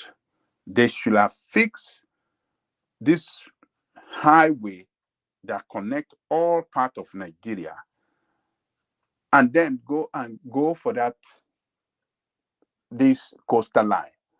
So that you are giving us alternative. You know, if you want to travel from Lagos to Calabar or this, it's either you take the free one or you go and pay for the faster. That would have been more sensible than to neglect the regular road that is very, very important to the country, and then going to spend trillions of naira on a new project. So it's. But Aja, when it comes to road in Nigeria, there's a lot of confusion because we don't even know which is state road, which is federal road. Nigeria, the old one, this highway, the express we have, Lagos, Ibadan, to all this thing, those are the one that is the one that connect the whole country. This one is just between Lagos and Calabar, just about 9 states. out of 36 states. So the one that connects the entire country should have been the best one to be fixed. No, I disagree, Aja, because this is like a low-hanging fruit. When you go to east, when you continue on that journey, 700 kilometers, for instance, maybe you need to go to maybe Bayelsa. When you get to the junction that takes you to Port Harcourt, you go through Port Harcourt to Bayelsa. You've got into Bayelsa. So that is it. So, Baba, I don't know if people remember when I was in school, we used to have one book. I'm up in the Atlas. I'm up in the Atlas. Yeah. So Atlas, yeah. Tabashi Atlas, there has been a proposition by the African Union by offer a link, I think from Ethiopia. They want to link several countries within Africa, Nigeria included. Cherry East-West Road, that's Trans-African Road. Trans-African Road. It's one of those roads. Tolelu. And each country, according to the pact, was it their pact that they signed that back then? It's an African investment. One, two. It's everybody, because just to ease, to facilitate the movement of goods. For example, if they lost it from Germany, they lost Germany, lost Austria or Czech. Titi highway, super highway, straight. The autobahn. So it's a straight road to each of these countries. So, but why did it not materialize like even the ECOWAS international road? Nigeria has not finished its own. Ghana has not done its own to Ivory Coast. So a lot of that road has been there for over 20 years. Ordinary Nigeria to Senegal, we can't even do. It's a problem. You see, it boils down to the roads that has existed long before Tinubu came into the picture. We understand, but you are there now, and you're doing something. I mean, something that is sort of like it's not for the people, kind of. Even though we know what you say you're trying to do is for the Nigerian interest. No, it's not for the Nigerian interest. You're disguising it as a Nigerian interest because Nigerians are going to, at least you're not doing it for them for free. You're going to pay for it for at least for some years, maybe 100 years. No free cheese. So it's not because if free for free time. So exactly. How does it benefit? How does it benefit an ordinary Nigerian then? Okay, rational mind. Wait, do we pay commensurate tax in that country? We don't. This place you talk about, you know, ordinary to clear your sewer, you know what you pay. You see, okay. You see, like, this issue of the tax. I'm not a tax person, but at least this past few days I've been having to butt head with IRS over my tax, and I have to employ. I became a tax expert myself. So for you, maybe I can speak to that a little bit. You see, the thing about tax is this: there is no centralized way of taxing people. I mean, how does it even make sense? You know, the cost of doing business in Nigeria is one of the most ridiculous in the whole world. The cost of doing business in Nigeria don't make sense. There are no amenities that you can say, okay, these are the amenities you are saying. There's a road, there's pipe-borne water, there is free internet. To ease your business, but you're still paying more to start a business in Nigeria than what you would do here in America or other countries whereby they allow people to. So my point is that issue of tax. When a Danfo driver, when he buys gas, or tax lorry, or your tax lorry, VAT lorry, when he uses his app to send money, he'll come out tax on it. What's it called? Agbero go collect tax for him, for your hand. I mean, what kind of tax system is that? I mean, we understand that of that. But remove the Agbero one, the other ones are normal everywhere internationally. You even pay VAT on so many items in countries to countries. It depends on the percentage they tax on VAT.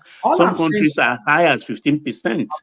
What I'm saying is even property tax. we What do you pay per year? That one, you know one bill, property tax, one bill. So you see, what I'm How much do you pay per year in the US? How much do you pay in Nigeria? Compare and contrast. Oh, yeah, you see, we cannot be doing this comparison in some ways. No. We have to.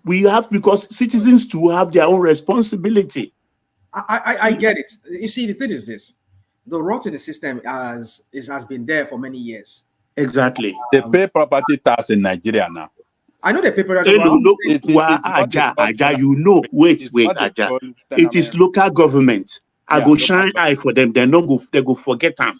Because how much do I pay for maybe a property valued in how many figures? Several figures, maybe $100 million naira, and you are asked to pay just 47,000 in 1 year, less than even $100. You are paying. But it's not meant to make life miserable for you now. It's just to raise revenue for the for the local government. And if you consider the number of houses within the local government, that's a huge money. That is huge money to do the road, to give you pipe bomb water, 47,000 naira. Yes, agree. Look, that tenement rate, they have some other taxes that they collect from the market, from industrial, and from other businesses within their locality. So local government can generate a lot of money that can fund the local government very well. But how many people pay the so-called tenement rate? Everybody pays it. If you don't pay it, they come and lock your house. I have seen it done before. For those they can challenge. But when 10 people pay, there are 15 others that didn't pay. No. Anyway, we don't have to look when we have government and we have law that specify clearly that as a landlord on yearly basis you must pay your tenement rate. So you cannot continue to use your property to make money and you don't want to pay government. People pay. But what we have is that those money are being embezzled by the local government chairman and his team. That is why you don't see, and moreover, is because you see the state that strangulated the local government activity that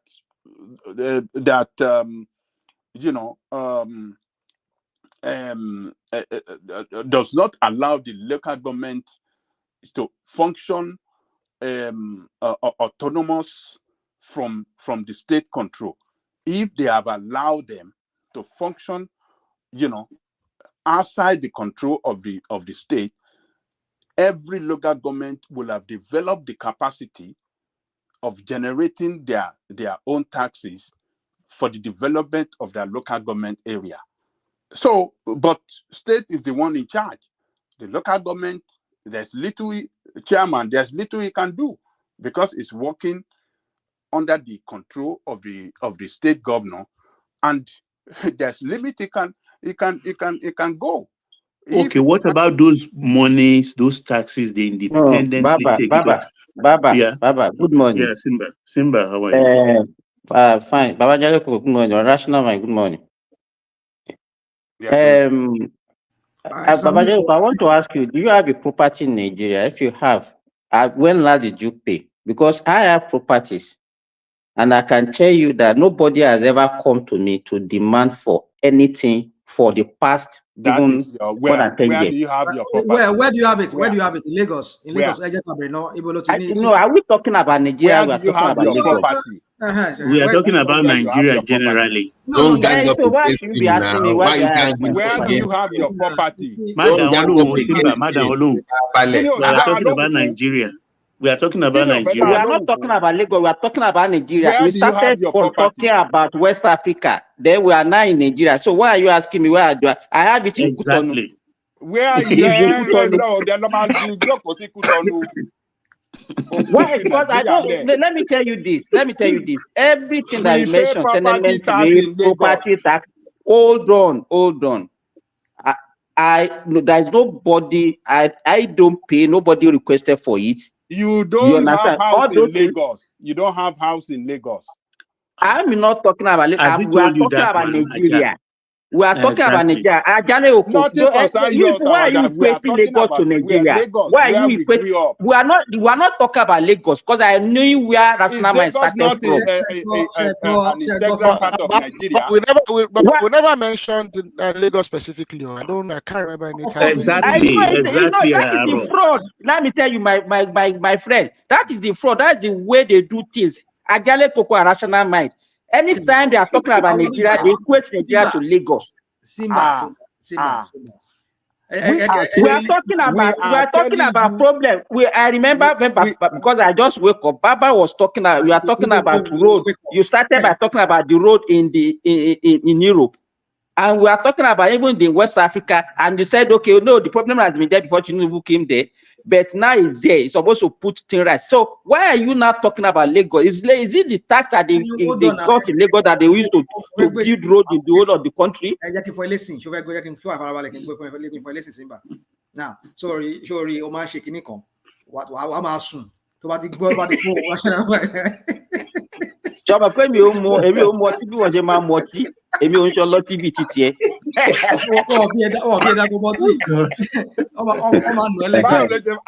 Tó bá jẹ́ àwọn ìjọba bẹ́ẹ̀ni ìlú àwọn ìjọba bẹ́ẹ̀ni náà ló máa fi sọ kọ́tọ̀kọ́tọ̀ ọ̀mùtí ni ẹ ló máa fi sọ kọ́tọ̀kọ́tọ̀ so say whatever you want to say. Wọ́n máa gbé ẹ wá sí center squad. Wọ́n máa nọ lẹ́gba ni wọ́n máa ṣí lẹ́gba lẹ́yìn ni wọ́n máa bó gbogbo ẹ̀yìn ẹ̀ lọ́wọ́ àkókò lẹ́gba. So anyway, yeah, so you see, of course, I agree with you that we're not talking about Lagos. We're not being specific about Lagos. We're talking about tax system. In the 70s, I know even on Igberiko area, we used to have people from the town council. From the town council, they come to my mom's farm settlement area. They come and collect some kind of tax by the government. As a kid, then I used to receive them. I can't remember, but in Lagos, later I be in Leko. I want town council manwa, I want health skinny manwa, I want town council no much health. On my latrine, on my wole, on my wobaya latrine more, on the level of sanitation, on my inspect. And is there any violation on my job with me, on my lessee what you ilé I be shop where to ba ti son only permit on my phone on the shop and to ba ti son. That is how Lagos State generates money. And that is the template I've seen with most states in the 70s. But over time, they became so lazy that they don't even think about doing that anymore. Whatever reason why, what is the reason behind it, I don't know. So the point is, what I'm trying to make here is that we can generate tax. And like Ajale Koko said, we generate enough tax even right now to do so many things. It's just we need to block that graft, that fraud, that stealing, piffering, don't manage or our common our money. If we can block it, we will have enough in the system to do those things that we need to. At least we'll be able to do half of the things that we're supposed to do within that country. It's just that each governor needs to release those local governments. Let local government function in the real sense of it. You see, the reason why I keep using Lagos every time when I come here is because people see Lagos as a model to every other state. Lagos State, transform Lagos State. You people make Tinubu ride on the issue of transforming Lagos. Lagos go transform, but Lagos is that's what it is. They will transform Lagos State. So why can't we use Lagos State as a yardstick? So, but when it's not convenient for you, we cannot use Lagos State. So when it's not convenient, you can use it, right? Let me tell you, you cannot be talking about something. You said they are generating, people are paying tax. You understand? That is, we started on that premise. And I'm not telling you that all those things that you mentioned, nobody is paying it. That is the argument now. I'm not talking about that. Those things exist. All this story that you are talking now, I also witnessed when I was growing up.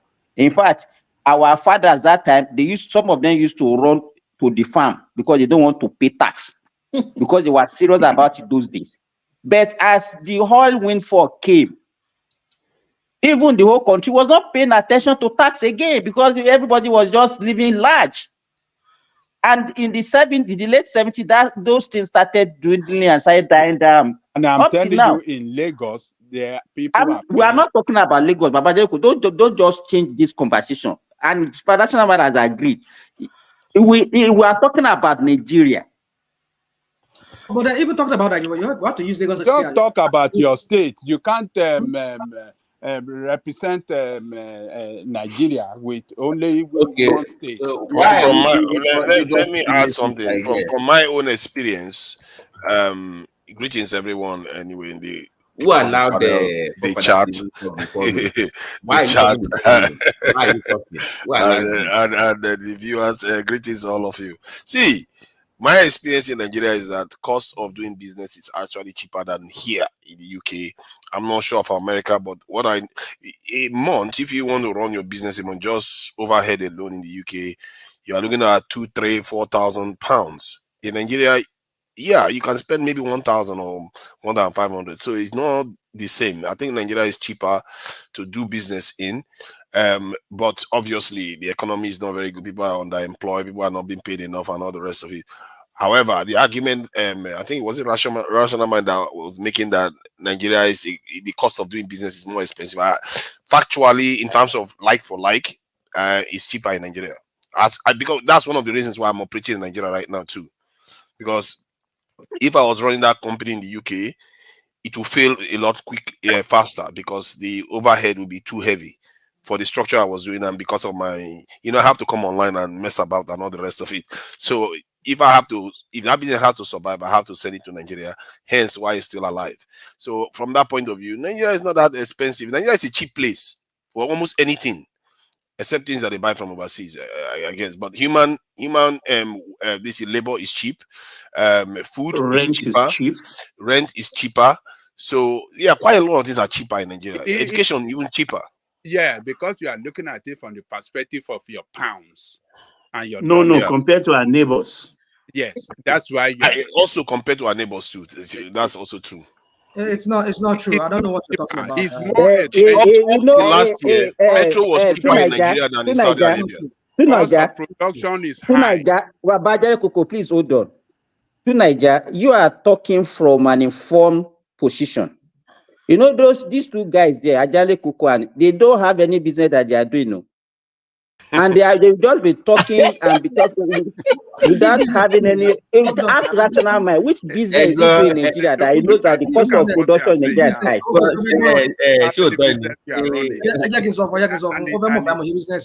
I have business, but I close it down because this guy don't understand.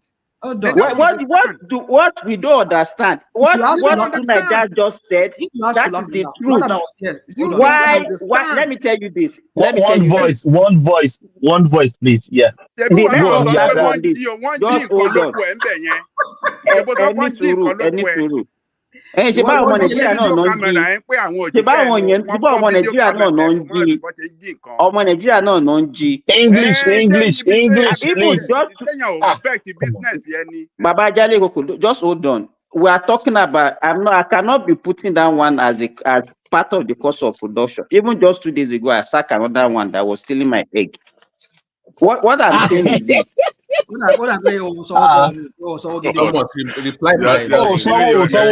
Simba. Sanwo-Osu. I'm dealing with somebody that stole a power tool. Actually, I'm actually dealing with somebody that stole a power tool recently. Let me tell you, if you like, pay Nigerians billions of naira.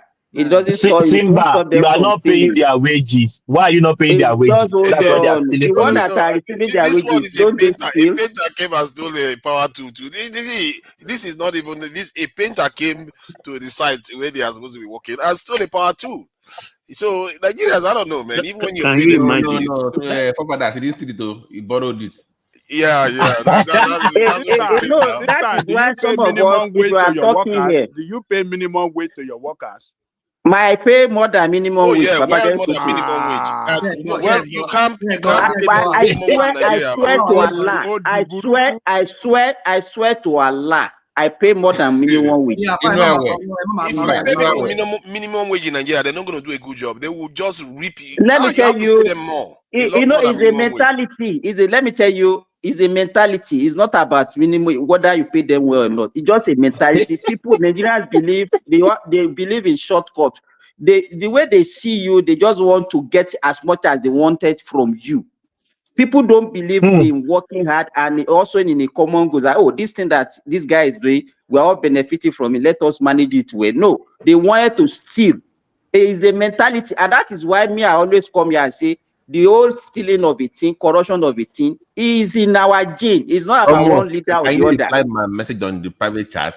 I'm sorry, Babati, Madamilo here. Yeah, so, go on. Let me talk about the cost of why did you think that Simba, the US, sorry, yes? Simba, give me 1 second. Babati, I logged out, so I couldn't get the old message on the private chat. If you can write it again, please. Okay. Yeah, go on, Simba. Okay, so it is an obvious thing. It's a known fact that the cost of production in developed world is far, far, far higher than that of developing world. Anyway, that is a known fact. And one of the things that contributed is what T0Y has mentioned. The cost of labor is quite very, and if you look at the cost of labor, it's one of the largest. It takes the largest share, one of the big share, and the cost of production. So if you look at it in Nigeria, how much is the minimum wage that you pay for a worker? You understand? So that is one. Even the rent, how much is the rent? You understand? So if you look at it generally, even the tax, let me tell you, before they even the kind of business they tax in Nigeria is not even the kind of business that every one of us, the kind of business that we are doing. I don't pay tax with my business and it's registered. And if you look at it, small business, medium business, they don't tax them in Nigeria. If you don't know, go and ask. So what are we talking about? That is true. Everything is telling you that is true. Why you say they don't tax them? They don't. I'm telling you. They don't tax I'm a practitioner. I'm telling you from and it is true. I'm doing business in Nigeria. He's doing business. They are telling you. I'm telling you. They don't care. Only practitioner. I mean, let me say this to you. If you have mom or dad or whatever, sisters or brothers that trade any of those markets on the road or whatever, they give them tickets. That in itself is a tax. That you have to use that space that the so-called Agbero boys say the government provide for them, or maybe not government, at least they tax them. Those people say they represent Lagos State. Yeah, see, what you are describing is a kind of accommodation. Yeah, you like where we are now, we have to pay for accommodation now. Yeah, you can call it a tax or you can call it cost of doing business, but in terms of formal tax from IRS or something like that, you don't see that in Nigeria. Because we're not talking about a sane country like where you and I live. We're talking about a country whereby anybody just does anything. Anybody can tax you for anything. You're saying I don't know the kind of business you are doing that you say it's very cheap to start a business. Like this, our person called Simba. He doesn't pay minimum wage. He just pay a miserable. Yes, yet it is cheap. I'm telling you, it is compared to the West. Compared to the West. My point is this: T0Y is that imagine that you want to start a production company, like you want to start making, making garments, and you want to start exporting it, maybe to bring it to the UK for some of your companies, some of your stores there that sells garments. And why? Of course, you assume that, okay, because it's cheap to, labor is cheap in Nigeria, and it should be cheap, right? But no, that's not what it is, because you have to factor in the cost of production, in the sense that there's no constant supply of electricity.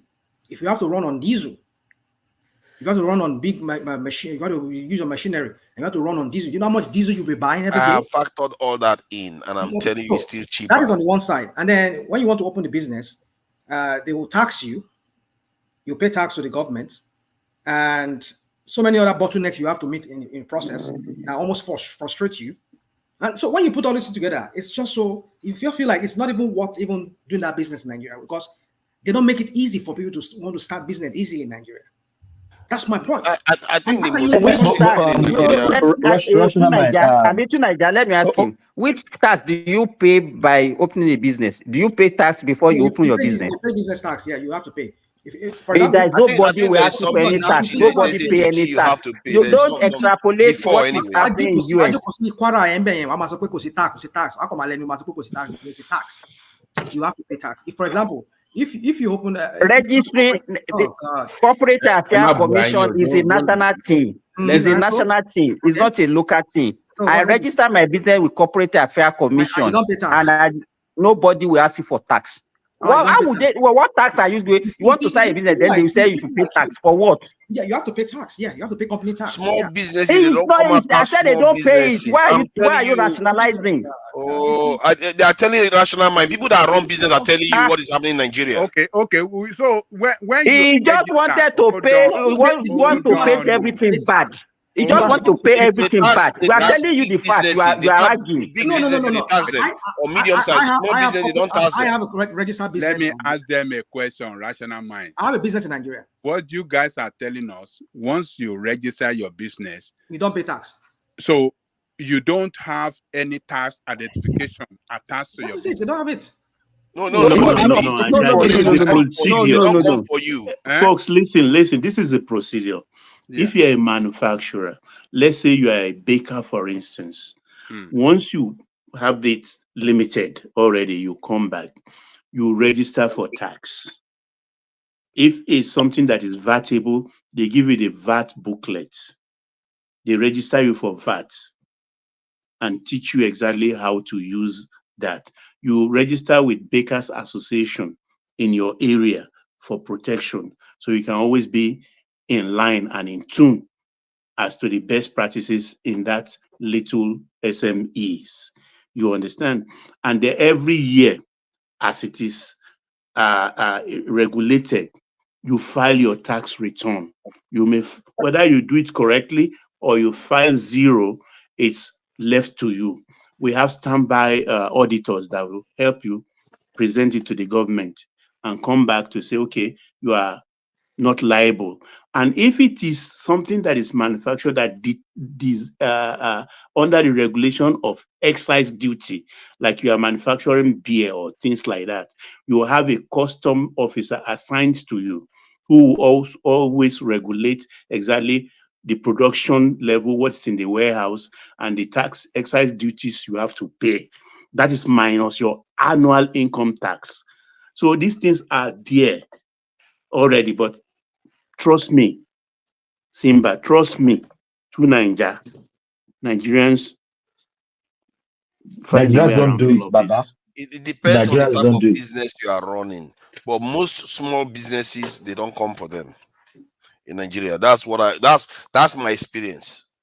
And they don't care. The local government even don't care. All they do is to build markets, acquire lands in their locality where they are, and then give the land out to somebody to erect one funny structure. They call it shopping mall. That is all the local Nigerian government was telling me recently. Nigerian was telling me recently that he likes the country, that they are free, that they don't get to pay that. That was a Nigerian telling me that too. This guy hasn't been overseas. It's like, from what he hears about his friends, because a lot of Nigerians travel overseas. He said from what he hears about his friends overseas, it's not lying.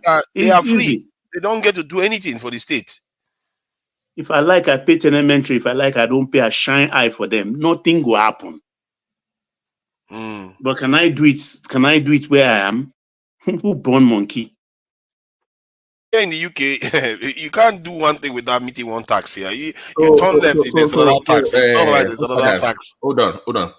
Are we ready? If the government says, you know what, for the good of the country, it's going to be a lower tax, but we need to start paying something.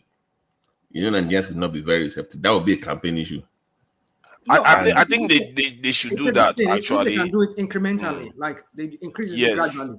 But start taxing people, but centralize your tax. You see, the thing is, I think the tax system needs reform in that Nigeria.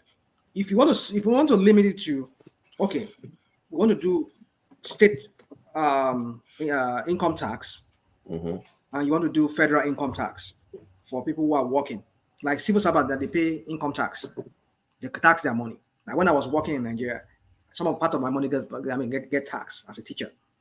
On pay as you earn basis, they remove from salary. Yeah. Some companies just chop that money. They don't pass it to the government. I think they should just do like a consumption tax. So the more you buy, yeah, exactly, the VAT thing, That was sales 15%. tax. I was talking about sales tax. Sales tax. Yeah, but income tax will be very What hard. you know is this. That would be very difficult. Like in Tennessee now, you have your sales tax, right? Do that one. But the income is very hard to Nigeria. We don't have that database. But that sales tax is what is called VAT in Nigeria now. It's VAT, yeah, that's what I have. But it's low. I think our VAT is 7%. That one is value added, though. That's not yeah, but you see, but all this one that they're collecting, what's the accountability for it? That's the question. When we say they will loot almost 90% of it. It doesn't matter. They are collecting it. Forget about the looting. Why you always go to the negative side? I don't know. Rational mind. Guys, wait, please, wait. The way Nigeria is going right at the state level, you're going to need to start paying some taxes, man. Exactly. You're going to have to start paying something. Yeah, we should. I'm for that. But the thing is, sorry. You know, the most valuable thing about taxing people is that you can leverage it to even get more money from international lenders. You can use it to get more money, because if they feel you don't have a good return in terms of a revenue generation locally, they are not going to be lending money to you. Oh, sure. They factor it into the consideration.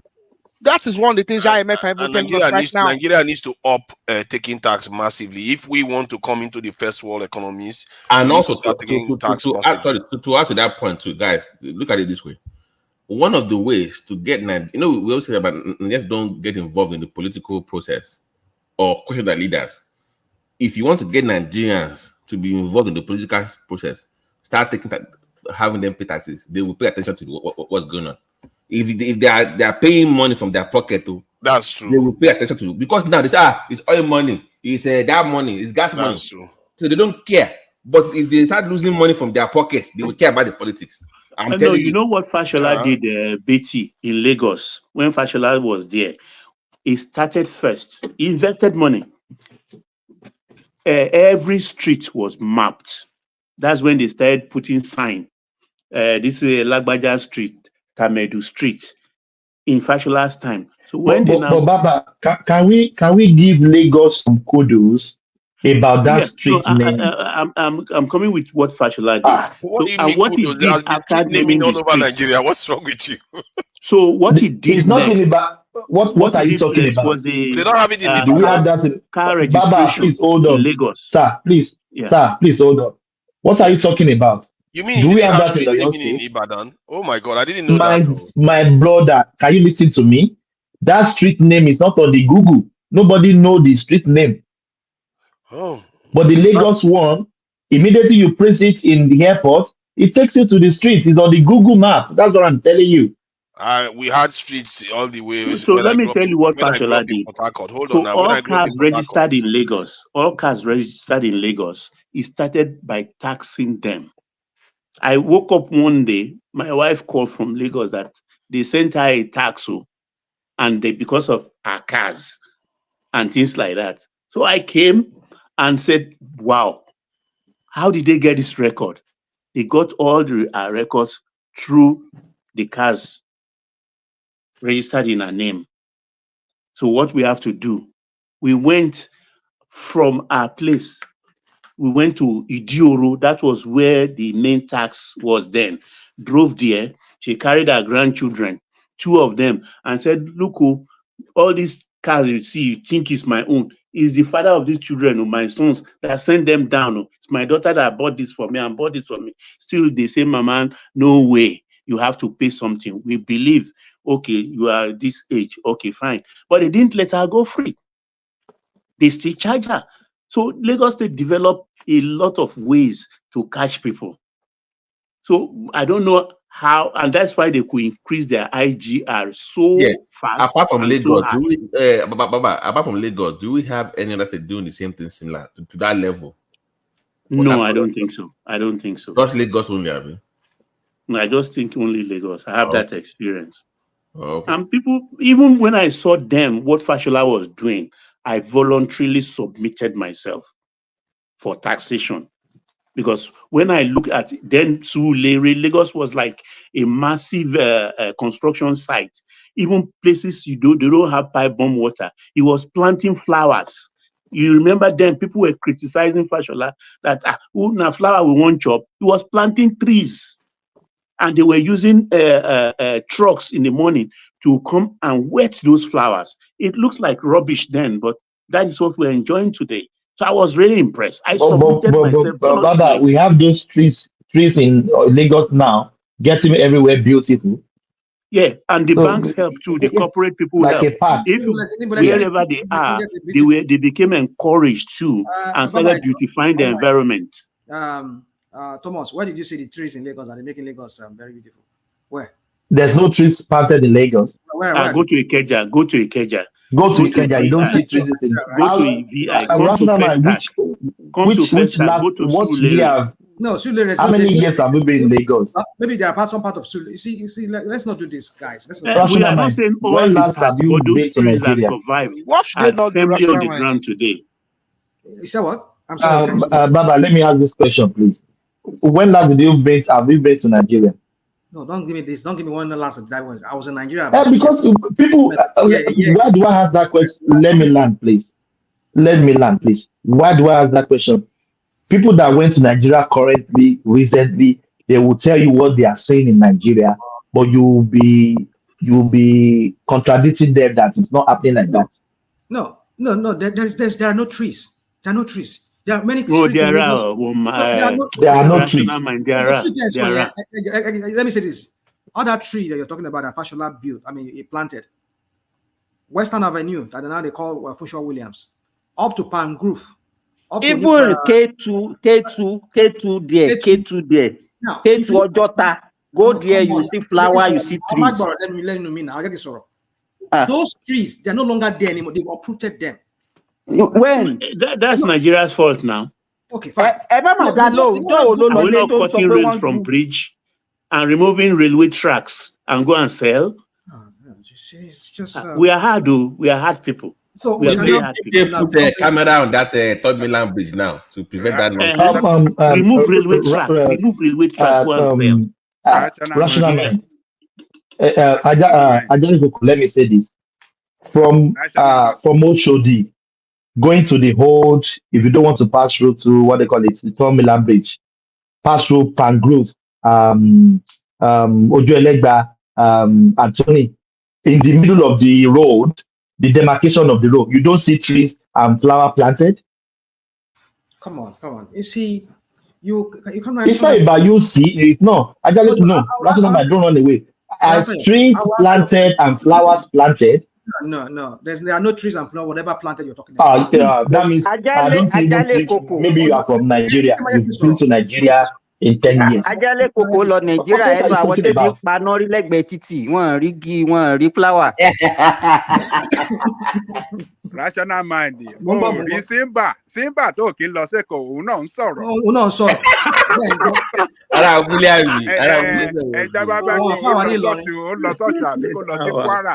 Ìyẹn náà tó ń dún sí wa ó dún. Èwo lè wú báyìí tó yẹ lọ. Ìyẹn náà dún bí kòkò. Bàbá jẹ́ ìkòkò. Now let me say this. I don't know if people are hearing people from Lagos saying it could have been Orumorun. The heat there is just insane. It's not only in Lagos. There's heat in West Africa generally this year. Everybody. Mama compare Nigeria. Nigeria is not. I didn't mention Sajaiba. I said West Africa. So no. It was even predicted. Rational mind. It was predicted. It was not limited to Lagos. So our Èkó wá ṣe Ọlọ́run. Mi ò mọ ohun tí mo tún lè bá yín sọ. Ẹ kàn máa defend the. Oh, nígbà tó sọ̀rọ̀ tó ṣe báwo ló ṣé wọ́n lọ́mọ kọ́ wa ní kí tó a fẹ́ sọ ni. Jẹ́ kí n land. Òun pòkúta òun dàkúta sínú nǹkan tí mo sọ. Ṣé Tinubu ló fọ̀rùn ló fa heat ní Lagos? Is that what you want to say? Alọ́sọ̀rọ̀ ẹ ṣe. Ó dòrògbò. Ìjọba Tinubu gbóná yíyíyíyíyí. I don't know where you are You going guys have to let rational. Oh, hold on. You have to let rational mind speak, even if you don't agree. every time. Let us just leave us. Don't worry, I'm here for them. Don't worry, we can. The man, why did you do this? The man jumped the queue now. We have been just showed up. We jumped the queue. No, it was. Why didn't you advocate for me to speak? One man, no, you can't protect rational mind. He's capable of protecting himself. Don't let it sound like one man, go and sleep. Go and sleep. Go back to bed. One man, you are babying him. Don't baby him this night.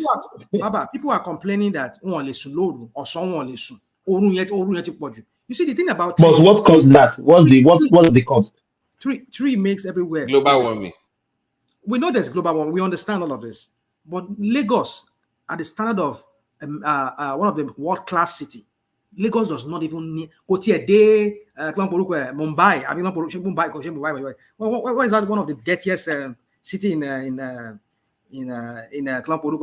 You know, Calcutta. The level of Calcutta. No, rational man. No, you cannot. Rational mind. Do you understand the concept of global warming? It's a glorified thing.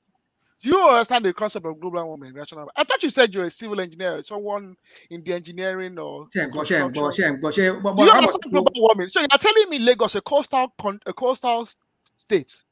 Okay. I tell you, there are no enough trees. With ocean temperatures rising, Mr. Rational Mind, Mr. Rational Mind, let us talk rationally. Okay. Lagos, a coastal state, with global warming, a very, very serious matter. Lake Chad has reduced by almost 70%. And they are telling me that Lagos own Moru. I'm telling okay, it's uncomfortable compared to 10 years ago, compared to 20 years ago. So why is it so? Global warming is a reality for everybody around the world. Talking about Lagos State, yes, we have global warming here. Don't we have global warming here? What are you talking about? We are not illiterate now. You should then make an argument about electricity. Don't make an argument about Rumu. Make an argument about electricity. Electricity, what? Electricity, need enough trees to cool the environment. That's what I'm saying. That is why you blaming Tinubu for not having. It's not a world class city. It's a slum. I never called the world class city.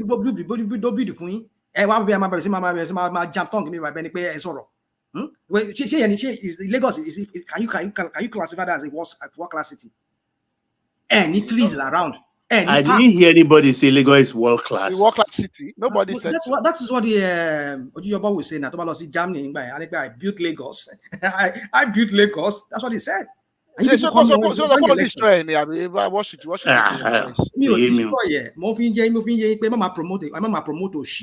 you say? No, look, with all the trees around me here, I have 62 degrees now. 62 degrees, and it is 11:42 where I am. You have 62 degrees. And you live in the south, right? 42 62 is what I have here, and it's night time, almost midnight. God, I'm feeling heat. And I have trees all over. Show my son the wolf for me. No. The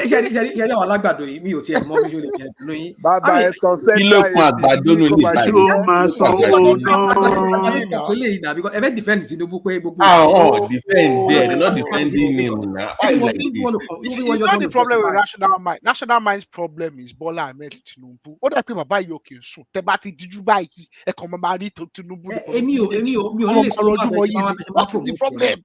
Leave the man alone. This is the problem. I cannot stomach promoting. Nobody is promoting anybody. Everybody is just trying to just be. Am I rational money? Am I we are just trying to be rational. I hate his politics. The politics is not to the benefit of a common man on the street. It's to his own benefit and the benefit of his own. Address his politics. Don't address the rational stuff. Don't address the. What are you talking about? Attack the matter. What is his politics? No, I'm asking you, what is this politics? Basically, don't make it personal, is what they're saying. Global warming, politics to This is it. For about my sophomore white will be when Tinubu was there, no single one tree was planted. The only person that listen, let me say this. There are two. Maybe I'll just remove. Let me remove Marwa. There are two governors that Lagos in my own lifetime, at least. I know. I hear of Mobalaji Bankantoni. I didn't know much about him, much like that. So, but Lateef Jacob Abakekere and Fashola, those are the two greatest governors that Lagos has ever produced. Fashola was a true administrator. I know he had his own shenanigans he did. I know that was why he bought head with Tinubu. That almost cost him his second term. Because he wanted to manage Lagos like how Lagos should be run. I know the only thing I know, the beef I have with Fashola was that the local government was not really functioning in a real sense. They should be functioning. But he usurped that responsibility of the local government and he was acting like local government, like a state local government themselves. He was doing what he was supposed to be doing in many ways. I give it to him. But with Tinubu, no. The person that came close to it, that almost surpassed them was Ambode, and he got into trouble with that. Because Ambode wanted to do what was right. He was engaging in infrastructure. He was trying to like bring normality to the whole system. Infrastructure to put 1 inch of rail line for the blue line. Because you should have asked why did he not do that? Rational man, give me 1 minute, please. You will land it, please. You will land it, please. It's a little bit rowdiness. Let's be in order, please. Yeah, and please, I don't want anybody speaking Yoruba, please. Some people are complaining to me. Please, straight English, please. Ejo, please. The point about what I'm saying is that Fashola was a true administrator. But the issue I'm saying is that Tinubu did not build anything. He did not do anything while he was there. He was just playing politics. He was just playing politics and trying to make money, trying to set up his machinery that would elongate his office even way after when he's gone, so that everybody will be working for him. He will be the mafia warlord there, and that was eventually what he became. So that he could realize being a president because he needs that war chest from Lagos. He needs the money from Lagos. The money Lagos will be affording will be given to him to continue putting himself out there. Well, let me not bore you guys with that. So my point is that I don't like that kind of politics because it has cost so many people their lives and their sanity. Because the money that was supposed to be used to build enough medical centers for people to go and that's supposed to build a world-class maybe teaching centers like classroom for our kids and all of that, public schools, they were being diverted by these guys for their own personal whatever. Look at the real land that they built, and you're telling us they want to build 700 miles of 700 kilometers of a super highway or whatever highway they call it. But the one they built in Lagos, how many years it took them? Ordinarily from Marina there to my 2 there, I mean my 12 then, by my 2 there. You know how many years it took them? It took them almost 20-something years to build. No, that's not true. Ambode didn't touch that thing. 1 inch of it. Ambode didn't touch it. And it's part of what cost him his second term. No, I'm telling you the truth now. What did he do? I respect him. No. Okay. Challenge me. Tell me what he did on the blue line. No, Ambode will touch it. What am I saying? What lie? Okay. What I'm saying is this: is that I think there was something that you said that led me to say you were just not being truthful there. I can't remember what it was, but if I go back, I will listen. But I know that it was someone. Sorry. What I'm saying here is that there was a reason why I did not touch it, because he found out that it was a white elephant project that would bog him down, that would get him distracted.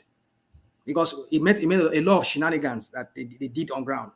The money that was supposed to have gone to that project, if he had to continue facing it, it would drag him down. That's why he had to start his own afresh. And he did well. He did a lot of projects on his own. With little whatever fund he was able, and that led him into problem. Because people that were making money from that project, for that white elephant project of the railway, they were not getting money coming their way anymore. A lot of them were grumbling. And apart from that, he was not giving out money. He was not giving out contracts like Candice. He was not handing out candy to anybody. I understand where you're coming from. But let's speak about this Ambode you're talking about. Somebody call you. come and be the governor of the state. This is our blueprint. This is what we want to do. This is our achievement for 50 years. You agree to the fact that you will go on with the smooth of the Fasholas. Then you got to the post, you want to derail from the initial plan. So is it not ready to be kicked out? Are people not enjoying the Blu-ray or blue line or red line with that? Are people not talking about it now? Have we not seen videos of people entering it, enjoying it? So where is his own politics coming from? I mean, Ambody. Okay. He wanted to set Lagos backward. No. He did. No. He wanted to. He did set us back. He did not. You see, this is another Agbado APC propaganda with Tinubu people. That wasn't. I mean, you people are just. I mean, it's okay. I don't want to. I mean, my point is this: is that Ambode was an administrator. He was an administrator, but the point is that I know he butt head with people who never liked his governance style. I know himself. He crossed some people's paths. But Tinubu should have had it back. But I know Tinubu too wasn't having his back because, like you people were saying, he derailed at some point. So the point is this: he's the governor. Of course, you might say, like you people talk about the guy in Rivers State that somebody helped him become governor. Now, why is he now being a traitor? Sometimes you have to be a traitor if what you are asked to do will not be. I mean, look at what look at what she's doing there. For me, I know that you can say he completed the project, whatever, but it was okay. For me, it's just I don't know how to explain these things to you guys. You are the only person I'm hearing that is condemning Sanwo-Olu. Yeah, I will condemn everybody I have ever met or spoken to. We just saw a few days ago. Baba, even obedience are giving him kudos. I hear you. Obedience, you go and look for obedience that are doing that. I hear you. I mean, look at recently. I don't like to say that, but I think we're saying that this morning on the platform. Somebody trek or drive a motorcycle from all the way from Europe, and you are giving her a house, giving her. This kind of things that are not necessary. Taxpayers' money that should be using for something No, but it's a branded car they gave to her. Branded car to promote tourism. Promote what? Promote tourism. Be promoted for. I mean, you come here. They ask what the governance. I mean, where do you see people do that here in your country where you live here? That the governor will just use taxpayers' money and give it to somebody and go and give her a house. But you not even up to a banana republic like Nigeria. Yeah, but Rashida, they do give people do get a lot of money for, like, there was this guy that just ran across Africa, and he raised maybe at £200,000 or so. And for so charity. who raised it for him? So they raised it. He raised it for charity. The point is that people do get. But we're not about a state, a government. We're talking about government. Giving out money to somebody like Candy. The government is just a form. See, what you don't understand, the benefit of what that lady has done. Oh, come on. Let me explain now. Let me explain. One voice, please. Let him look that. It shows you, because what the lady did, it shows that a Nigerian can drive all the way from such distance into Nigeria. And that is an important milestone that Nigerians need to understand that they're capable of doing. No, why did you start beginning to think like this Agbado people? And this it's not. I don't see. I'm not into politics. I don't care about individuals. What is better for our community? That's what I care about. Okay, give me one thing. What is better about it? About somebody crossing the Sahara Desert and coming to Lagos? What is the better? It shows that a Nigerian has done that. If a Nigerian goes to the moon, what is better about that? It's similar stuff. But if they go to the moon, you will be happy, won't you? Hold on now. You can't just keep rolling over yourself on this thing. If a Nigerian goes to the moon, would you be proud of that? Okay. So just similar. It's not the same scale. If a Nigerian travels that long distance, just like that lady that was riding a bike all through Nigeria, people were saying, "Oh, this lady is doing all kinds of stuff while riding all through Africa." She is able to do. A Nigerian is able to do that, and you're not giving her credit for it. I think it's something that we should be a little more adventurous too. Can I ask you a question? Yes. The Dutch girl that we saw those our crooked policemen trying to collect money from her. When she going back to Amsterdam or going back to the Netherlands, where did you hear that? Oh, the whole finish. I mean, Netherlands government come and say, hey, welcome, our guy. No, but she had sponsors, and she's going to she will make promote a lot the of money out of products. it. And these sponsors are not government, no doubt. She will write a book. What do you have against government? The governments are just the same thing as private too, from that point of view. No, you they're can, not. as long as you cannot use taxpayers' money. That's what I'm saying. It's taxpayers' money. If it is benefit for benefit, you want them to use taxpayers' money. I understand what you are saying. Taxpayers' money being used. I understand what you are saying. State sanctioned project. Because it's good for the country. She's No, a kind of hero. It's not. She's an individual. You can welcome her, throw the fanfare for her, not to the point of you are giving her a car. Branded car. You are trying to encourage fellow. Okay, it's not a Nigerian made car. They gave her. She's gonna be right. Does she stay in Nigeria? They didn't give her a Nigerian made car, did they? No, they gave her a car and they put Lagos State on it. Yeah, but it's not about Lagos State. I wish. Can I ask Rational Mind the question? She doesn't stay in Nigeria. I don't think it matters. She has brought attention to the fact that Nigerians can do that. And maybe more Nigerians should be seeing. I think we should be seeing the continent as ours, that we have access to doing all these things. Sahara Desert. We had a man that crossed the Sahara Desert, a Nigerian man that crossed the Sahara Desert. It's just like the other girl, Bassi, that got Guinness, that entered Guinness Book of Record. Other African countries are replicating it, wanting their own citizens also to be in Guinness Book of Record. Rational Mind, you mentioned something earlier on. I want to clarify it. You said they gave her a house. Can we confirm that they gave her a house? No, that's what they said they did. They said they gave her a house. No. No. Forget they said. Forget they said. Did they give her a house? I'm putting the question to you. We know they gave her a car. A few people have said they gave her a branded car over here. It's clarified. Did they give her a house? Let me go and look for. I'll go and look for that. Because it's very important. Because somebody said now, yes, they did. One man said yes, they did. They give her a house. Okay, that's there. There we go. They gave her a house. And that's a bit ridiculous. It's the same thing as when Tinubu was giving those football players houses and national honors. I mean, you can't. Why not realize these things? It's a bit trivial. I think a branded car is fine. A branded car is fine. A house politicians that are not giving the money are stealing it and using it to buy 5 houses. And the one that actually did something, they are giving them money, something you don't want them to give them anything. A house is I don't understand though. You have to have your heroes. Every nation needs heroes. What are the heroes you're talking about? He died for Nigeria. People that have done something that is that people applaud. If somebody in Nigeria travels all the way from Europe to this in Nigeria on the road, on the ground, that is something you have to applaud. If somebody has anything, in short, anything positive, like even this what's his name, Airpeace guy. Personally, I think they should give him an award for what he has accomplished and what he's still pushing for. All those things, you have to have your heroes. You want to be promoting the people that are stealing our money? You have to take yes for an answer sometimes. If they promote people that are doing the right thing, say yes, I agree. Who do you mention that they should give an award? The one that did Airpeace. For what? Oyema. For what he accomplished now, to be able to get into that. Because he's running his business, it should be giving what?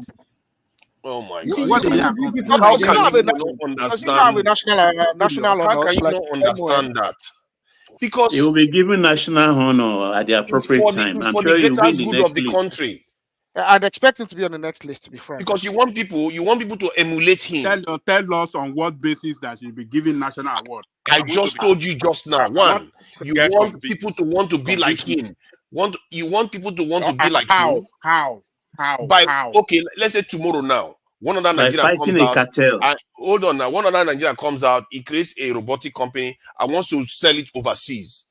That is the kind of behavior you want to. You want to see Nigerians breaking boundaries and going to establish stuff and spread out all over the world. That is what you want. And because whatever he's doing now, whatever money he makes, he brings it to Nigeria, not the other way around. You have to start encouraging people to behave like this. Hold on, no. He's not the only person running business in Nigeria. Are you telling me that all of them should be encouraged? Hold on. The people, the bank owner, and all the rest that are financing businesses and this and that and big corporations to function in Nigeria, are you going to say all of them should be given award? Is that the way national award No, is they all given? have honors But they all, from they all Dangote to do Melu Dangote has been given to award. Glowman. They all I have agree with that. national honors. by the standard, though, I think he should have one already. Even he should have one at least 2 years What ago. he has By the accomplished, standard, Nigerians are facing a lot of problems. all of the other big names have one. He should have one. All of them have one honors or the other. They have. That GC, Guinea-Con, Kinikon, they all have. Oyema to be given an award for his humanitarian gesture.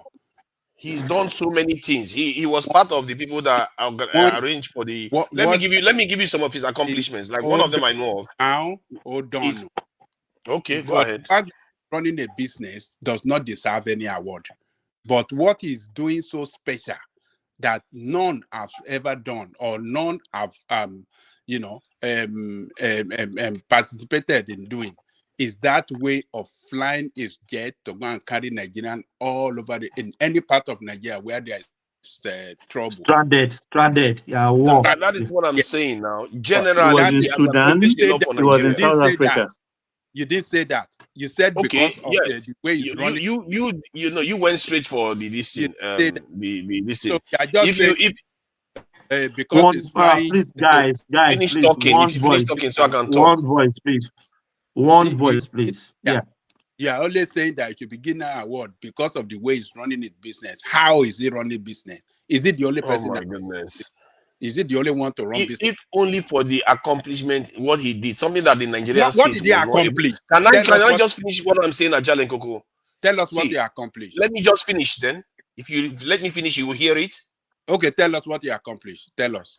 The Nigerian state itself tried to get an airline last year or so, and look at the kerfuffle. Forget about that one. Hold on now.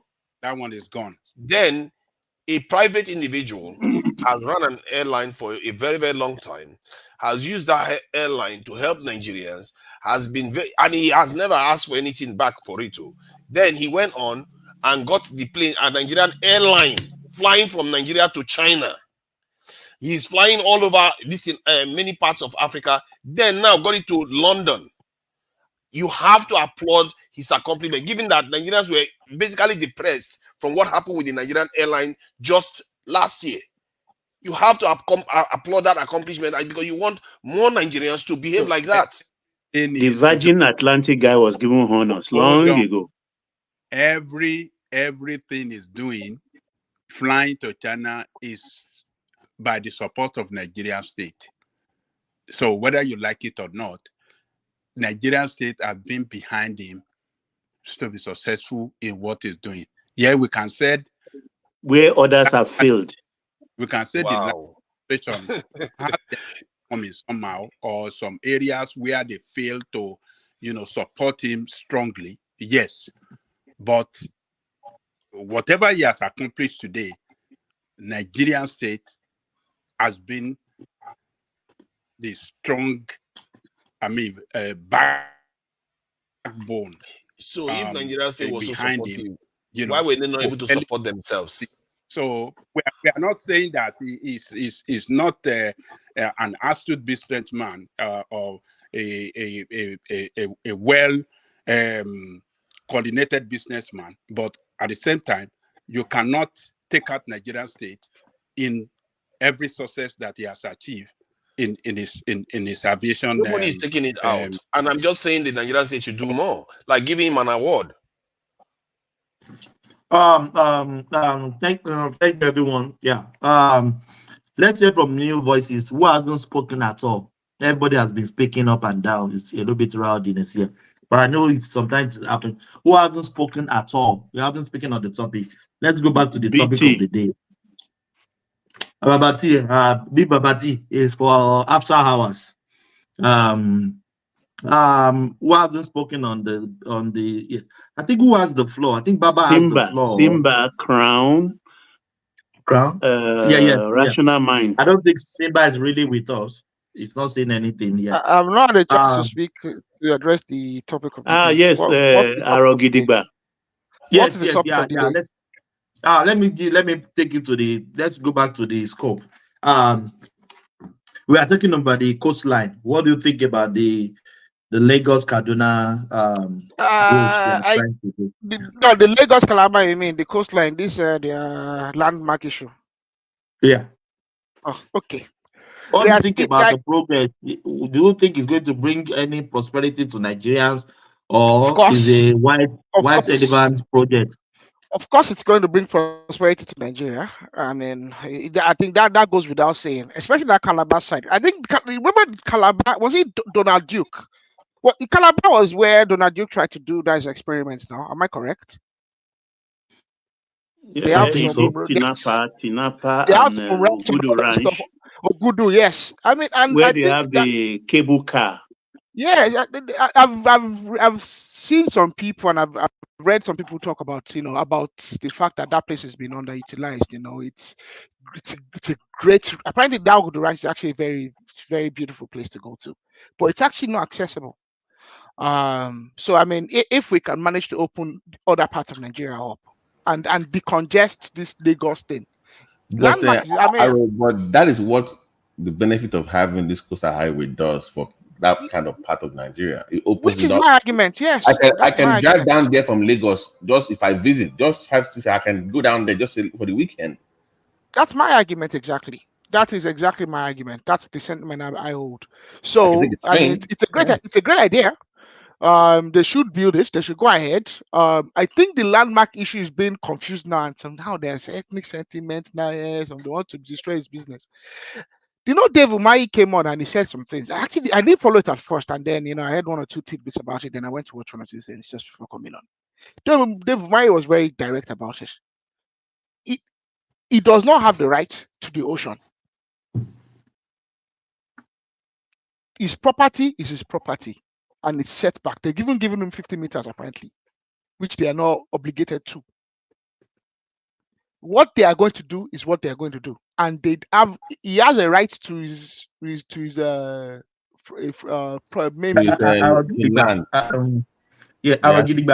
I tell you something on this Australia?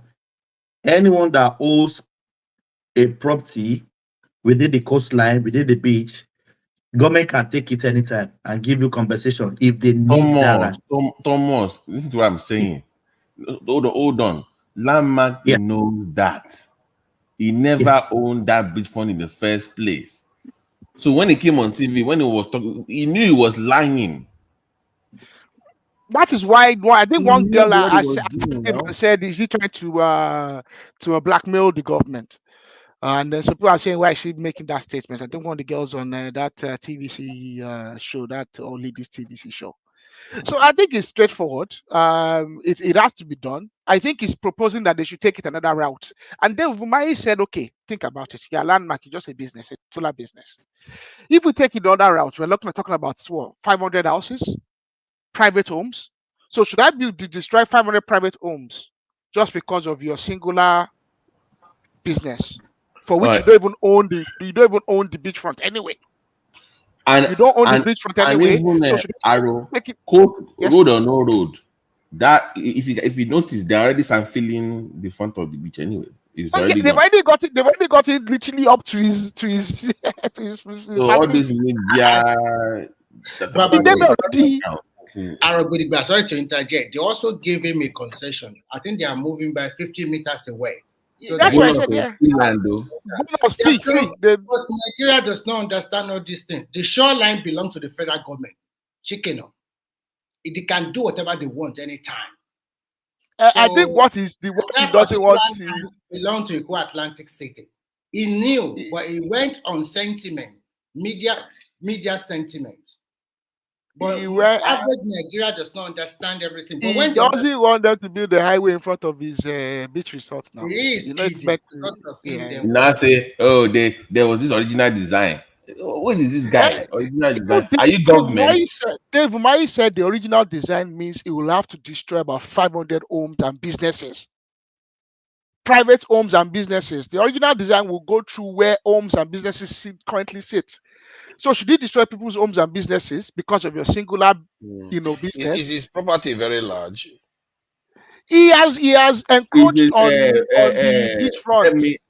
Let me explain to Nigeria. So that beachfront, its actual property is very big. what he did was he sandfilled the beachfront to make it bigger.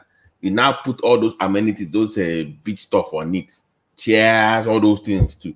So all they ask him to do is, Ogbeni, just move your things off our beach. You still keep your land and your businesses. It's still there. The building is still there. Just move off the beach that you're not supposed to be there in the first place. That's what they asked him to do. And he's refusing. You know, he made it look like they wanted to bring out the whole everything, the building and everything, which was not true. Its land is still intact. Its land is still there now. So what is the bone of contention? For months for the pangolo where you put for top of our beach. That's what they asked him to do. Thomas is very simple. And he made it big like, oh, they want to destroy my business. The even self forefather didn't even know what is funny. You know, he was charging people to come to that beach. Oh my! So technically, he owes government money because he's been making money off their property. Yeah. Imagine. And what he did was simple. All his structure, nobody is touching it. All the thing he built there, but they did not give him that land to create an artificial sea or whatever. Beachfront, yeah. Water. They did not give him that nothing like that. But he used it by himself. And you know, Nigeria now, I'm the owner of this land. I can quickly cut another plant from another person, join it to me, and they now create that artificial play where you can play with water. And besides, anyway, if the government needs the land for something important that is for the greater good of the nation, they should have the right to, ask him and compensate him. They should compensate him, obviously. Yes. Compensate for what? Compensate for what? All over the whole world. If you are going to destroy some parts of his property, they are not. No. Wait, you are missing the point. They are not destroying part of his property. That's not true. Babati. What is all the argument about? Come on. If they're not destroying anything. Thomas, hold on, please. They are not touching all his buildings. It's not going to be touched. No, some of it. No, I'm telling you now. They even gave him 15 meters now. Then why are we? What is the point of the talk now? This is empty words. Then why are we talking about it then? Nigeria, not a single building of his is touched. Then it's a non-issue. Then he can just go and sleep and forget it. Listen. No, he wants a seafront. It's not his seafront to want.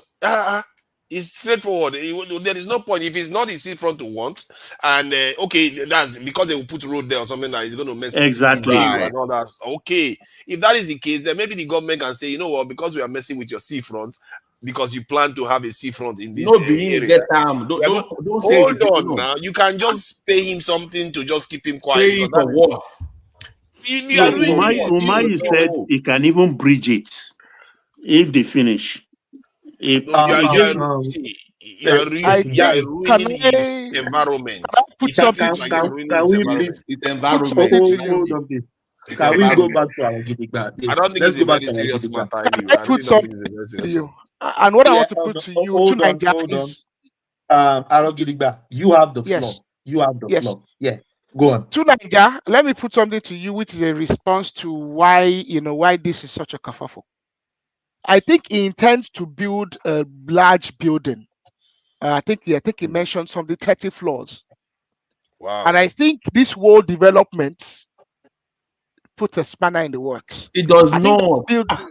Stop. I know it does not stop. No, this annoys me. I followed this thing for almost freaking 8 years. It does not. That floor is still there. It is away from that. What is building is not even close to it. So why is he complaining then? What's his complaining about now? See, whatever he wants to build, he can always go and build it somewhere else. The federal government can give him a land somewhere else to go and build it. No, stop. He has to allow the road to go through. No, what is building right now for that 30th floor, it does not even come close to it at all. So why is he complaining? He's just making he wants them to go. That is what is confusing me. He wants them not to build on that beach. Is what he's doing. Babati. Why should they listen to him? They are not talking I wonder who he is. Babati. Hold on, please. Let me say something. A few years ago, they want to build a tunnel here in Australia. It goes through people's land. They compensated them and they destroyed the land, their house.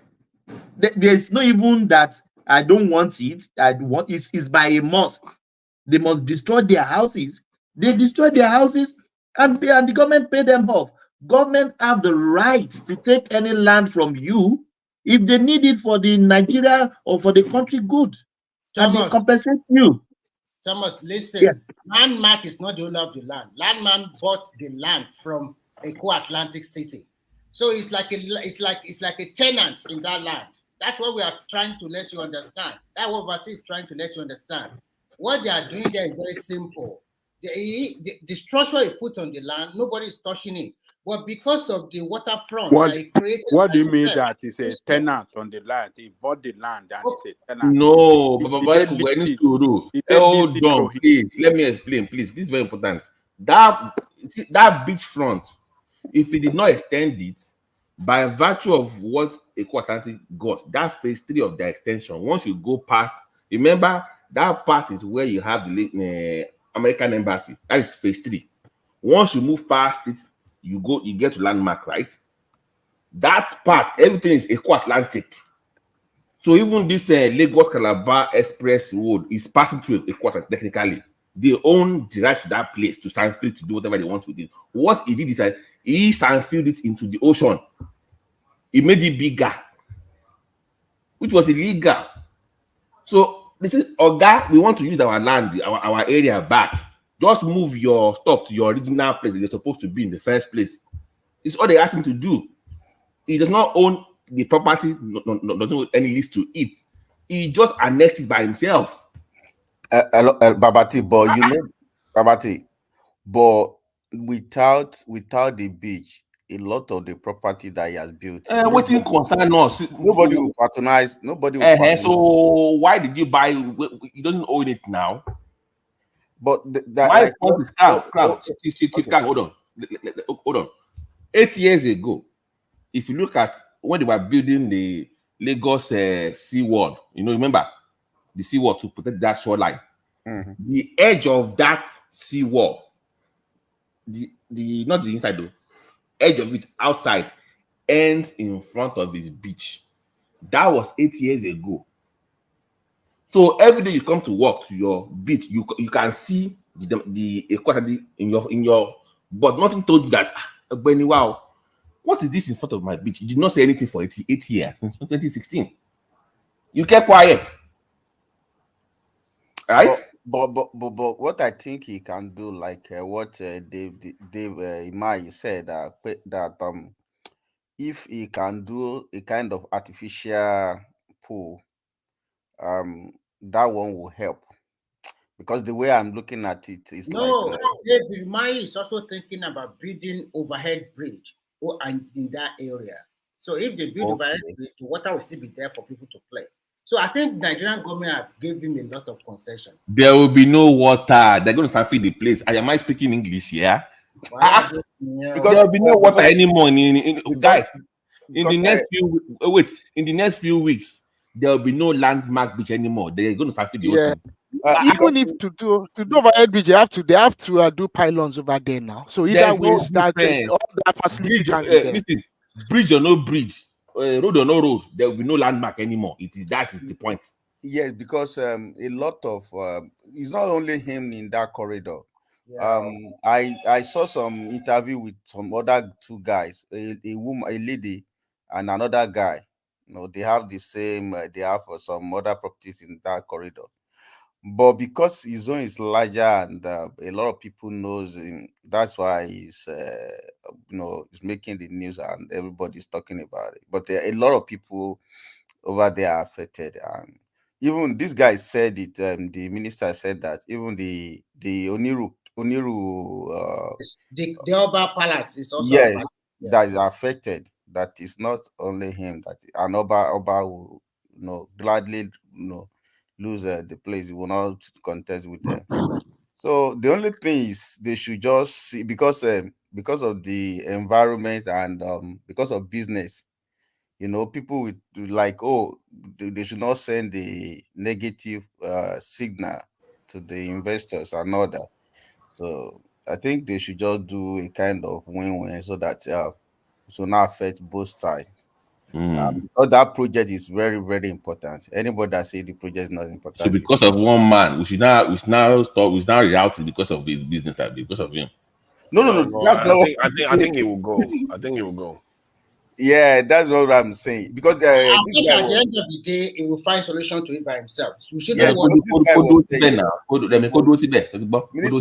was there yesterday. He said he was there yesterday, and everything was okay with him. I told you that the minister said they are going to give, maybe they are going to move back at 50 meters away.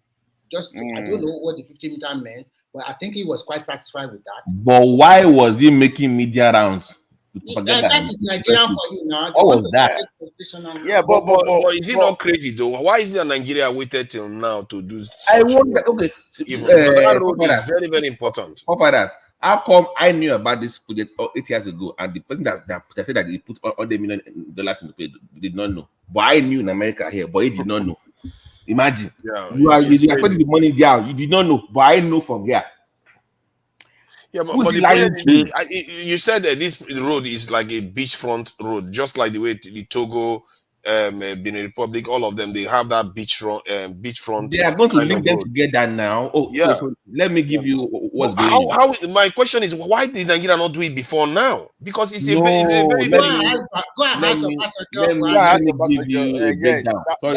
tragic that we didn't do it well before now. Please let me explain to you what's going on here. So, sorry guys, just give me 1 minute to explain to for that. 2001, 2002, a company called Ocean View was supposed to build what you see today. That's what you see now. It wasn't supposed to be that plan. It was supposed to be Ocean View, right? They owned the rights to that place. Shaguri, through what you call Energy X, right, came in, swindled them. They went to court because remember they own those hotels. They call hotels, they own those areas. They went to court with these people. They won the case. They got approval later on to start building that project, right? During the good time, they were building it. When they got to end of phase 2 of that project, the other guys, Ocean View, went to court. They stopped them and said, listen, we know you already built 2 phases, but we still want to build our plan. So we want to continue from where you stop to have our original plan. They made provisions for Paul's beach in their own design. Those other guys, they made so if you look at their own design, it has like a stadium, airport. Yes, that place was supposed to have like an airport. It's a crazy design, by the way. But they made provisions for his own beachfront. What happened is, as of last year, they were still in court. Those 2 companies. Remember, they've been arguing for 15 years. They were still in court. What happened is, Ocean View is a company backed by Obasanjo. Energy X or whatever is Koshaguri is a company backed by Tinubu. Guess who won the election last year? Tinubu won. Once Tinubu won the elections, they found that way. Don't let me go into that details, but you know what happened. So pretty much what happens is Paul chose the wrong side to F with. Is what really happened. To break it down, he chose the wrong side to F with.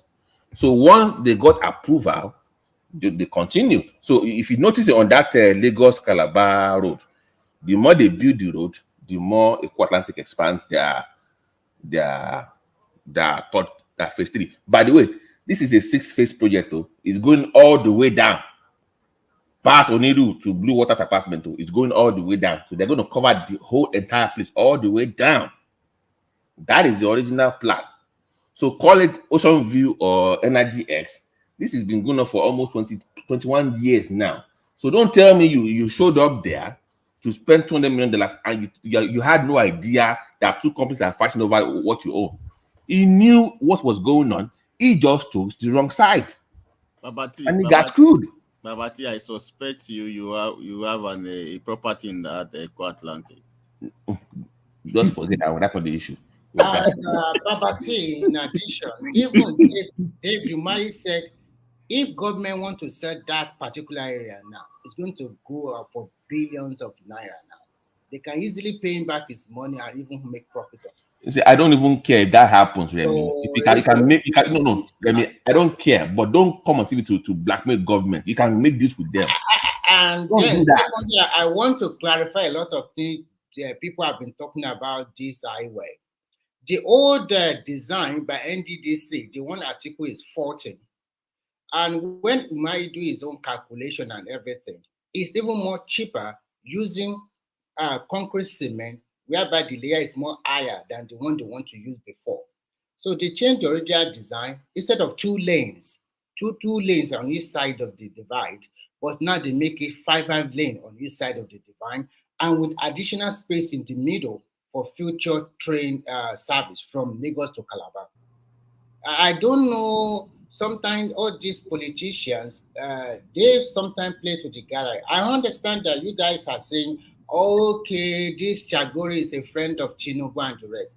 And sometimes I ask myself, who become a leader without no friend?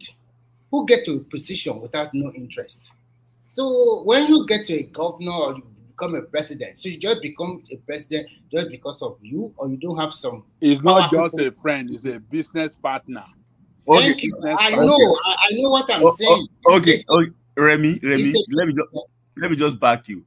When this guy, wedding business. I mean, contract to your business partner. Ajali Koko.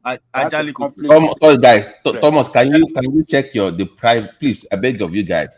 Thomas, can you check the private chart so that they can see the design of Ocean City, so you know what I'm talking about? So I'm going to show you what if the side that Paul chose, if they are won that court case, what it was supposed to look like under them. So Thomas, if you don't mind, just put this link up so that they can see what I'm talking about. I'm not speaking grammar here.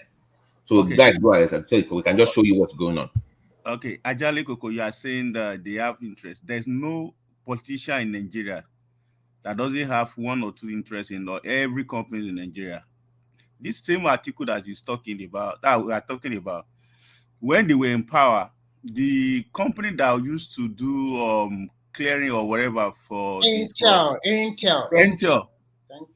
The major oil this thing vessels that they were using in Nigeria, that they will collect dollar and give Nigeria naira, and they will keep the dollars with them. Intel and Nicotis. All those two companies, you know how much they made in Nigeria, and he was in power for that 8 years, and that company were working for Nigeria. So they should not just come around and be telling us and they be boobing us that somebody have interest and nobody. All of them have interest.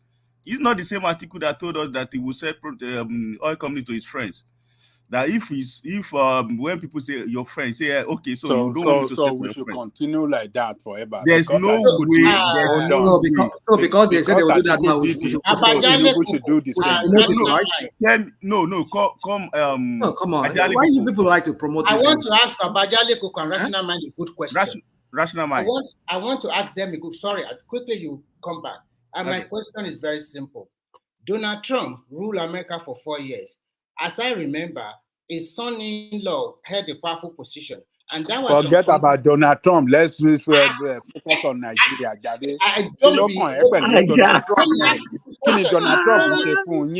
Forget about Donald Trump. À ń sọ̀rọ̀ Tinubu yìí tó jalè ẹ̀ sọ ń pé in your nose. And then look at my friend that just spoken now. He's making reference to Atiku corruption and then justifying Tinubu corruption that because Atiku Can I say something? Also allow us to talk. What I am trying to say is very simple. This guy is Tinubu's business partner. He's a partner. He's not just a friend. A business partner. Can I say something? For example, let's assume one G gbogbo Commonwealth yìí ẹ̀dẹ̀ ń support wọn kọ́ máa jí lọ. Àbírú èèyàn wo ni yí pàápàá gan for God's sake. Sórí ìgbà tó bá jí gbogbo òlú mọ́ yìí lára tán tó sọ dàwòrò mọ́ yìí lára yìí lẹ máa mọ̀. Wọ́n ti ti gbogbo yín sí abroad. So what are you doing with people? Kí ni difference? Kí ni point bẹ́ẹ̀? Ló bá wọ̀ kọ́. Ní bàbá tí tó bá ta gbogbo ilẹ̀ tó wà lẹ́gbàá tọ́mọ bàbá tí lórí ìgbà yẹn ló máa mọ̀ pé. Bàbá tí know what is going on in Nigeria. Bàbá tí understand. I know more than you think I do. You have no idea how much I do. Bàbá tí tó bá ta gbogbo ilẹ̀ gbà fún Ṣàgórè ṣé gbà yẹn ló máa ṣẹ̀ṣẹ̀ mọ̀. Afro olúwa kúrò lórí. àlejò ní ṣàgúrì tó bá pẹ́ tó bá yá a lọ àwa la máa ní nǹkan wa àjẹmọ́nú ni. Ajani Kuku, there's no politician in Nigeria. What I observe, whether we like it or not, whether we want to accept it or not, there's no politician in Nigeria that doesn't have interest in one company or the other. Even the Peter Obi that a lot of people are promoting, when he was there, all the Peter Obi no, so Shebi, you always go to Lagos. Magun won kẹsẹ o, wọn borí ẹ o, Magun won kẹsẹ. You always talk about Lagos when we are talking about the whole Nigeria. The Peter Obi that we are talking about, all the contract, when he was there, he gave it to his friends and all that. So all our politicians, they cannot, all this one that Atiku is in the opposition that is complaining. I'm very sure Adebi, he won that election. The whole contract he will sign to himself. Now, do you know what's even funny? They might even said on video that when he becomes Nigeria president, that he will take care of his friends. Yes, now he said that on video now. He said NMPC. He's now telling us that he wants to be, we should be transparent now. What an hypocrite! They just give us something Don't to worry. talk about, and everybody will know. That's what Was that Atiku you were referring to? Yeah, that he will send to his friends. Atiku is being very transparent now. He's telling he's going to sell it to his friends. What do you want him to do? He's very consistent. But is it the same Atiku that is complaining now that the company is associated with Tinubu? So I see. It's a policy that he has. Some other person is doing it now. It's something to be proud. He's looking at the money, the figure that he will have made. My God! About the project, you know, that's just silly. They are just teams now. You know, we don't have any choice. All these things, we are just talking. Whether anybody that comes to power, I don't know whether if he show Resha. Because if we show already, we'll bring Ajale Kuku as a project manager or minister of works. So then we know that we will have a better Nigeria. But as it is, except the offer show Ajale Kuku rational mind, take natural mind, take Ajale Kuku, do minister. We will eat dundu on their head with a very good pepper. If the story and in fact, they will suffer more than what they are suffering. No, it's not true because we will use their head to chop dundu and pepper. Baba, Thomas, can you do me a favor? Go on. Do you see the link I put on the private chat? Can you just for a few minutes, can you bring it up so that they can see? I'm sorry, guys, to bug you with this. I put a link. Yes, I think we'll bring it out. Yeah, one man will do that. I can't do that. You can't do that. You can't do it on your. Okay. All right. Yeah, I think one man. One man. I got. No, one man is here now. Yeah, I saw. Yes, like ocean view. But can you? Can you bring it on? I want to show people. I'm a Arauco. I don't know how to do that. Okay. One man, yeah. But I saw it. It was. You just people can share. You click on share on the screen. No, using laptop. Share screen. Come down. So already design here. What is share, man? Which one I'm pressing? Share screen. You can share screen. Share screen. You share your screen with us. Oh, don't bother. 10 of you can see it. Go and click it on your... Thomas, what is wrong? So you can't use it. This in the technology. I don't know how to do it. I don't lie to myself. You've been doing this for a long time now. Don't mind me. I'm still under training. I'm under training. Want us to go to another topic. That is it. It's just a way telling. Let's move away. Let's go to another topic. Yeah. Let's just move on. You 10 of you have access to click it. Click it there. Check it. It's very beautiful. To be honest with you, if they can do this in Nigeria, Nigeria will be like small. Personally, for me, I think that highway they are building in the long run in the short and long run, it's a good thing for Nigeria. And what is happening with the Eco Atlantic? Can you? That one is still there. They are still constructing more building there. The most important let thing us have Babati have idea. It's too slow. Okay. So once again, It's an abandoned project. the reason why Remy, Baba Koko wanted to use that one to stimulate.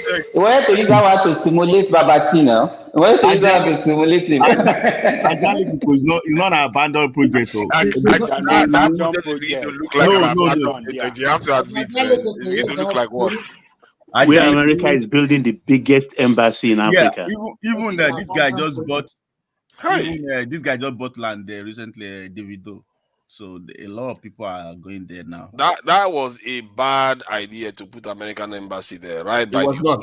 No, it was not. Why would you put a powerful foreign country's embassy right by the ocean in your country? Tonight, don't go to that. Your security. No, don't even start.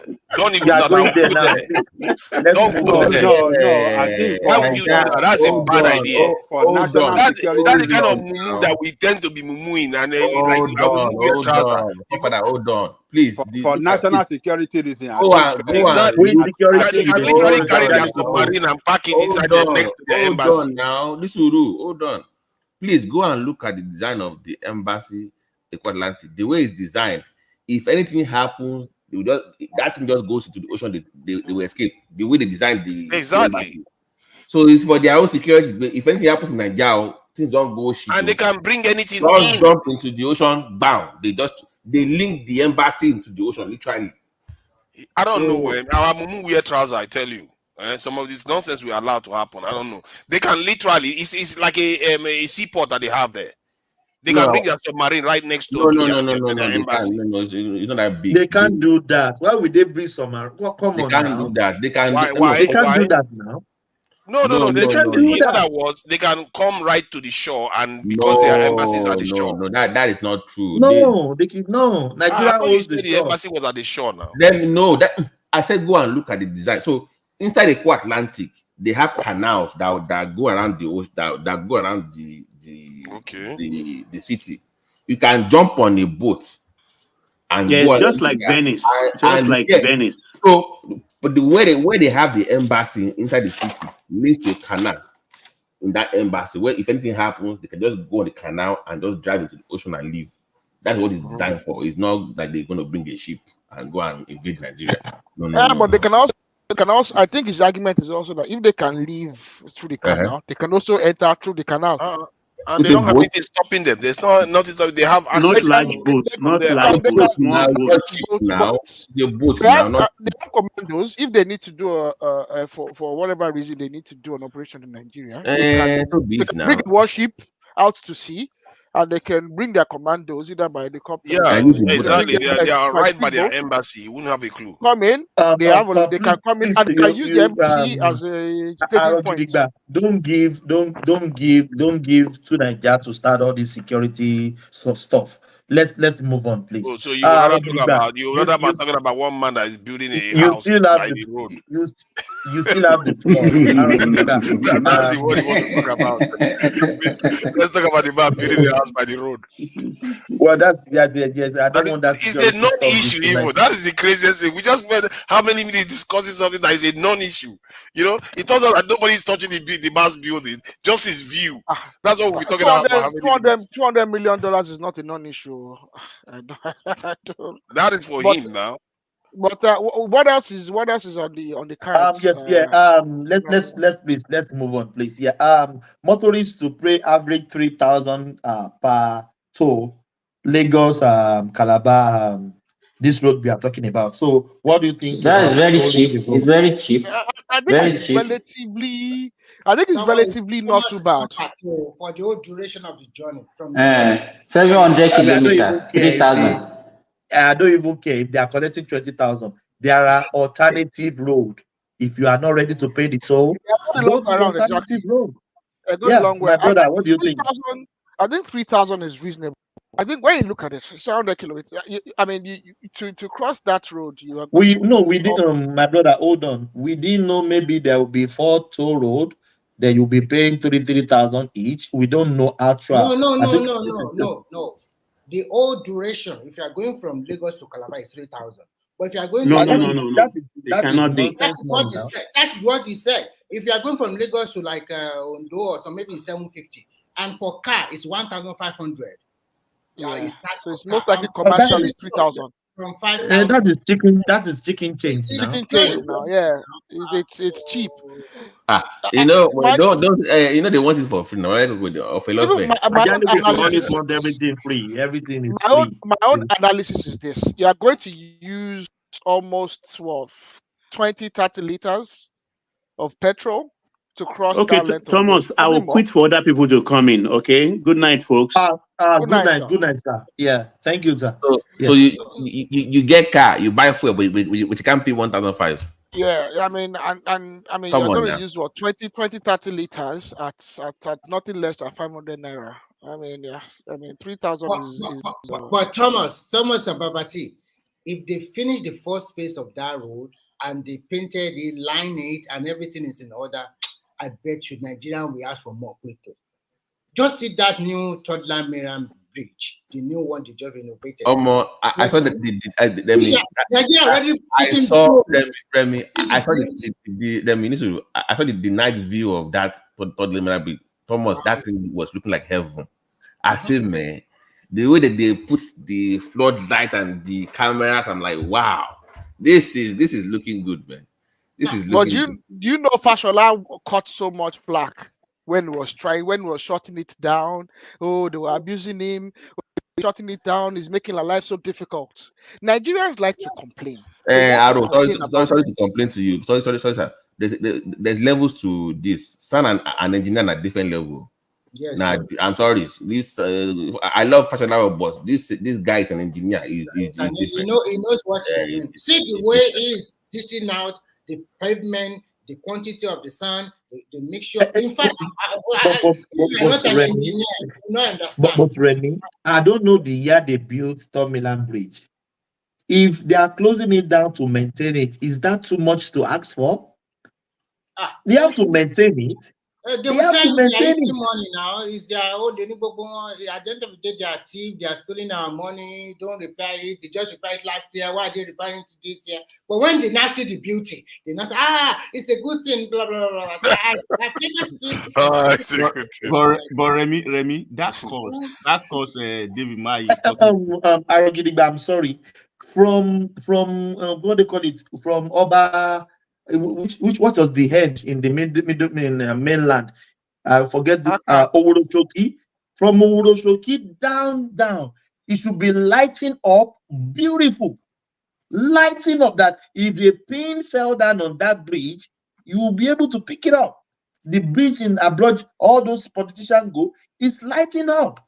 They have cameras now, so if you go there to go and try to steal any pipe or any bulb, they will catch you.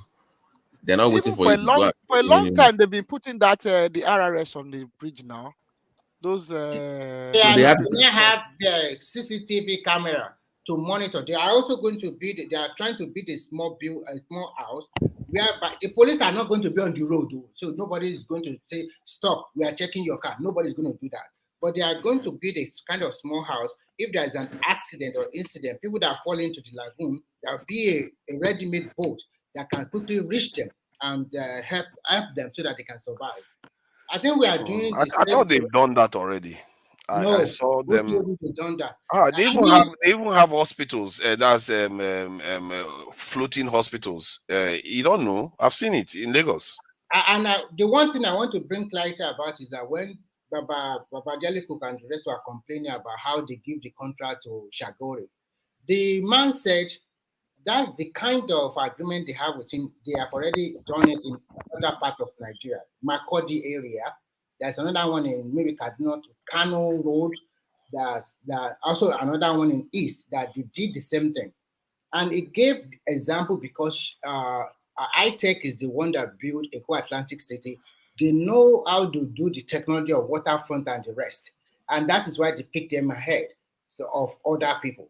And of course, China Construction, China Harbor, is also handling that kind of project in the north central of Nigeria and also in the south of Nigeria. Similar project, but not in that magnitude of So sometimes when we criticize, we just let us have all the details in our hand first. Not just for criticizing because I don't like the face of the man, or the man is a friend to the president, or the man is a friend to the governor. The most important thing at the end of Remy, earlier on, So I our even reason conclude my for criticizing does not matter to you. The reason why we criticize. the reason why you criticize Did you to just me, confirm the everything? question why I don't like your criticism is because at the end of the day, it's going to be a road for all Nigerians. The most important question I always ask myself is so simple. So for the award of Can contract, I conclude this way? go Can I through conclude this way? due process. They follow due process. Due process does not mean that all contracts should be. Where is the due process? Where's the due process? They did due process. When we talk about contract, it's not only which due process do you see? but they use they call it EPGR or something like that.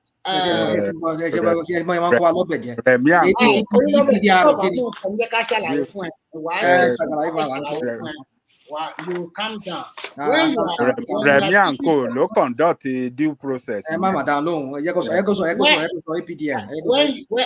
you are bidding for a contract, it's not only one way. Only one way that is a lot of Nigerians know is that everybody submit a tender. It's not only that one way. Sometimes you have a particular contractor in mind. Some of these PPP programs, they have a particular contract. That is why a lot of Chinese companies were able to do a lot of execute a lot of contracts in Nigeria. It's not that they advertise for the tender or whatever. So it's not only about just one process. There are several ways you can get contract. And the guy gave a lot of example of that kind of contract. He gave it in South, in the North Central, and also in the North. He gave a lot of, I cannot just remember all this, everything. But in a nutshell, what he is trying to tell us is that this is not even a double carriageway. It's a 10-lane with more concrete, all those the design. Maybe if we have a construction engineer here, maybe that person can tell you more about it. So Remy, how many times are you going to mention this 10 lane as if it's the final thing I want to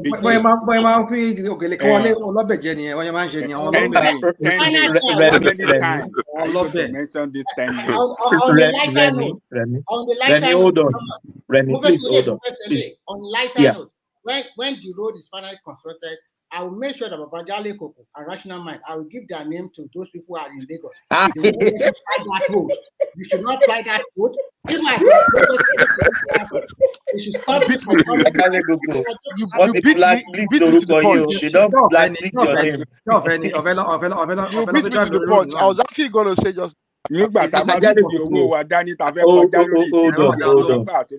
everybody hold on. Ajale Koko, Rational Mind, you have been blacklisted on that road. If you fly that road, you'll be arrested. Okay, let's wait until then.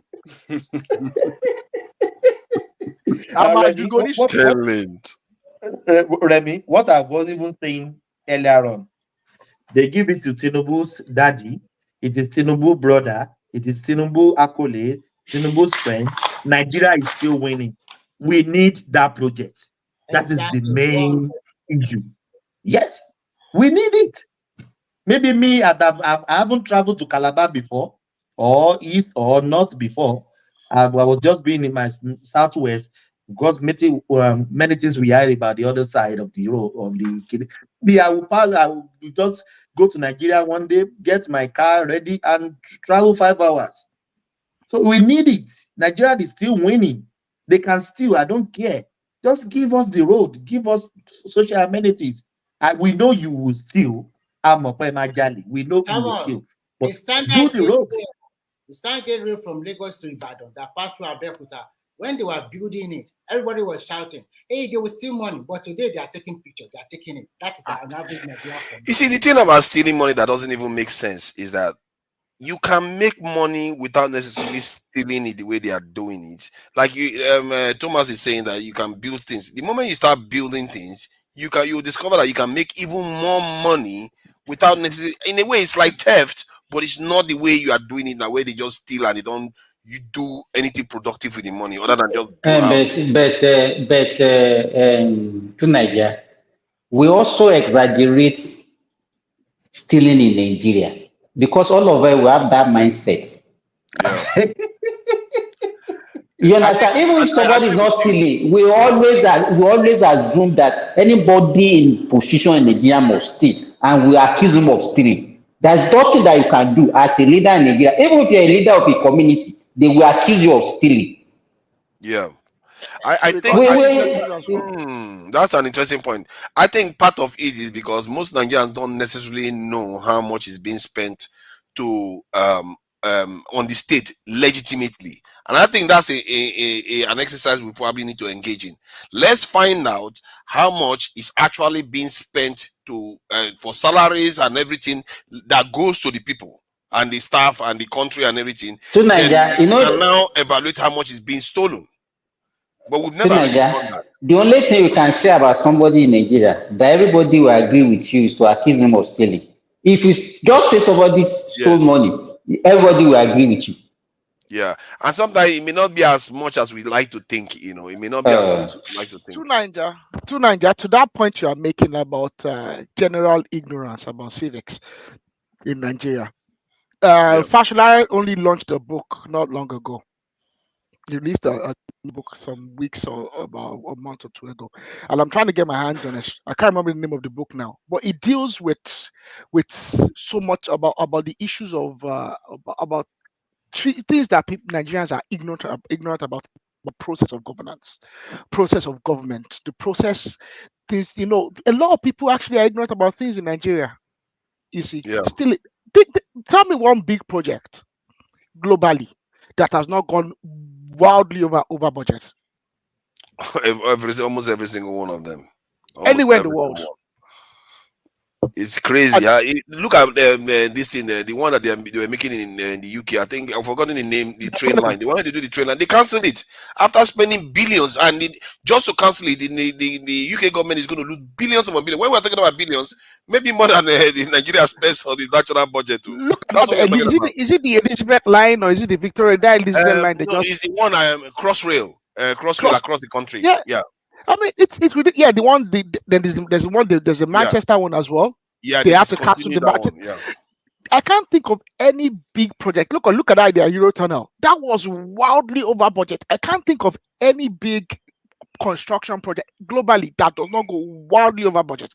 People about it becomes illegal, but it becomes political. But still, it's just the nature of big projects. I'm not championing Tinubu rational minds. Yeah, you like to, you know you spoke for about 10 minutes and you are just obfuscating. You are so good at it. How am I obfuscating? What kind of but I'm telling you, this is just the nature of things.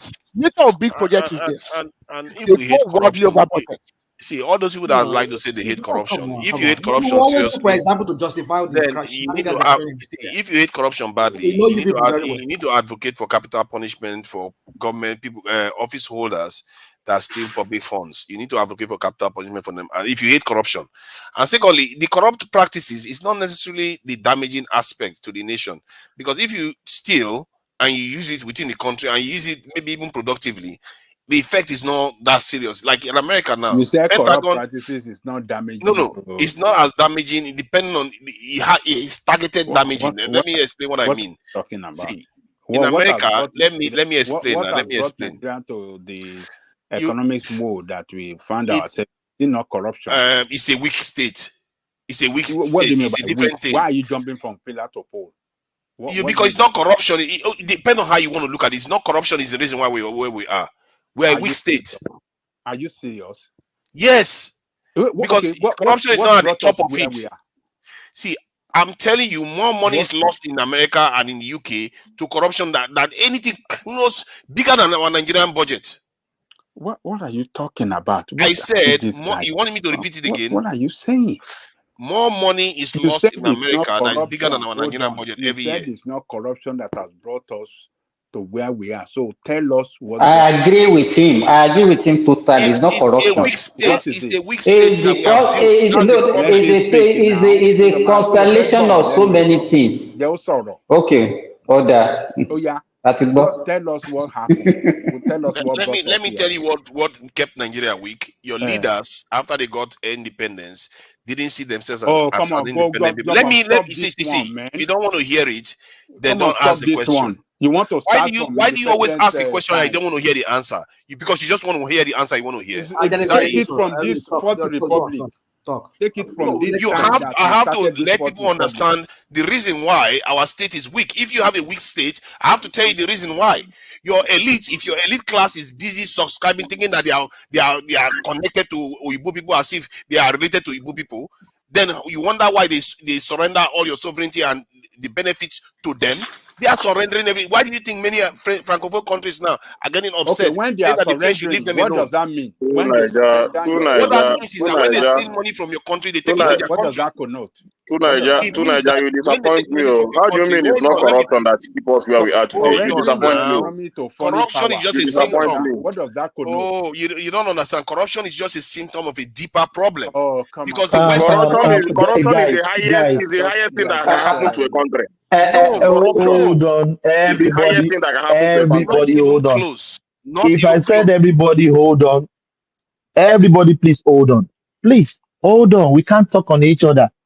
Let's give what do you call it to Niger. Let him answer that question. Then you guys push back on him. We can't be talking on it. So what do you say cause our problem? You said corruption is among it, but it's not really corruption. So tell us, let us listen to him, please.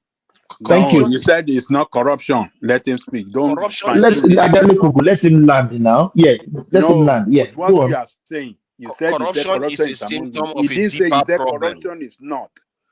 So don't fine Corruption tune it is for a him. symptom of a deeper problem. When Fela was singing about it, about colonial mentality, there's a reason why he was singing about it. His first talk is not about corruption.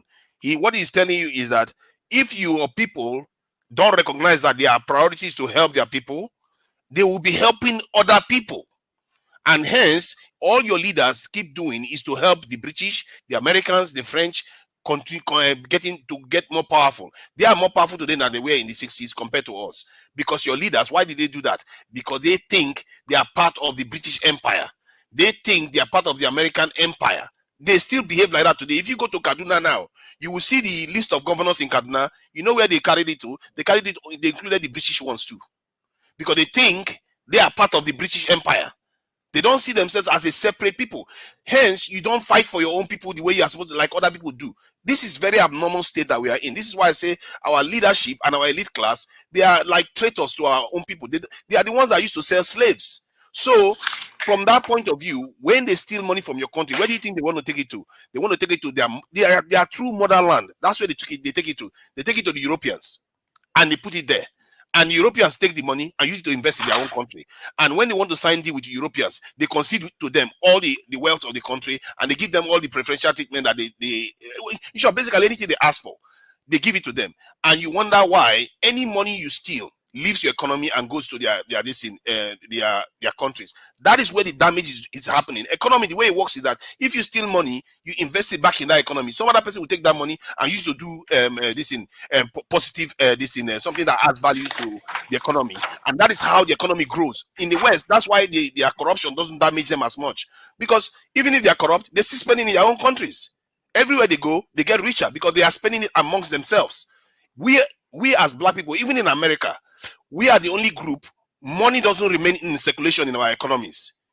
Money leaves our economy more than any other group in the world, including in America. It's because we don't necessarily understand this aspect of economy. That's why we don't understand the real effect of corruption. People are out there bragging about it, how they make us think that corruption is our problem. Our problem is that it's like a parent that doesn't know how to take care of their own child. Who tells a parent to take care of their own child? Who needs to tell our leaders that we are our own people? Take care of our own people first. That is what you are supposed to do. But they are not doing it. Hence why we're where we are. It's not rocket science. It's not. Pentagon today has not been audited for decades. I don't know how many years the last time they audited Pentagon. Billions or trillions of dollars are missing in Pentagon that they don't know what they did with the money. So don't tell me that Nigeria is the most corrupt country in the world. There are corrupt countries out there. If you check the amount of money lost due to corruption in the world every year, it's trillions of dollars. Where is Nigeria in that list? And yet Nigeria is known as one of the most corrupt countries in the world. That tells you that we are just playing. How do I put it? We are playing checkers while other people are playing 3D chess.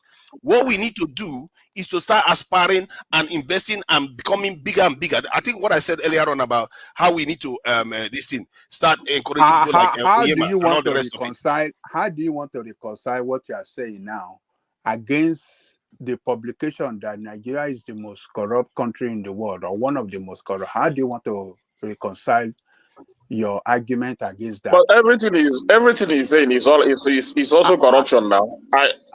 What he just defined now, Exactly. and It then depends on also how you corruption. define corruption. Exactly. It depends on if you define corruption as your people not representing you, that's corrupt. If you, I consider that traitor, saboteurs. That's what I consider them. What happened to our economy in the last 1 year is sabotage, because it didn't need to happen. And many people are praising the government now for doing what they did.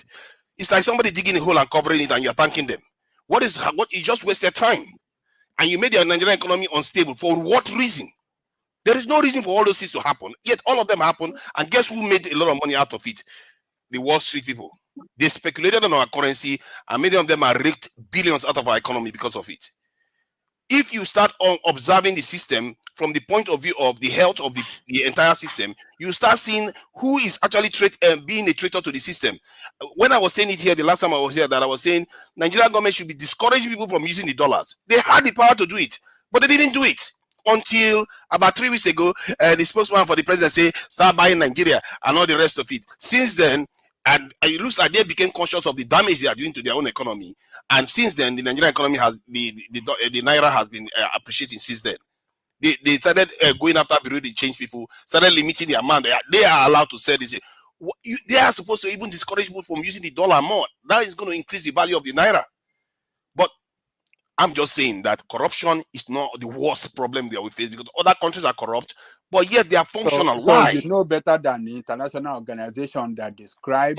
Forget about international organization, those ones. They laugh at us. Is responsible for the economic woes of that country. But you are saying, this and that. You are just talking your own. They are telling you that corruption is the country is corrupt. They're not saying that that's the reason why Nigeria is not functional. They're not telling you that. Thomas, can I put something to Nigeria? Yeah, put it.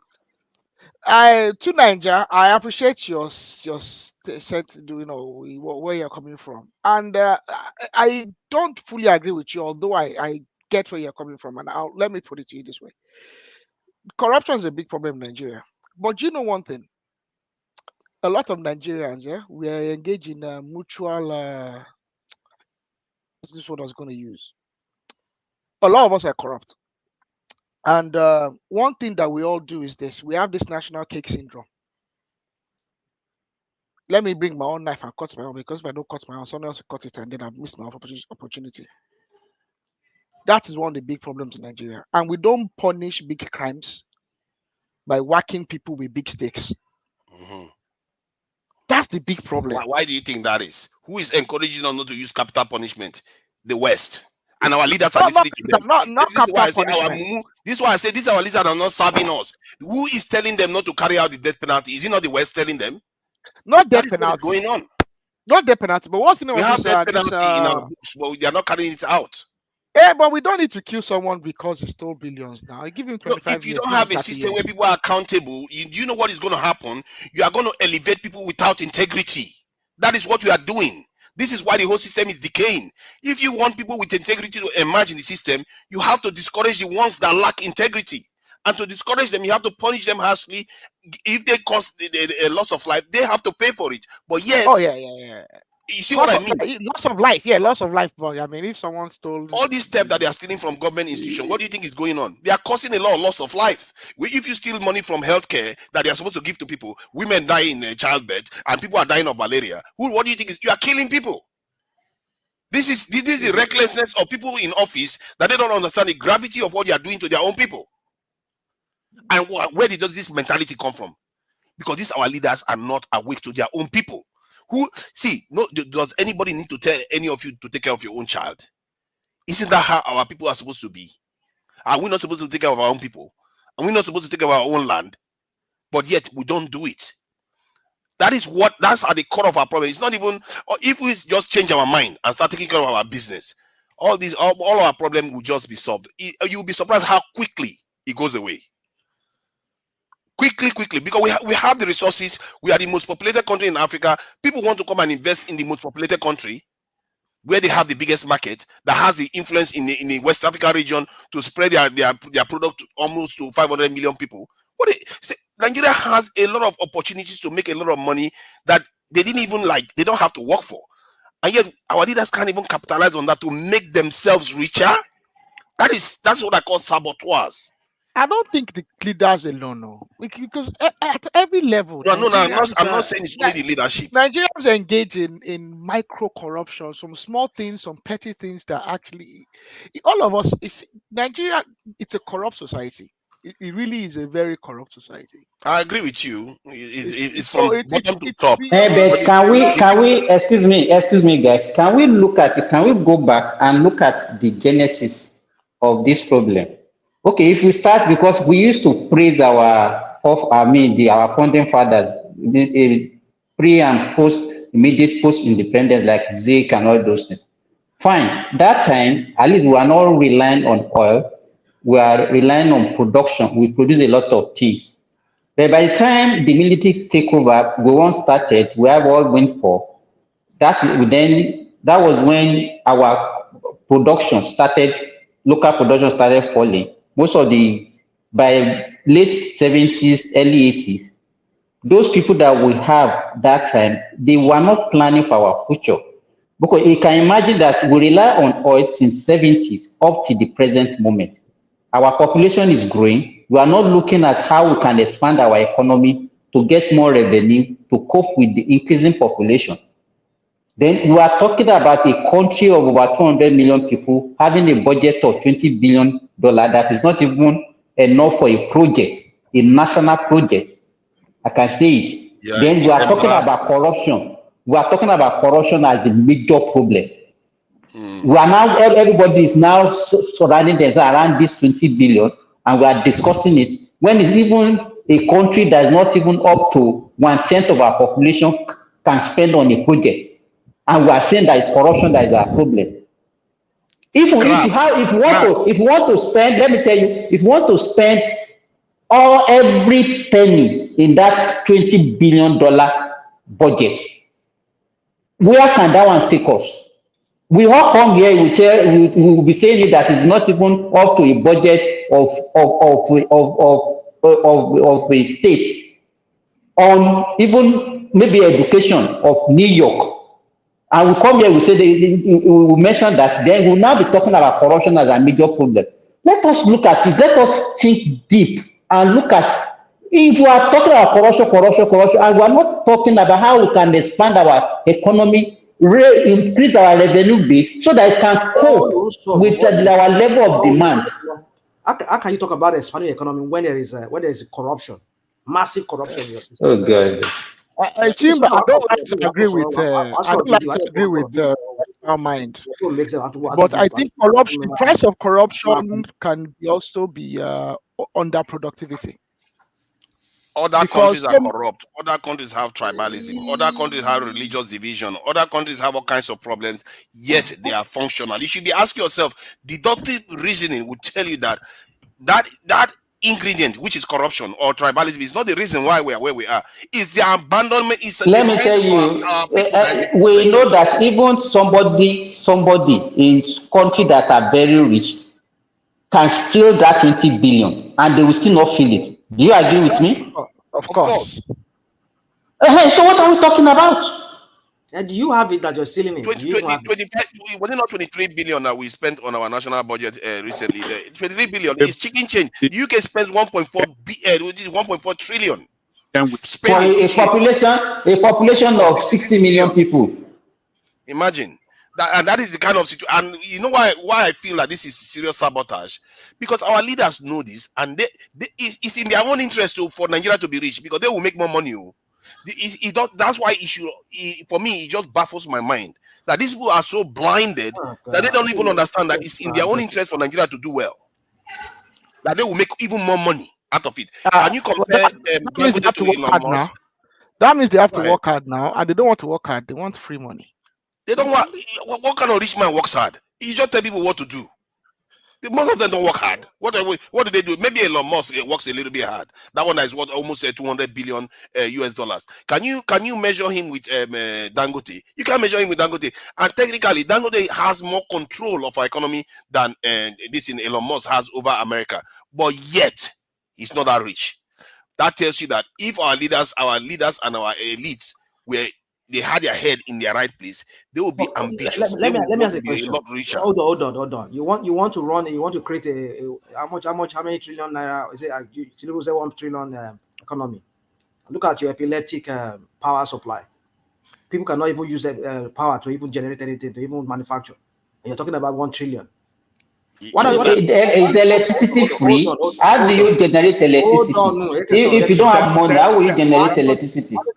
You are describing rational mind again. Ask him why we have sunk so much into, money into that electricity, and yet we are not getting anything out of it. What is responsible? Is it not corruption? That's corrupt practices, and leaders at the core of it. And do you know how much economic loss we have recorded as a result of, a non-supply of regular electricity? I think it goes deeper than that. Do you know how much we have lost? We have recorded. We have lost trillions. Even security alone. So that is what corruption can do. That is what corruption does to your country. For me, when I see you are even most of our non-performing companies today, like Ajokuta Steel, many of them. What is holding them? Is it not corruption? Do you know how much money has been sunk in those? I don't know what argument you I think I see a slight difference between corruption, which a lot of people attach to what I'm trying to say. I'm trying to say that some of them are not just corruption; some of them are downright sabotage. That if you look at what Airpeace owner was talking about the other day, you can see that they do sabotage our systems to make sure it doesn't function, so that they can take advantage. Who wants to give up power? Who wants to give up money that they can get for free or near free? Hence, they will sabotage us, and our people help them to do that too. This is something that happens because of lack of patriotism. No, some Nigerians can trade their country to get money. They can sell their country to get money. No? I think it's because in this nation we never really fought for the nation. When people handed it to us, they just handed it to us, and gave the keys to the people that they've been collaborating with for decades. They've been grooming them for more than 70 years. Then they handed the keys to them, and we thought we are going to have our own nation. I don't see how that could have been possible. To build a nation, you have to differentiate yourself from other people. All the other nations, look at the Asian countries. All the ones that were at war in the 50s and 60s, all of them are far more advanced than us. Today, as we speak, Japan is having a meeting with the president of America, and they are deepening their relationship. America is giving them everything that they want, giving them technology. Why are they not giving us anything? We've been cooperating with them forever. They can't even to sell us to Kano that looks like a World War II aircraft. Man, come on! If your leaders don't know that, they don't have common sense, and you wonder why there is poverty coming from the top to the people. Because our people are not awake, and Fela has. This is why Fela encoded into his song and said this colonial mentality is our problem. You just keep jumping from one pillar to post. I mean, what's your argument now? My argument is that our people need to start waking up to reality, and this is why. Even I'm going to jump a little bit. This is why when they were interviewing Dr. Arikana, and they asked her one question at the end, they said, "You have been talking about all these problems. What is a solution to our problems?" She know what she talked about. This person hasn't met Fela. She said, "Our mind." That is our problem. Most of our people don't understand what it's like to be free. I've seen people that were freed in Mauritania. Mauritania has a lot of slavery culture. They were freed, and the people don't know how to be free when they were freed. Our people don't understand what it is like to be truly free as a people. And that is part of the problem. So when you see your leaders misbehaving, you can't call them out. Expected what? Oh, you're on speaker, Mr. Simba. You're on the mic, I mean. To Niger, to Nigeria. Yeah, go ahead.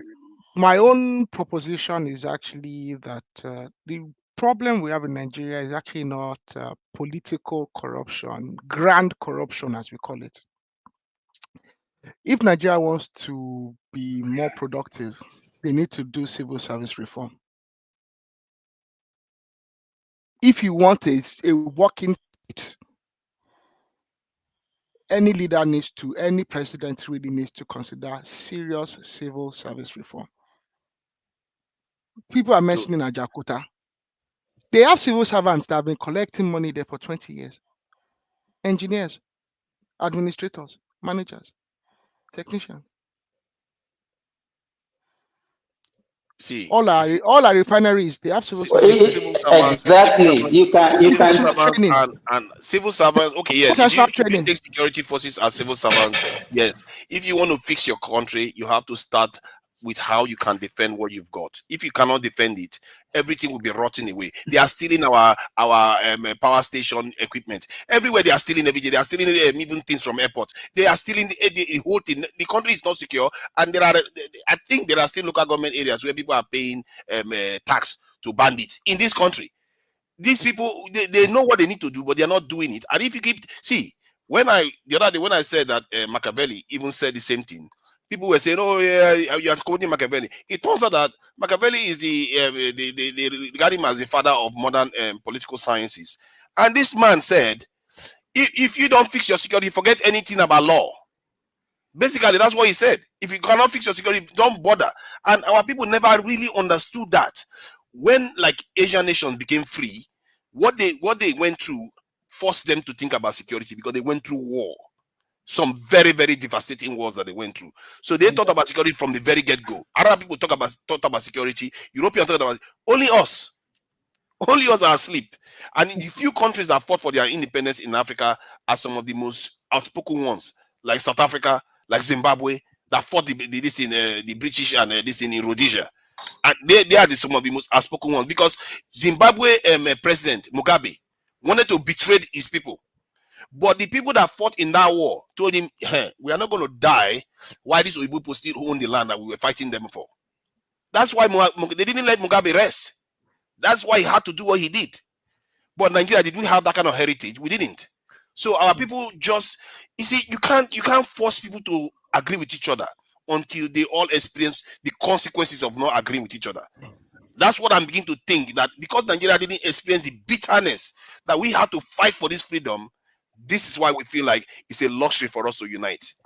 True. When it's supposed to be an essential thing.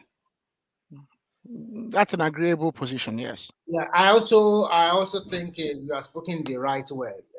We must fix that security, because when everything is secure, the other one will come in. And I don't subscribe to the idea of provide electricity first. Is that as a government, you cannot fixate or focus your thing on only one project, electricity. What about roads? What about health? What about education? So many things you have to do at a time. And you have to look at resources. And when we're talking about Nigerian budget, compare with a budget of some simple state or country all over the world. It's nothing to write home about. The total budget is about 20 trillion. How much is that? For God's sake, in dollars. Where a state in America is even surpass that one threefold. And we are talking, and they want to just be the simple coastal island. Everybody is shouting corruption, corruption, corruption. Tell me where there's no corruption. I'm here. They are uprooting their road every year in, year out, blaming another one. Are they not the same set of people that will get this your APC mantra you are chanting here? Tell me where there's no corruption. So we should excuse them because they are doing where you are living. The way you people promote corruption, and you don't see other countries how they deal with corruption, but in our own country, people promote corruption as if it is nothing. When it favors you, everything is okay. When it favors you, corruption become a normal thing. When it doesn't favor you, corruption is bad. America, the kind of hypocrisy we are practicing in this country is not easy. See, let me tell you, hypocrisy is part of our problem. We have a lot of hypocritical, educated individuals in our system, and that is the most problem we are having in this country. Hypocrisy is very important. I don't think he's promoting corruption. I think he's just saying we shouldn't get fixated. I think that's what he's Yeah, saying. because it is He strategic. doesn't understand How that can you now. tell He me doesn't this cannot be? understand How it. can you tell me that I will not be visited about corruption? How can you tell me? Go and check. Go and check China how they fight corruption. Check many countries that are progressing. How they fight corruption. You go here, you are telling me not to be visited about If you corruption. investigate China very well, you find out that China is There is nothing like home if of just check the way they practice it. Is very unsafe for any political individual here to practice corruption. China is corrupt, but if you are corrupt in the way that it affects the state negatively, you will die. they will deal with you. So what China do is they use the big stick to set an example. It's not that they are not corrupt. Then what are we doing? What are we doing also to set an example in our own society? What You I'm are not saying doing now. We anything. should stop listening to Everything evil we are doing in people. our own country is how to promote it, how to normalize it, how to be hypocritical about it. That's what we are doing. What law are we making to fight it? We don't have any law to fight any corruption in Nigeria. You do anything you want, you get away with it.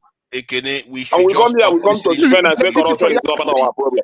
Let me tell you, even our oil revenue. Let me finish. I've been listening to you guys. Our oil revenue is being stolen for about 9 years now. Nothing is done about it.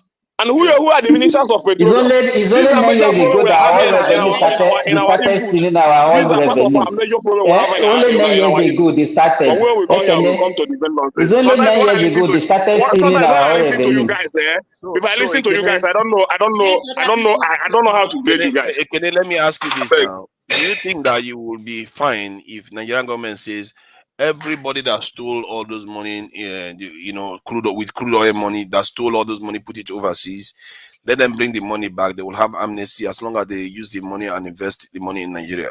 Would you be okay with that?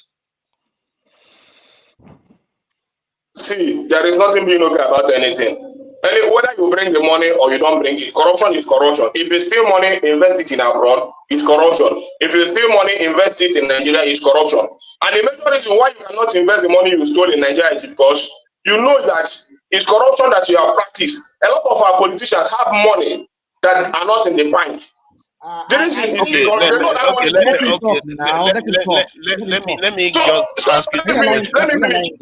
Let me finish. When you know that the money you stolen is not legit, you know it's in a proper fraction that is going to be good to the economy. That's why when they stole money, they build warehouses and stack it inside there, or they easily move it abroad. You understand? Most of it is moved abroad. Most of it is moved abroad. That's the problem. So you don't expect a corrupt politician to go and put his money, the money he stole in the bank, or to use it to build industry. That is why they either invest it with other people or invest it here and here, so that you will not think that the people that owns the money. Let me ask you now: if somebody steals money and brings it into Nigeria to spend it, no matter how useless they spend the money, is it not somebody that's going to get that money? Even if they take it to go and they take it to go and spend it on a shower, is it not somebody? The major issue is here is this: to Nigeria, we have our system is too corrupt. We have to believe that. Yeah, you people can say you are managing it. Continue to manage it. This is No. Nobody's saying that. Nobody's saying that they are just managing it. But that is what a lot of you guys are saying, that we continue to manage corruption. No, my point is that is not at the core. If you want to reduce that corruption, because remember, many people are carrying out what they call horizontal corruption, which is on the roadside, marketplace, everywhere they are carrying it out. Normally in the West, where you see those corruption is at the top. That's what they call vertical corruption. So if you want to get rid of those horizontal ones, you just need to improve the living standard of the people. The vast majority of the people's standard needs to be increased. And to do that, those people that are stealing the money and taking it overseas need to bring it back into Nigeria. And the people need to start opening their eyes that anything that they do has to be for Nigeria. Encourage Nigerian made goods. Encourage Nigeria discourage the use of foreign currency. If you promote your country first, you'll be surprised. Nigeria will be so rich. Our wealth is just going to be just ridiculous. I want to let everybody say something. There is in China that Kenneth just mentioned. There is high level of corruption in China. It's an authoritarian rule over there. This guy. I mean, let me finish. Can you just calm down? Calm down. Boy, that's a fact, rational mind. That's a fact. Let him take the fact now. Let him say the fact. Trying to justify everything with everything from abroad. When it's not convenient for you, you will not allow it. Let him finish. Now let him justify. I will tell him also that there is no corruption. There is no high level corruption in China the way he mentioned it. Do you know in China, common businessman? See, let me tell you, Remy. In China, you are talking about that is corruption. China can easily detect a money sent through an illegal means into an individual account. They call it like business partners. They call it bad money. This money, you send bad money. My friend, you send bad money to me, I will report you to the police. How can you do that in Nigeria? You don't understand how their system works. So no, nothing like that. You have to just. This is not government individual. This is not government individual. That you manage. Let me tell you that you manage to send maybe a Yahoo guy. Maybe there is a way you send money here, either to get his ship or either to get his ship to get the rate very cheap. Then you go and contact a Yahoo guy or somebody that earns the money in illegal way, just for him to send that money to you, to an individual. They can easily detect it. They can easily detect that money. Okay, fine. And they lock that account. It has happened to many people that I know. Let me talk. It has happened to many people that I know. But in Nigeria, can you even detect even your civil servant and all those stuff? Can you even detect those things? You are here telling me that it's a high level corruption in China. Let us talk now. Yes, there is. Unless you don't want other people to talk, you just want to. Elites will always get away with something. Don't like this is like universal. No matter what system you have, the capitalist, socialist. Okay, who else? Who wants to talk? Okay, I think I've spoken quite a bit. It's very simple. What they do in China is very simple. Just like you have your NFIE, National Financial Institute, blah blah blah. They also have it. So if, for example, you are a worker in China, and unfortunately, and they can see, and just about 500,000 of their own currency or maybe dollar want to enter your account, and you don't normally in China they don't allow anybody to have a dollar account like Nigeria. You don't have a domiciliary account where you put your dollar there. Everything is their local currency, which is renminbi. And they can see from your account that the money goes to your account is maybe 1,000, maybe 5,000, 10,000, and just one day, 500,000 just enter your account. It's a red flag. They will quickly contact you, or they will come to you, or they start monitoring you. And that is why they were able to apprehend this kind of crime you are talking about. Happen to most Nigerians that are living in China, because they are wiring money from them from America and Europe. Money stolen with credit card and dubious email scam. And that is why a lot of Nigeria were in prison. Some of them died in prison. You cannot see an average Chinese, you wire money directly to average Chinese. It won't accept. It's not possible. And if you are trading with them, they have a way you can pay your money. You cannot just say, okay, I did the business of 1 million. I just transferred it. It must be directly to the company, just not to an individual. They have their own system. So the crime you are talking about is not the one I want to talk about. The one I want to talk about, I will tell you. Before their current president came in, their old president, that time when China was growing a double-digit economy, we are talking about almost 15% per annum, year in, year out. During that time, most of their top leaders, because in China, they have top leader, and everybody listen to the leader. If I'm a leader in this city, everybody listen to me. Whatever I want to do, everybody cannot say no. So they use this way. Every year, they will remove all their road surface. They will retire it again. Some places, they will do a lot of things that, this thing does not need to be repaired. Everything is intact. So from the contract, they also get their own. From this kind of money, you see most of their children, just like Nigerian politicians too, they send them to America. They send them to the rest of the world to go and study. If you come to China, I will take you to Shanghai, and you can stay in a road, and I will count 20 Ferrari in less than 10 minutes, 10 Bugatti. The son of these politicians, they are riding these expensive vehicles all over China.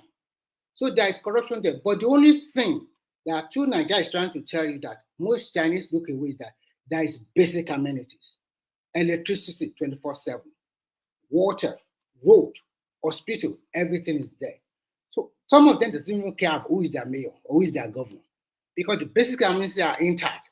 So they don't care where that corruption is going. But when their new president came in, he tried to curb it and at the same time tried to bring back to the old era, taking them back to the before they open up their country. That is why they're having problems today. Their economy is all-time low. It's about 4% per annum now. They are in big trouble. All their sky houses, that's total building, nobody is living there anymore. Most of the people that come to the city to work in multinational corporation, all these multinational corporations, they left. They went back to their country, to America. Some of them went to Cambodia, Indonesia. They have a big trouble, a big problem in their hand as I'm talking to you today. But this is a country that is well planned for several years. Because the way they do in China is that most of the money belongs to their federal government. For people to give their own people some small money like what they do in America, the unemployment support, how much are they giving them? Old age, they are giving them 500 RMB every month. How much is that in dollars? If you calculate it, it's leading up to $80. If you are unemployed in China and you go and ask for money, how much do they give them? It's nothing to write home about. They have their own problem too. And what this guy is trying to tell you is that, what I'm trying to say is that there is no country where there is corruption, but the level might be different. It's not because of corruption they stop you from building roads or building houses or education or providing hospital. If you are thinking that everything is corruption, then you ask yourself, how much are you making? They have been stealing your oil since when? It's not 9 years ago. What about the problem with our oil? There is unrest in the Niger Delta. Let me tell you, even in Nigeria, you are saying that there is low level corruption in other places, but in your own country, there is a high level corruption in every places. In the contract you award, there is corruption. In your budget system. Look at what happened in your. Let me reply you a little bit. Let me reply you a little bit. Let me reply you a little bit. Look at your budgeting system. Look at the shams you perform in your National Assembly in the name of presenting a budget. Look at it. Where in every other country does that happen? Where? Look at it. You award a project that that will cost all the time. That's what they call pork in America. Let this happens in your system every now and then. Check every state governors in Nigeria today. None of them are able to do anything because of past administration corruption. Look at them complaining here and there. This one will come in and say no money. This one will come in and say no money. But at the end of the day, you check where did they spend this money? Where did they spend all these billions? Where did Abia State? We cannot find it. You cannot see it in anywhere. You cannot see it in any project. What they do in our country is to commission a project that they will know that they will abandon. That's what they do. They just take that money, use it to do whatever they want. At the end of the day, they will abandon that project. Can they calm down? Please? Hold on, please. I beg, please. So when you come in as a governor, right? When you're running for office, I believe you will have done your research. You have a team that tells you what the state economy is like, everything, so you know those details. When you get there, I don't want to hear any complaints. You are there to solve the problem. Nobody forced you to run for governor. So don't tell me that I got there, I didn't know that they had debt. Figure it out. If you cannot solve the problem, resign. So this excuse that's what I'm saying. Somebody, I'm just pressing a point that this is what they do, and this is how it's affecting our country. You understand? Hold on, please. What is I'm saying? What these criminals do is that when they get in and they want to steal money, they will use the past debt of the administration for them not being responsible. Oh, I can't help you because there's debt. I can't do anything because there's debt. So why did you run for governor? If you cannot solve the problem, why are you there? They resign. You see, the only thing in Nigeria is that what you don't understand in our system is this. Sometimes when they commission all these projects, leaving the major things that we need in this country, you don't know what they're doing. They're using it to siphon money. What stops them to invest in those trillions in education? Educate the people. What stops them from doing that? What stops them from giving us electricity? What?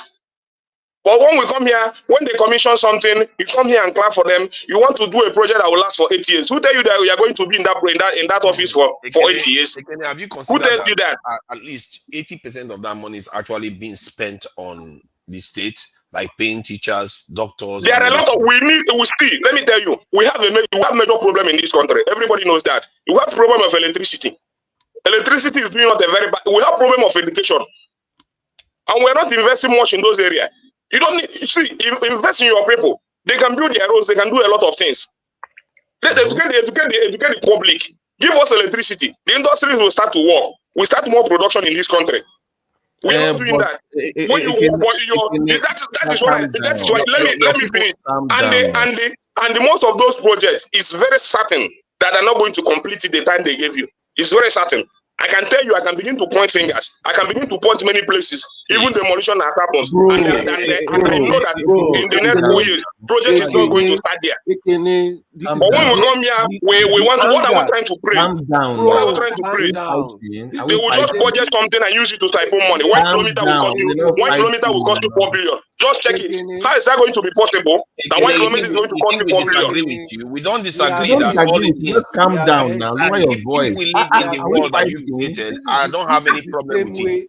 This is the same way that you were ranting when dollar was reaching 2,000. You said it will never go down. You were ranting, talking about so many things, that this one, that one, it will never this, it will never. This is how you always rant. How do you know it may never go up again?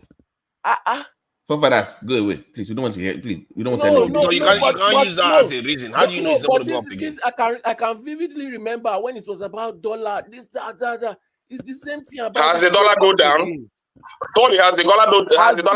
Said it will never go down. You said that. I didn't say it will not go down. Go and check me. Don't come here and say what I didn't say. But has it gone down? You said it. I was here. Do you know why? Sorry, do you even know that the dollar has still gotten stronger against Nigeria since this government got into office? He was ranting and shouting like this too. The economy is smiling on the face of the people. I think sometimes have you restored the purchasing power of the people? A year ago, the dollar was around 600 naira. Are we forgotten that? Just about a year ago. It's not 600. It's 450. 450. Go and check it. It's 450. I make your point, but come here, you want to abuse people. You want to abuse people. Again, please calm down when you speak now. Why are you yelling? Again. Calm down. The dollar went up because it was being supported artificially. They were using loans to float it and support it. No, it wasn't. Explained this year already. No, it wasn't. Even this government is supporting it. Go and check it. Go and check it. If you don't know what you are saying, this government is supporting the dollar.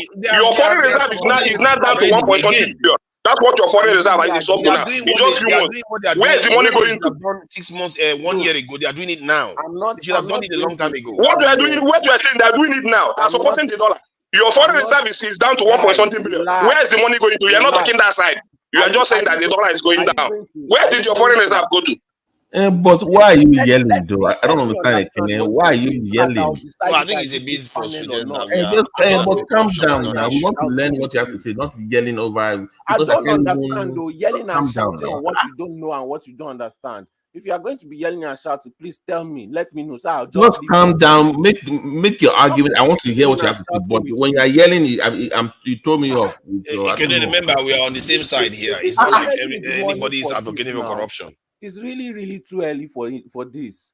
Please, we've sat down here. We've explained to you why dollar went up. If you really want to go through this argument again, then I will just excuse myself. You seem like you've not explained anything. Don't even start making excuses for the government for what they did. Niger, please stop this. Don't do that. I don't like when you are saying you are. I don't know. You are saying he's being irrational. You two are just trying to cover up for something that they did. It is too early to be screaming and shouting. It's not about screaming. I don't like when people are just being facetious with the truth. You are screaming and shouting. I'm not screaming. I'm telling you that the dollar was almost half the price just a year ago, and you're here acting as if they saved you. And we've heard you.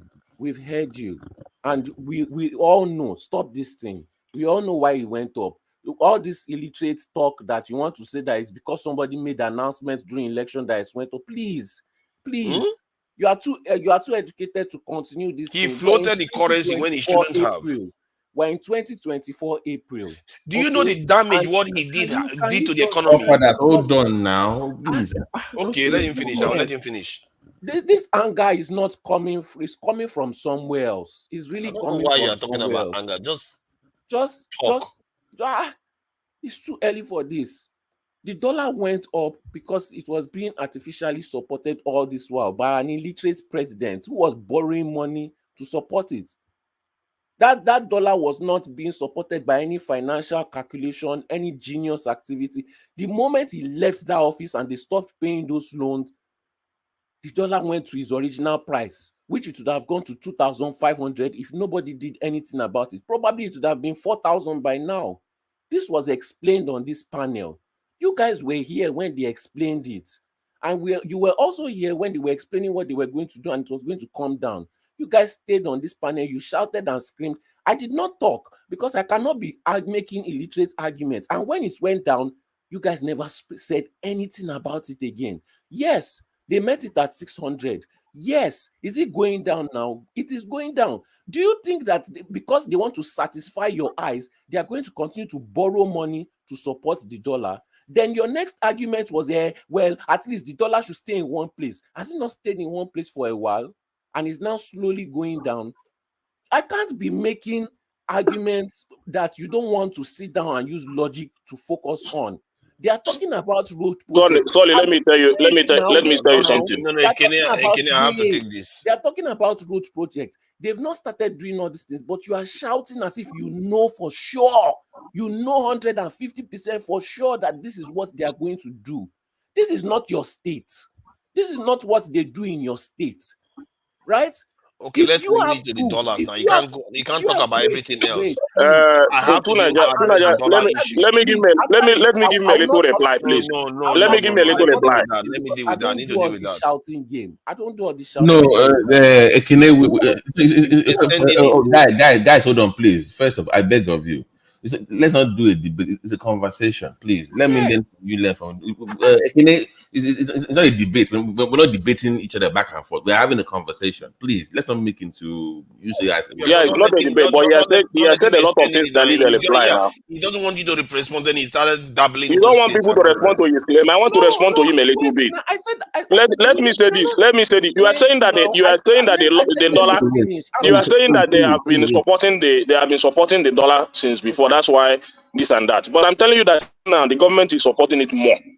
And that is what they're doing. And the economy policy they are using now to bring down the dollar is not something that is sustainable. You can go and check it. Okay, so you are saying for sure. What they're just doing is just a budget economy that they are doing. Okay. You understand? Your physical side, the physical side of the. Let me say something, please. Let me address this because what Solly has just said just now appears like it's reasonable, but he never really stated what they actually did to support anything. Like every country has to defend their currency somehow. What he did by floating the currency, one, he destabilized the Nigerian economy, which has cost the Nigerian economy billions of dollars. What he's just done has cost the Nigerian economy because people were speculating on the Nigerian currency left and right all over the place. Hold on. He damaged the economy that way. Then secondly, no, he finished already. He's already finished. You were talking about states. You were talking about states. See, you stop talking. Let me just finish what I'm saying. Totally, just wait a minute. Okay, let me just finish what I'm saying. I don't want to be arguing with this guy. Let me finish what I'm saying. They are clearly not arguing with logic. They are clearly arguing. I get you, but Totally. I get you, but you can just address the whole thing together.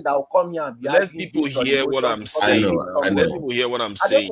I just want to say my piece, and after I say my piece, you can sit down here and. You've just been saying your piece for the last 3 minutes or so, or 4 minutes. Bro, I just came. You've been talking for hours. Yeah, but I need to be able to respond one for one because you are drifting into other areas. I don't want to respond to you. You are not a logical person. You are drifting into other areas, but I need to respond to the point you are making because you are the one saying that. You were the one that came here accusing Ekene for saying something, and you don't want yourself your submission to be challenged. Don't you know how to have a conversation? Hold on, you can't say stuff and expect to get away with it. All right, continue ranting. You need to allow people to challenge your own ideas too. So what he said was that they just unleash the Nigerian currency so that it just goes and starts floating all over the place. And somehow it started coming down by itself. Ekene is right that the government had to intervene to bring it down. They didn't have to let the currency go the way it went. If you want to float your currency, you have to have measures in place to discourage the demand for the dollar. Did the government do that? No. If anything, our lawmakers were giving each other money in the dollars. They were selling Nigerian aircraft in the dollars. Nigerian lawmakers were busy buying foreign cars, foreign this, foreign that, foreign that. They didn't do anything to defend the naira. So to say that, oh, it was just an innocent thing, the other government, this is exactly what we were talking about earlier on. They keep blaming the previous one. When they come in, they sabotage the economy, they blame the previous one. The next one comes, sabotage the economy, they blame the previous one. Every single president that I've seen in Nigeria, do you know that they always tell us, be patient? From Obasanjo, when they were handing over to him as a civilian leader, be patient, Nigerians. Who was the next one? Yaradua, be patient. Jonathan, be patient. There are newspaper this is telling Nigerians to be patient. Why they are running circles around Nigerians, keeping us underdeveloped. Hold on, let me challenge that. So if you come into office, you know it takes a while for your policy to come. If you put any policy in, you have temporarily stopgaps, you have short-term measures, long-term measures. So when the media asks a question about your policy, of course you're going to see for people to be patient. That is just a default mode. So them saying that is one thing. There's nothing wrong with that. The issue is that when people are patient for too long and they don't see results, that is what you should address. That's what I'm saying. I'm trying to but don't say that they have the right to say that you should hold on because it takes a while for it to come into play. That's the way it is. If you look at the pattern, is that if you look at the pattern, they will tell you be patient, they will sabotage the economy, pretend as if they are fixing it, so that they look like they've done something. Yeah, please go ahead. Just give me 10 seconds. 10 seconds. Take When your they time. float to Naira, and there were a lot of speculation. At the end of the day, do you know who's my home? It's your federal government. Because you guys all over the world, because you continue to pump in money to Nigeria, that can also be a kind of policy that you don't know. More and more Nigerian diaspora send money to Nigeria a lot that time. And when they say it's the right time to start addressing it, they started addressing it. That's what I want to say. Thank you. Vast majority of people that profited from it were not Nigerians. I can assure you. And a lot of the money that has been made by currency do you speculators. think that Binance thing? I know the government made a big issue about it, but do you think that it has something to do with that space that was people were laundering, siphoning because that's what they were saying. Oh yeah, but do you think that they were justified? Because that was another time when that arrest was when that thing happened. Then that kind of started going down drastically. So I'm just asking the question. I don't know. Do you know how bad it is? If somebody had 1 million 3 months ago or so, or a month ago or two, they buy the Nigerian currency, they can sell it now and make almost 50-60% profit. That is crazy return. That is what this government has done. That is value that we are losing. And this is the kind of incompetence that they do, and they pretend as if they don't know what they are doing. They know what they are doing. They know they are doing it to favor their banker friends and all the speculators all over the place. That's why the West, they are very, very happy with what he's doing. And in the end, what measures are they taking? The measures they should have taken in the first place. Nigeria, do you also consider that when they came in, your account is in the red, you are borrowing money to pay for the current expenditure, to pay salary, to pay so many things. You just have to find a way to stop that. They've already saved. Are you saying that the government? Are you saying that the current government have not borrowed any? They've already saved a lot of money from removing subsidies. So the money, they have borrowed. Go and check their borrowing standards since they came into office. Our debt profile has risen. Immediately they remove subsidies. They are telling you they didn't borrow anything. They save war. What did they save? They borrowed money. Go and check the debt profile. It has risen to 9-something trillion. We know that. We are not fighting. We're not arguing with you. Calm down, guy. What is wrong now? We are agreeing with you now. My God. So the money they save some subsidies have an improvement on state resources. And I don't think any Nigerian state is still owing monthly salary anymore. Maybe some of them are still paying 18,000. But from the gain of the subsidy, you are able to get more money, even if you factor in food inflation and the rest. Some of them are doing wonderfully well, while some of them they are not doing nothing. So sometimes the policy really helped Nigeria to reorganize itself and put us Actually, how can you say that? Yes, it does. It completely devastated. Cost of everything went up. It does. Look at how they are cramming for Nigerian bond. Look at the yield. Sometimes you know what? At the end of the day, I know that Rome was not built in a day. It's step by step. But you must look at where you guys are coming from. Just opposite to last year, December, there was Naira crunch, no currency. There were infighting. Mayfele was doing his worst. Why are they giving bonds for 20-something%? They are giving bonds for 20-something% return. That is crazy. What I'm trying to tell you is this. What I'm trying to tell you is very simple. At the end of the day, the floating of the Naira and the subsidy removal was a good thing for the country. For the first time in the history of that country, Nigeria were able to say, this is Nigeria. Nigerian currency is not floating, by the way. Okay, it's not floating right now. Okay, forefather, let's do it this way. They made mistakes. They did something wrong. What is the way forward now? Because I'm tired of looking back. The way forward is how can we put that problem? That's what I want to. I'm glad you are asking more pertinent questions on that. Yeah, because the way forward has always been the way.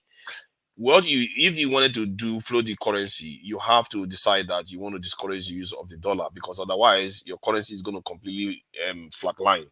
Like it's like if you have $100 in your hand as somebody that runs a home, and you have 1,000 naira.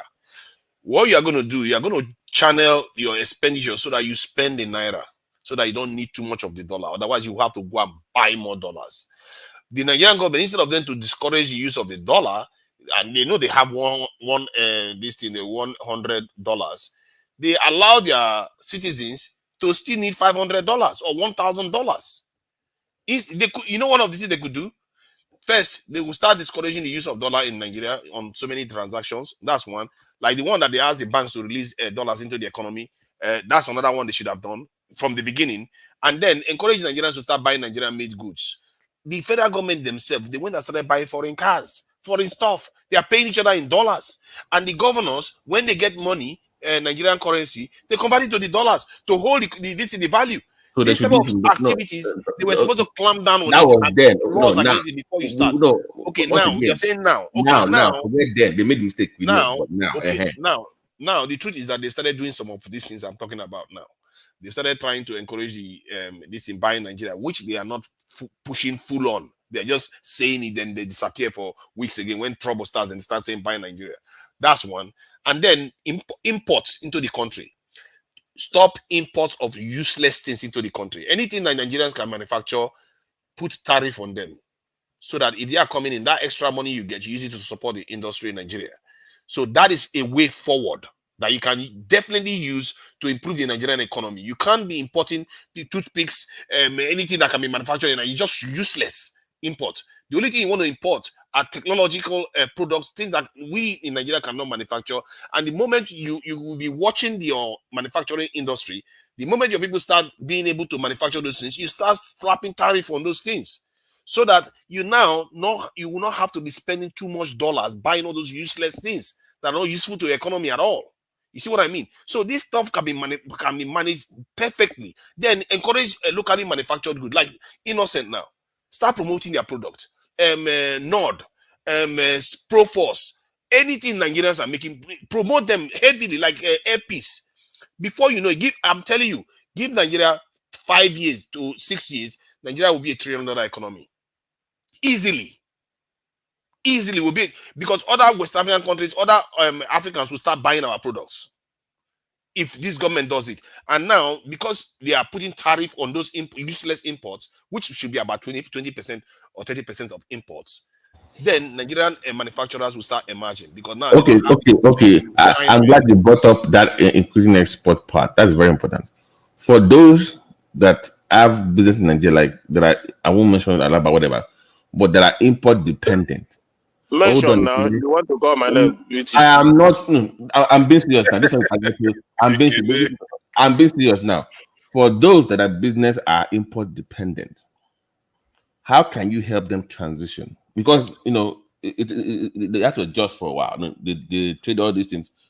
Let's say you are banning. Okay, you cannot import this, you cannot import that to help your own local production, right? To help them boost, encourage them. How can you help people like Ekene, since I want to mention names, from the import dependent? Okay. Let me tell you this. Guy, hold on. Somebody's making a point now. Wait. Okay. Sorry. So since you want to encourage exports, right? That means at the earlier stage, sometimes governments will ban importation of some goods, right? To encourage local production. Yes. But those that their livelihood is based on importing those things, how do you help them? I think the ways to help them is to help them transition into other industries in the country. Like, because you're putting tariff on all those items that are arriving, you now use that extra money that you get to fund those local businesses. And remember, the local businesses that are being funded is probably going to be part of the people that are going to China to import all this. Is like the Imo, this in Aba, many areas in the southeast are manufacturing hubs in Nigeria. You revive them again with all this money that you're going to slap on tariffs. So even a southeasterner, let's say, that imports products that can be manufactured in Nigeria, they will prefer to manufacture it in their own in Nigeria here if they can manufacture it and make profit from it. And that is the environment you want to create for them. Yes, some people will be out of business, but there has to be transition. There's always a transition. Some people, it will be rougher for them. But the important thing, the calculation you have to make is that the vast majority of the people, it will be better for them. And if you want to give the ones that are going to experience turbulence in their business soft landing, then you can have programs to help them train and retrain to go into local manufacturing. You see what I mean? And if they are importing stuff from overseas, just tell them, what are you importing? Can you make that thing in Nigeria? If you can make that in Nigeria, we're going to help you make it in Nigeria. That's it. Okay, to Nigeria, you made some point. But you tried. And in terms of importation, you cannot take away importation from any country. You cannot just say importation should just go. There are things you can import. There are things you can manufacture. I mean, you to increase exports to at least match up with what is coming in, just to balance it a little bit, is what we are saying. To increase export, we need to reduce unnecessary import by about 20%. I still stand on that. There are things you cannot be importing in Nigeria. Yeah, the Nigerians are doing that. Hold on, that's what he said. Okay, now toothpick. Now, why are you importing toothpick? We can do it in Nigeria. You see my point? That's unnecessary now. That's unnecessary to import toothpick. But just like what I just said, you are talking about export and all those things and production today in Nigeria. But the major things we need to fix to boost our export, we are not doing that.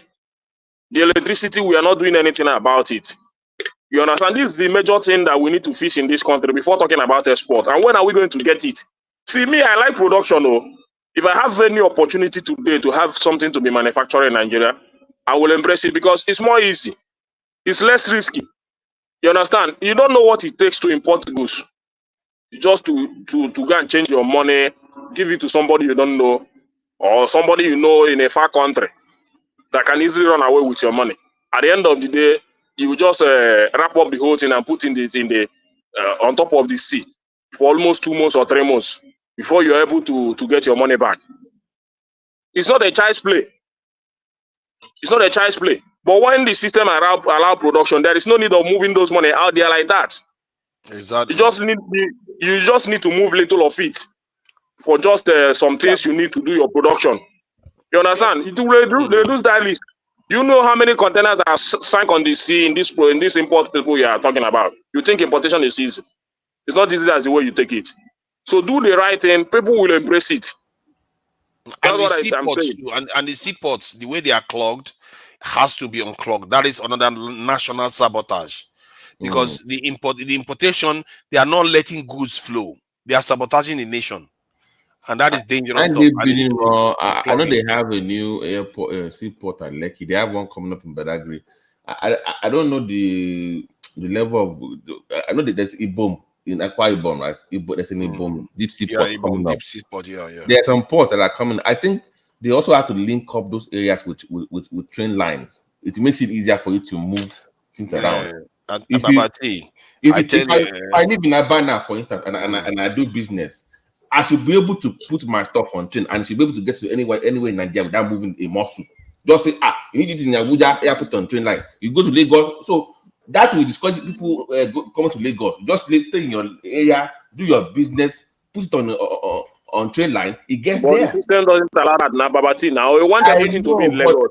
No, Ekene, but we're discussing solutions now of what they need to do. We know that what they need to do is my point. And I think having a real line is as important as a seaport. I think they are looking to build one already. They have already started construction. And the rail line from the south to the north to that one too is almost this thing done. There are lots. See, I tell you this, Tinubu has it in him to be the greatest president Nigeria has ever had since independence. Because his time, when he came to office, all the things are aligned in his favor. Dangote refinery is coming on stream. Nigerian refineries are looking to come on stream too. This thing, airpiece is on. They remove the subsidies. And most of all those things, it's not him that needed to do them. Some other person has already sorted them out for him. All he has to do now is do all the things that I just said just now. You will be surprised how quickly, if he uses common sense, our electricity, we should have electricity in Nigeria. There's no real reason we should be this timid about anything. See, I say this to you. India was able to generate 20 gigawatts of electricity in 3 years from solar power. That is the entire electricity Nigeria has not been able to generate once. How big was that solar farm? How big was it? They just put it in different parts of their country, in the country. It was in one place. They just announced that they are going solar, clean energy. Within 3 years, they were generating 20 gigawatts. 3 years. Wow, that's a lot. But even if we can do that, where is your transmission? Exactly. That's another thing that they need to do. See, in terms of transmission, one thing I know for sure that is common sense is that one, we know when there is power in a city or a town, everybody gets power. The transmission lines are there, so it is capable of giving everybody power when the power is on. The problem is that they are not putting it on all the time. They keep turning it off. So what you need to do is put mobile power plants in between 1 them. minute, Thomas. Okay. And Thomas, I don't know if you are going to tell one man this. This Chioma has come into the habit of consistently insulting me. When I was speaking on the last panel, this woman was on the panel in the comment section, continuing to insulting me, and she's telling me that she's insulting me because I am younger than her. What kind of stupid talk is this? I don't know how one man got this kind of person. How will I be on the panel giving my opinion? You see everybody, you give them respect, but because you think I'm a young person, you stay there in the comment section and you're insulting me. I did not mention this woman's name for once, and I addressed her respectfully that, please, all this your joke, don't bring it to my side. Stop insulting me. You are a fucking moderator. Respect yourself. She stayed there and she's continuing to insult me. She's speaking on me. What is the meaning of this nonsense? Do I come here to insult anybody? I treat everybody with respect. And then you have somebody in the comment section that is a moderator for that matter, consistently insulting me. What is wrong with this woman? Who brought her here? Take it easy. Why is she not insulting everybody else? Why does she come here and continue to insult me?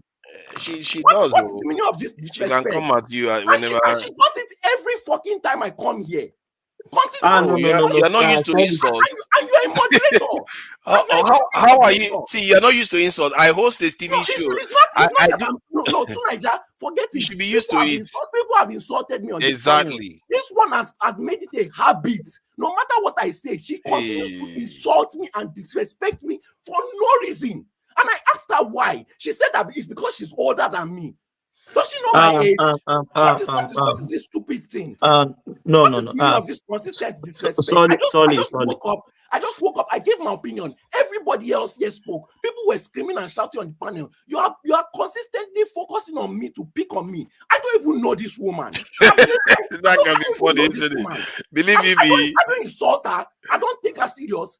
Every fucking time No matter what I say, you are insulting me. And the insult does not even used to relate to anything I say. She just randomly starts insulting me. One man needs to remove this woman from moderating because this is rubbish. I don't come here to insult anybody. I don't come here to disrespect anybody.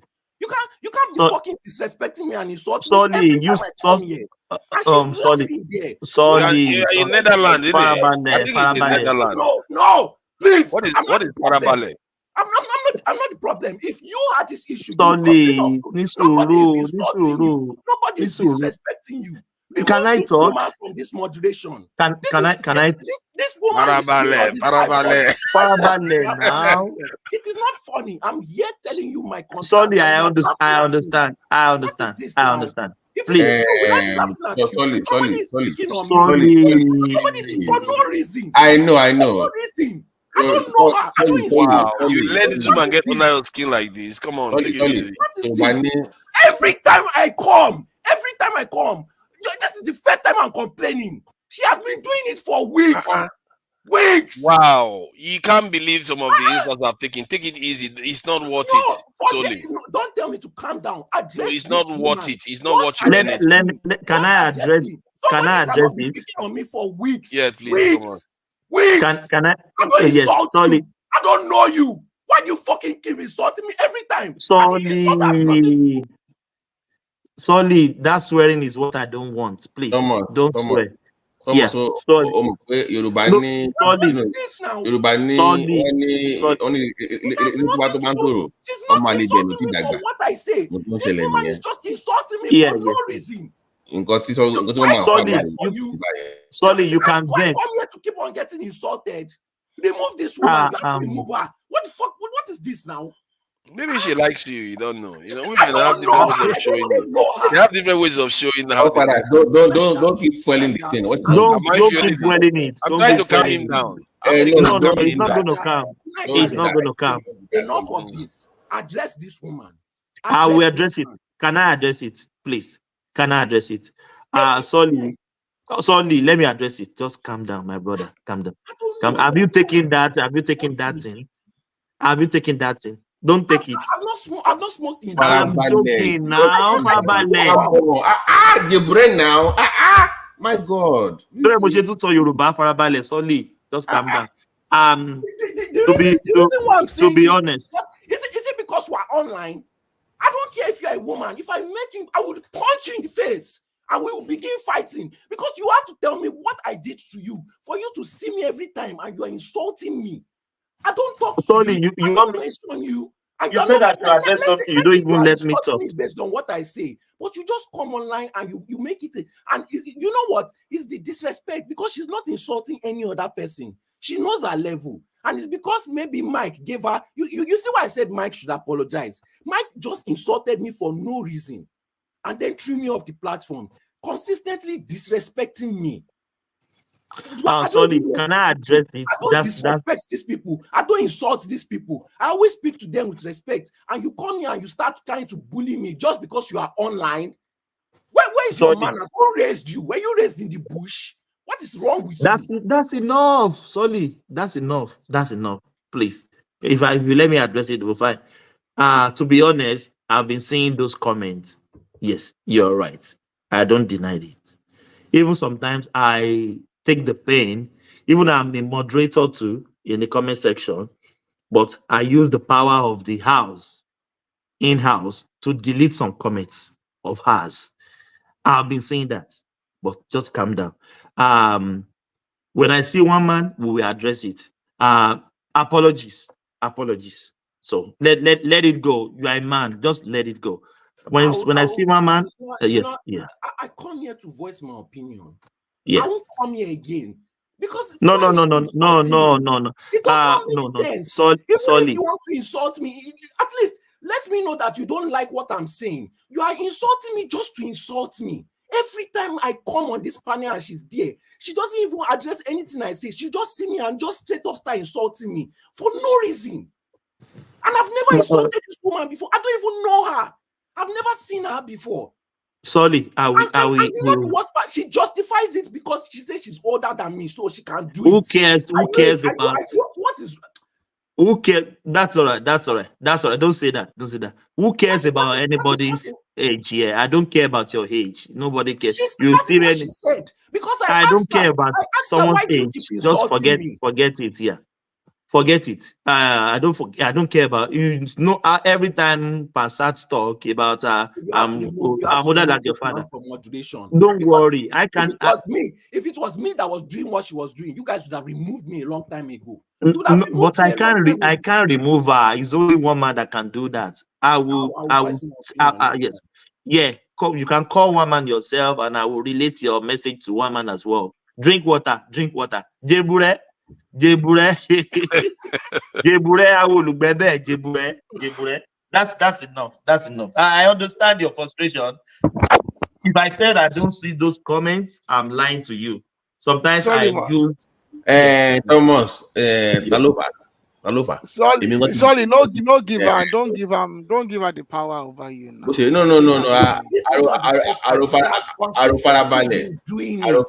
And I have ignored it.